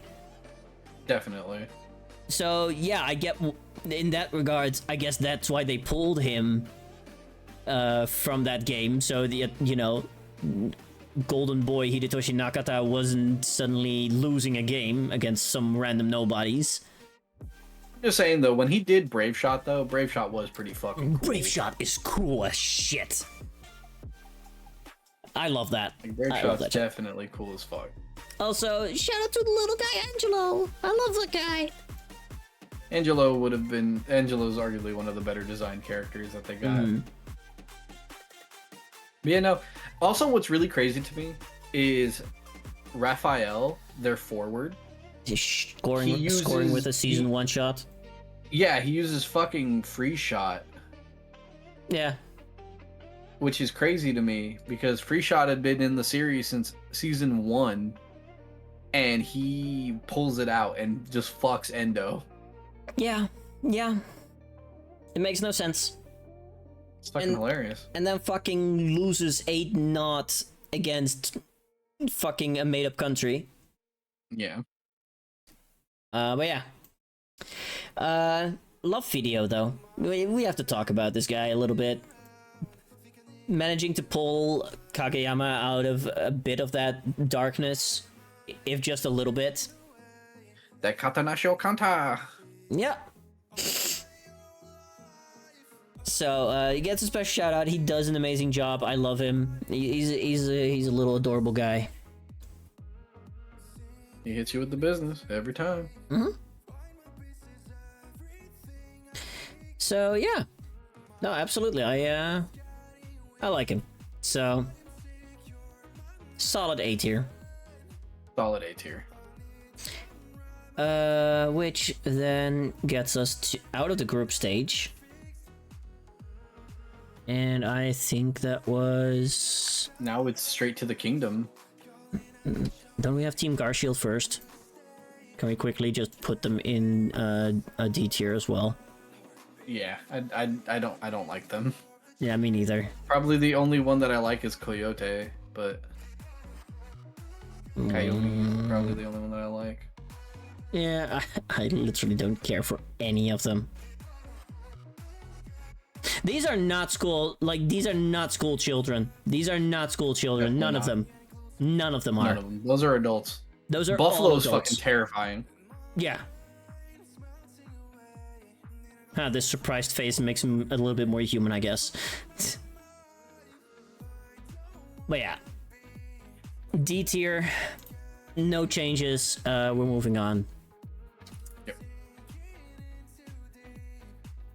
To the kingdom. For the kingdom. So, the Brazil team. I like their... A tier as fuck. Yeah. I like their little interaction that they had with Hijikata. Hijikata finally got to do something. Gave you that really big heart-to-heart, like, I also am poor. Yeah. Like, hey, I get it. You want to take care of your family. But don't be a dick. Yeah, just don't be a dick. Yeah, just don't cheat. It's like, it's okay to feel bad. It's okay to feel like this. It's okay. We get it. Yeah. Things aren't great for you. Well, yeah. Like, it So could definitely be worse. it was a fun match, menacing as well, and Donijo was suddenly mind controlled by Garshield because fuck Garshield. As one poor person to another can relate. Yeah, same.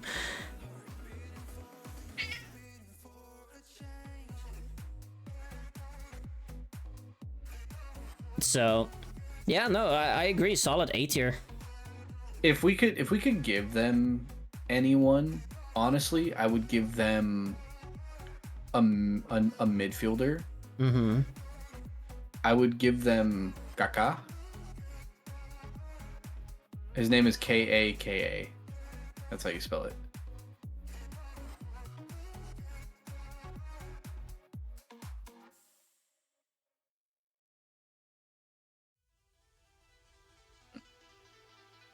Kaka was one of the most dominant midfielders of his generation.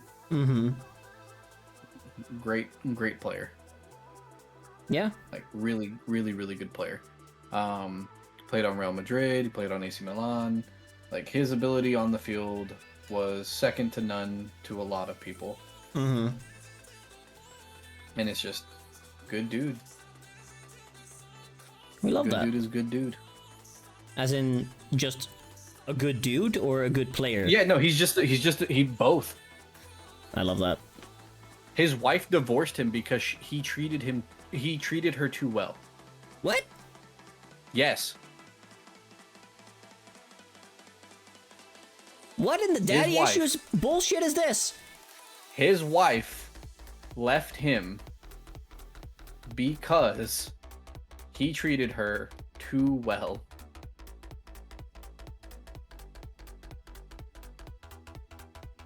that does not process in my head. It's okay. People be whack. Like, so it goes like this. In recent statements, Kaka's ex-wife said, for her reasons for divorce, stating, Kaka never betrayed me. He treated me well. He gave me a wonderful family, but I was not happy. Something was missing. What was missing? So I guess your own heart. She emphasized that Kaka's perfection made her feel inadequate and contributed to her feelings of unhappiness. He expressed that despite despite his good treatment, she felt like she didn't bring anything to the table. Damn. Yeah, that's how good of a person he was. Damn. You know how shitty your partner must feel. Like, Jesus Christ, you're sitting here being like the best partner you could be to your wife, and they straight up fucking leave you because you are too good at being a good guy for her. Like, that's absolutely fucking heathenistic and diabolical. Yeah. I mean, I get it. That means you have some issues to work through yourself, and you will only get in his way at that point. Yeah. But even still, like, fuck, man. Yeah, no, that has to hurt. Definitely. Like, there's nothing wrong with you. That's literally it's not you, it's me. She definitely was like, yeah, it's me, motherfucker. Yeah. I'm the problem. Me. It was me, not you. Quickly. Fuck it, but that's definitely who I would add. Yeah, no, fair. I mean, other than that, the team is pretty good. So yeah, I think just adding a different type of midfielder would be really good for them. Mm-hmm. Yeah. That could have been like, oh no, add Pele, but no. Huh. I don't know. Pele's cool and all, but you know. Then we go to the boys, which final... we can't add a player to them. Nope. Noya, get your ass in here. Noya, get over here, you dingle dangle doobadoo. So I'm saying F tier. We go below F tier a little bit. Just F minus. Yeah. Okay, F minus. Yeah, F minus definitely checks out. Like there was nothing really redeeming about this. Yeah, it was just a clone team if you think about it. Yeah, just a clone team, nothing special. Especially the keeper really doesn't add much to the story, you know. Nah, dog. Really keeper was straight ass. Yeah, straight ass. Didn't really add much. Ass. Yeah, G tier even. Yeah. Yeah, G tier. No. I'll even give them an L tier because that's all they catch. Yeah. Yeah. Couldn't even get a hold of the ball. Like, straight booty, dude. Ooh, straight up booty butt cheeks on a Tuesday afternoon. Like, Jesus Christ, like, I heard Rococo out here sucking wiener from the back. Mm-hmm. Like, probably from some Italian guy or something, but that's all. Yeah, he's like, I want the Odin sword. Yeah.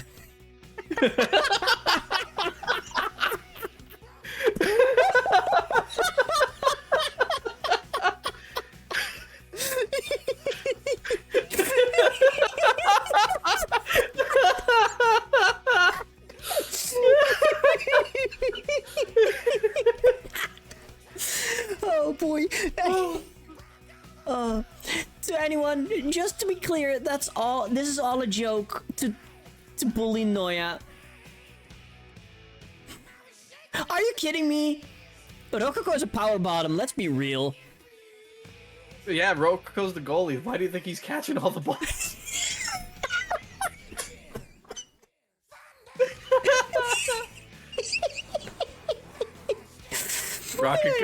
You know why Rococo's best move is soul hand? It's because he's digging his hand on the soul of the wiener. Dong. That's the dong boy. Okay, real talk. I will give this a low S, top A. I'm gonna have to go top. I'm gonna have to go top A. Maya, mwah. Good night to you. Didn't hear the power before the bottom. Damn it, Noya. Yeah, Maya, you're getting a good night kiss as well. No. But yeah. Oh, no. we have friends going to bed. Maya is also European time zone, so Maya should go to bed. Oh goodness. The ancient Maya civilization should go to bed. Good night. Good night. Hope you had a good day, Maya. Also, thank you for the hydrate. I am almost out of water. I am out of water. In a little bit. I have to say, I love them. Yeah, the one detractor that I will always keep is how they beat Orpheus 8-0 with no Hisatsu. That is just doing Orpheus dirty. Really? Like, I enjoy. I love. Wait, you put them at B? No, that final match is amazing. The parallels to the original Daimon. Well, it's the first opening cutscene that gets me every time. Mm-hmm. Just fucking boom. Yeah. Kicks Just that shit in. Casually stops the ball and in one straight line yoinks it, like yeets it at Endo. It's like, what you got, Chief? Me, a problem. Hmm. Match is good, but the team itself is a B. I don't know. There's a lot of good designs. It's a lot of good parallels. That's the thing. Yeah, so, some designs are a little bit problematic. And I get it. Yeah. Again, There's only product so of much its we can time do. as well.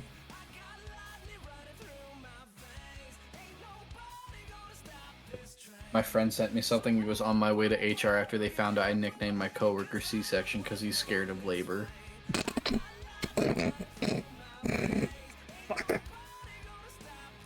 Are you okay? Yeah, no, that one caught me off guard.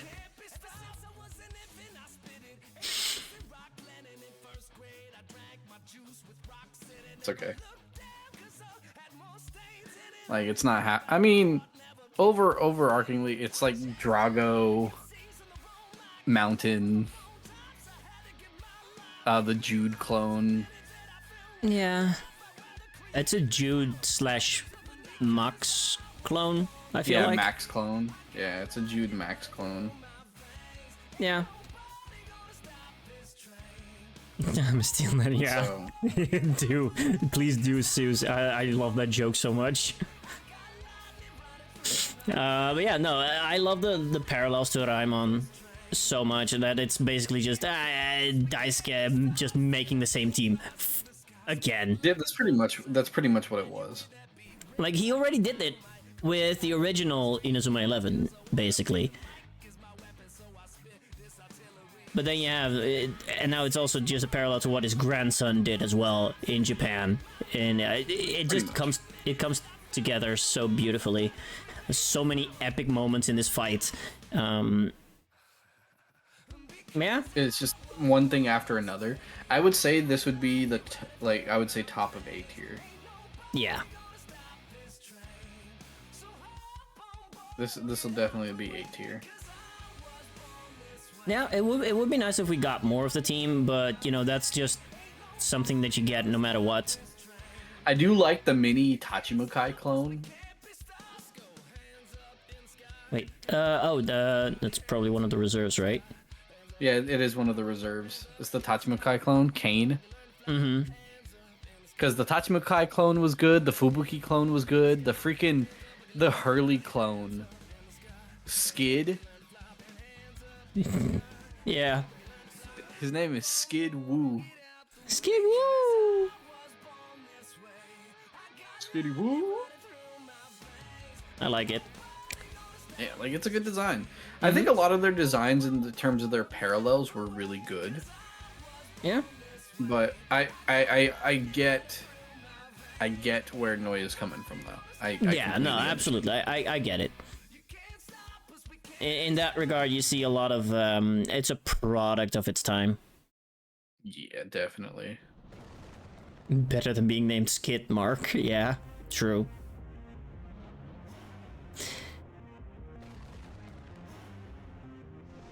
So, is there really anything I would add here? No.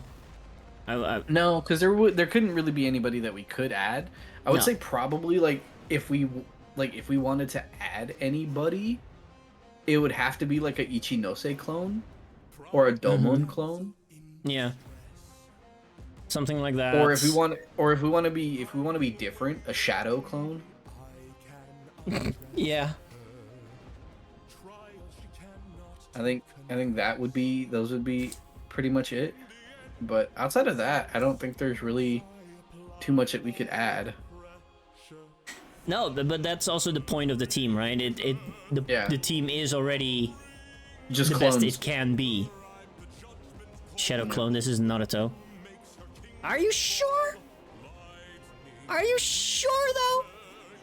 We have ninjas. The main character of the entire show does kind of sound like Naruto. Definitely does sound like it. Yeah. JoJo's. No, this is regular Inazuma. This isn't Go yet. Go is a second stream. We're not going to go through the entirety of Go. Yeah, we're not going to go through Go right now. I think this will be a fantastic stopping point. It's a fantastic stopping point. Just as so, Little Gigant is... Are we going to talk about the Demon and Angel team? Oh, I completely forgot about those.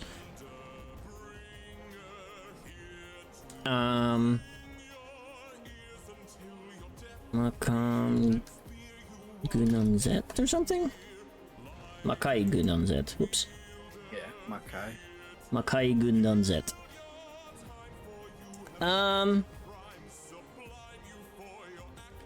The arc itself felt kinda off. Rushed and out of place. Definitely. So, I'm not sure how to feel about any of that. I will say, they're cool designs, though. Oh yeah, no, the designs are absolutely great. That's tiny as fuck. Ball, the guy next to him on his right. Mm-hmm. That guy should have been the main character of that team. That should have been the captain. Yeah. I mean, like, I don't mind. Design-wise, he's so cool. Beelzebub, oof. Yeah. I don't mind Desta as the captain, though. He also has... you ever heard of Hadestown? I've heard the name. That's about it.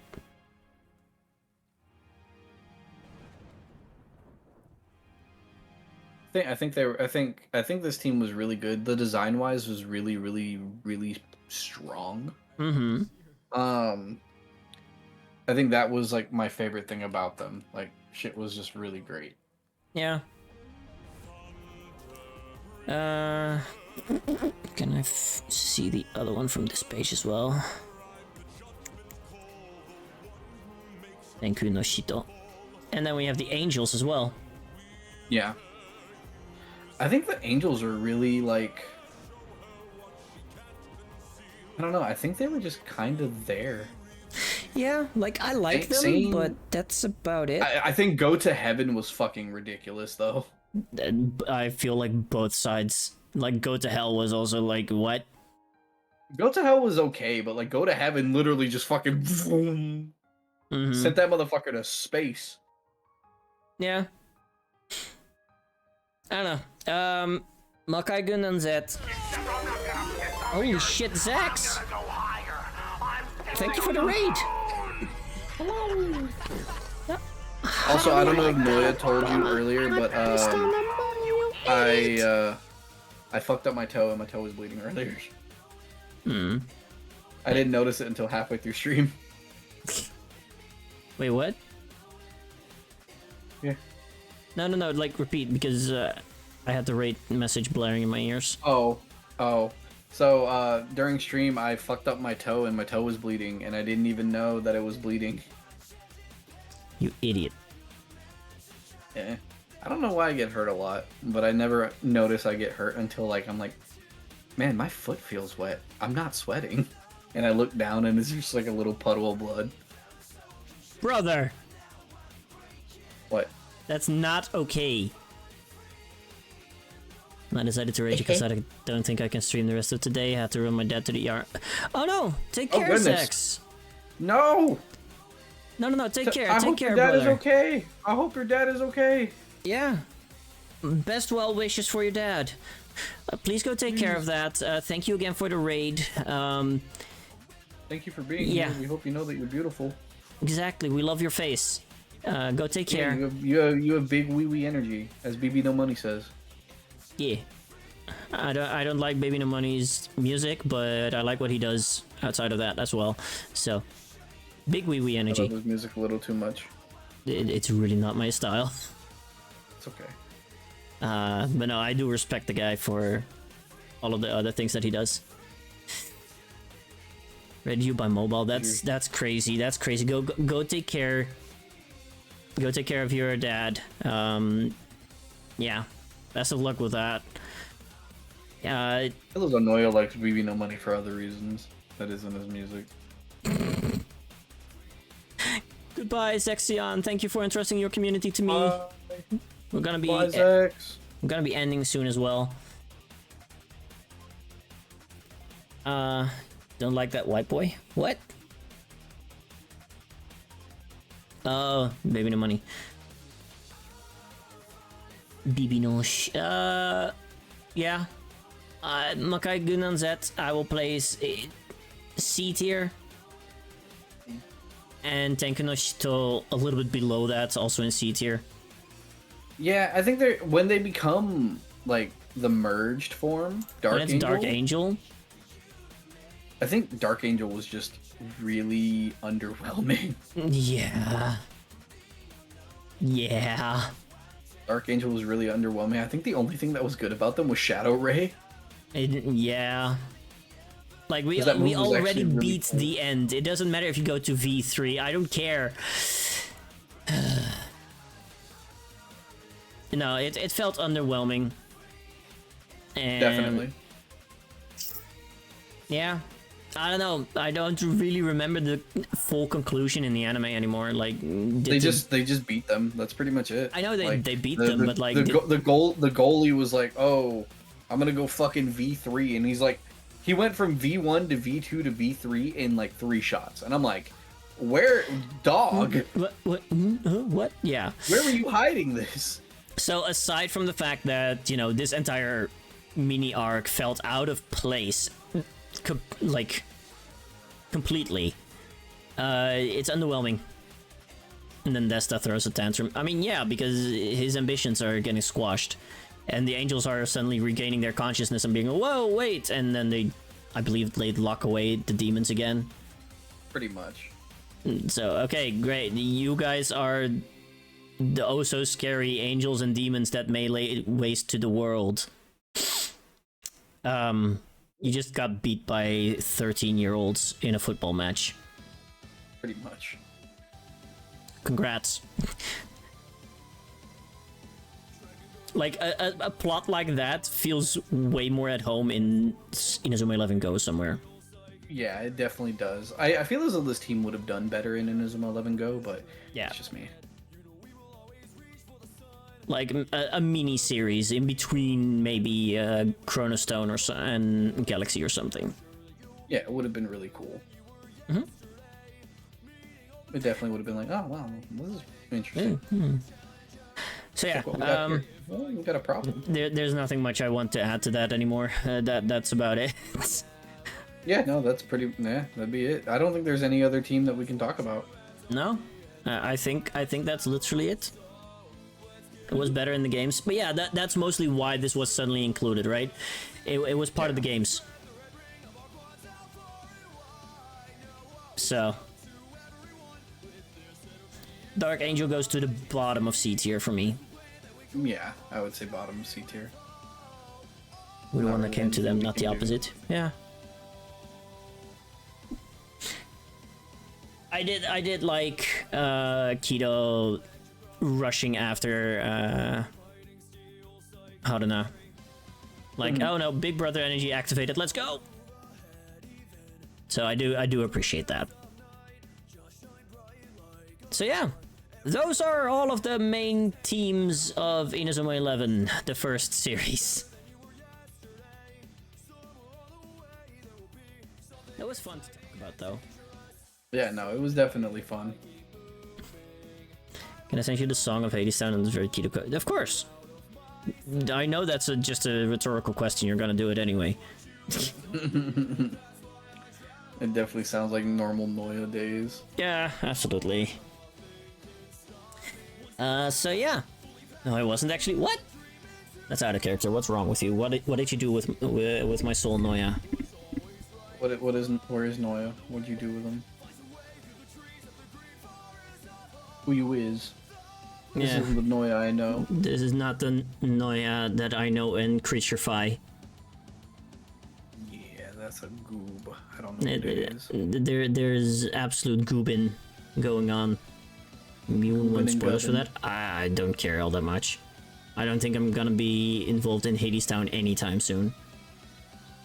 I don't even know what that is. I don't know. Me neither. But yeah, no, Chase, thank you for being here. We do definitely have to plan a part 2 of this at some point to do, yes, sir. Inazuma 11 Go. Yes, sir. It'll be stupidly fun. It'll be stupidly fun. I can already tell. Do we also want to do Ares and Orion at some point? Sure, we can definitely do that too. I will have to rewatch those those seasons first then. That's okay. That's okay. We got it. So the retelling of Orpheus and the Eurydice story. Nice. But yeah, with that, I do have one little announcement to make. I think most people already know it because I did talk about it earlier. But this is the last stream that I will do for at least a week and a half. I'm going on a little break for my mental health. Just pull away from all of the social medias and everything.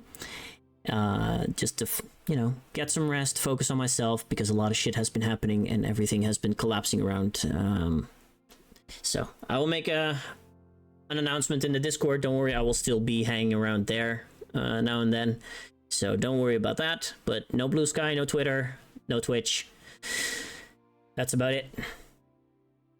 After Pride Month 2, take it. Yeah. Like, it doesn't matter if it's no longer June. We're still watching out for our Pride homies, and we're still watching out for the men's mental health. That's just a year-round thing. But yeah, it's also... that Twitter's crazy with that men's mental health thing, Jesus Christ. I try to avoid Twitter as much as possible. Dude, those people are wild. Yeah. But yeah. So, like I said, still gonna be around on the Discord. Maybe just play some Baldur's Gate while I'm hanging out in the Discord, because I can play it alone or I can just hang out with people maybe joining. Doesn't really change much.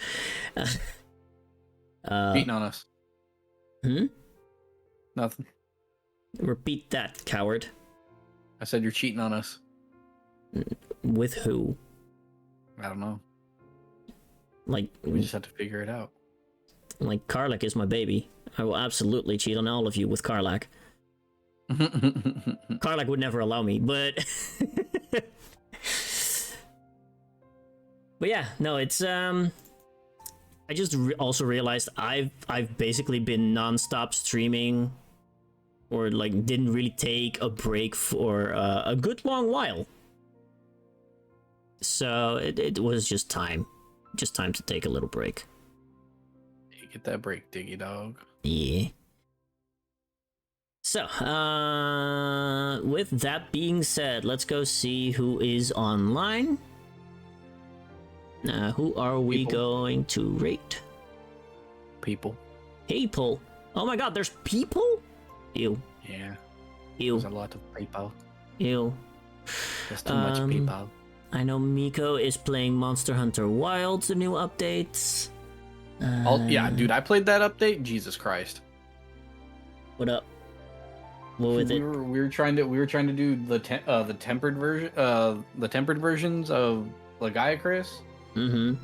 And fucking Sergio's dog. I need new pants. Damn. They fucking tore my shit up. I got Monster Hunter Wilds when I built the new PC. It was part of the package deal from where I bought it. I haven't played. Let me see. Miko! Shit was crazy. Oh, Miko's still going for a while. Miko's one of those crazy motherfuckers that can stream for hours. I mean, the longest stream I've ever done was like 48 hours. Ooh, my longest was 12 to this point. And there is... I do still have to plan a 24-hour stream as well. Get ready. Yeah. I was thinking about doing it on the 24th, because then it's my re-debut anniversary as well. But maybe that's a bit too much. I'll because that's pretty soon after I come back. I don't know. My longest has been 0 hours. Damn, Zeus. That's crazy. Alright, let me press that beautiful, beautiful raid button, because we are going to raid into Miko. I don't think I've raided into Miko for a little bit. So there we go. Chase, do you have anything else to add? No. Let me quickly just give you a quick shout out as well, because hey, this man's pretty cool. Love his face and shit and stuff. So if you don't follow Chase already, please go do so. Because he plays a lot of Inazuma 11, and he's a big ass nerd. In case you hadn't noticed. So really good at mods. Especially that IE3 mod with those level 99 teams. That's also what I need to break from, I'm not gonna lie. Dude, I'm not gonna lie to you. I don't know why I'm really good at IE3 out of all the Inazuma 11 games, but Jesus fuck, I'm out here busted. Yeah. Let's hope we are a little bit more equal in Victory Road, so it stays fun to play against each other. I'm not gonna lie, dog. I feel as I'm gonna mainly play Victory Road in command mode for the most part. Fair. Alright, let me start that. So yeah. Love all of you guys. Stay safe. Stay hydrated. Or don't. Or don't. No, stay hydrated. That's not optional. That one's not optional. Love your faces, and I will see you when I see you. Goodbye forever!